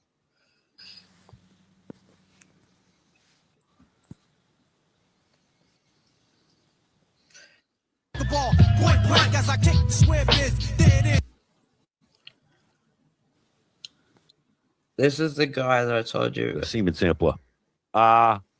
Your people, your new crew, sent me your whole arrest record. The arsons, all the driving on suspendeds, all the drug charges, the women beaten.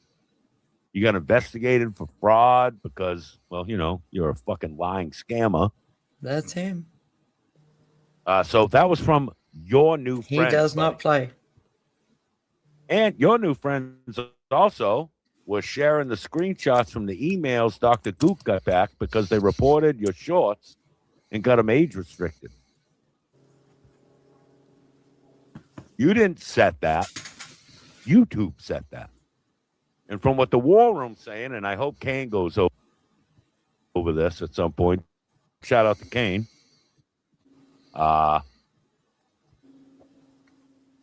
Yeah, I hope he shows those receipts because, like, they're laughing. And VIPs, fucking legit verbatim words, Doc fucking Samini sucker. I can't wait until he goes live. Because they're going to take your channel and force you to be their bitch. It ain't me doing it. Like Coco told you today. Okay, this will just explain this is my big brother for a reason. He doesn't half do or half measure anything. He researches everything. He's got all the receipts and he will end you.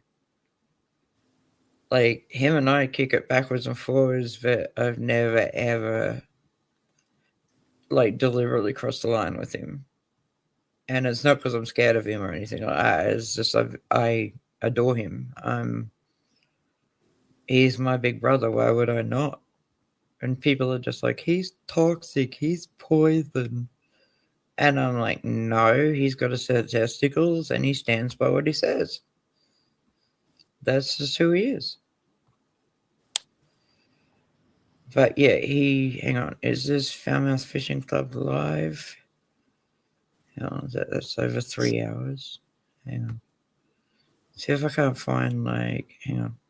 I'm hoping I can find, like, the one where he's doing fly fishing. No. Okay, hang on. Falmouth Fishing Live, a bass fishing story, episode 1. He's very dramatic, which cracks me up. Like, seriously, he's so dramatic. He's like the funniest cunt in the world. Can you not show me some fish? Shut the fuck up. I'm just going to put you on here. All right, so yeah, all the kivers are dead. Every kiver in this motherfucker is on the shore down there because that's downwind. Over to your view, it's over to the left. So It's very You know what he's strange. talking There's about. other people fishing. No one's heard Mhm. nothing. We've talked to some locals. Everything's fine, I guess. The ranger just went by. He would have, yeah. So do you know where he's talking about at all, or am I just losing my mind because I can't work out where he's at? No, I can't either. Yeah, no, but he's very Like he's in like, some kind of river system, yeah. but I'm not sure where. He's also like, if you want like any sort of like pod information, anything like that, this is the guy to go to, because his missus and his mate that talks about it all the time and shit like that, they're really, really sweet. Like, honest to God, they're the sweetest people in the world. She runs her own business. He runs his business. And if you need any information on medicated pot or anything like that, how to grow it, what's the best way to do about it, etc., he did a whole entire stream on that. He answered everybody's questions through his mate that is quite rich because of the pot situation. So, yeah, they're a different kind of people, but they're my sort of people at the same time. Yeah. These are the people that are kind of, they're all so like different, and you all are so different, and it's not like that's a bad thing at all for me. It's just not. I love it. And like I said, he's a cat person, but he absolutely fucking loved Hooch. And that made it easier on me. Cool. So when I had to go and have a shower, etc., it was good just to, you know, put the voice on. And there's one video where I just went, find him. Find that bitch. Find Bret. Bret was like, you're an asshole, and done, you're welcome. All right, just next time he goes live, just Absolutely. let me know, and I'll jump I'm in. gonna. He'll be able to tell me which one he's, where he's tying flies. So Yeah, I'm I gonna. can that I'm out. going. Yeah, I've copied his his channel thingy for you.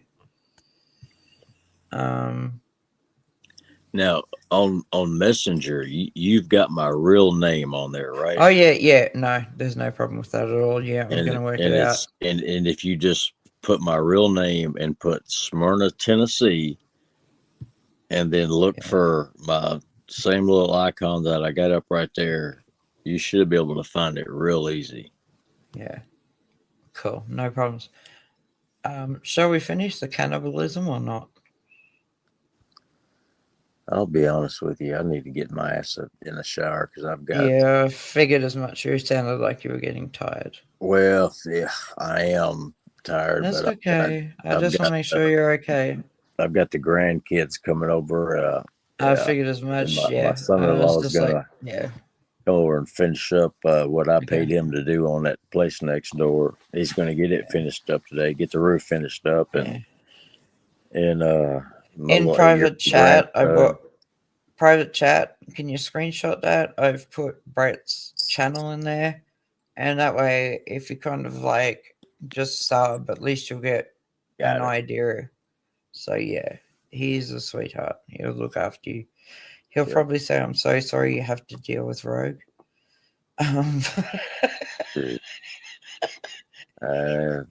Tell him I've been just write in chat. Yeah, Rogue sent me, and she said, she said you hate her.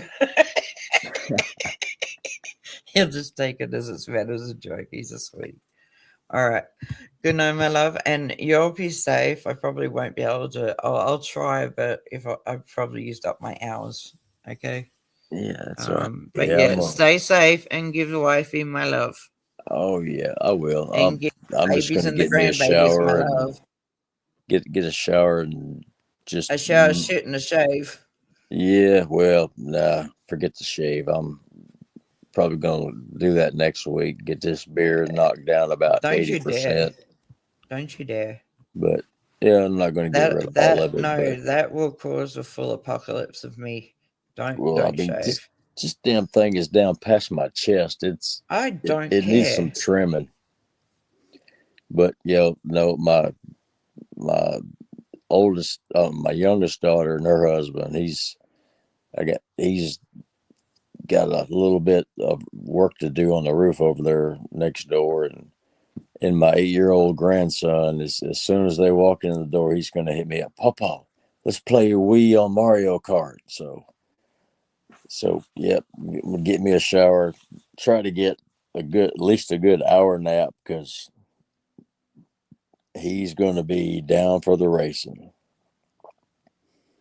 And he is so hilarious, and he's getting good really quick. He's every now and then he'll beat me, and he'll do a victory lap through the house, and he'll tell everybody, "Oh, Papa almost had me beat. We was like 3 inches from the finish line, and a blue shell blew him up, and I zoomed right by it."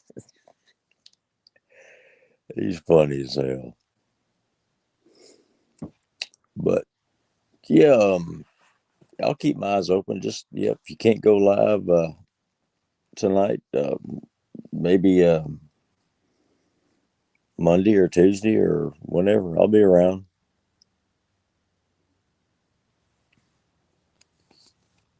Hello.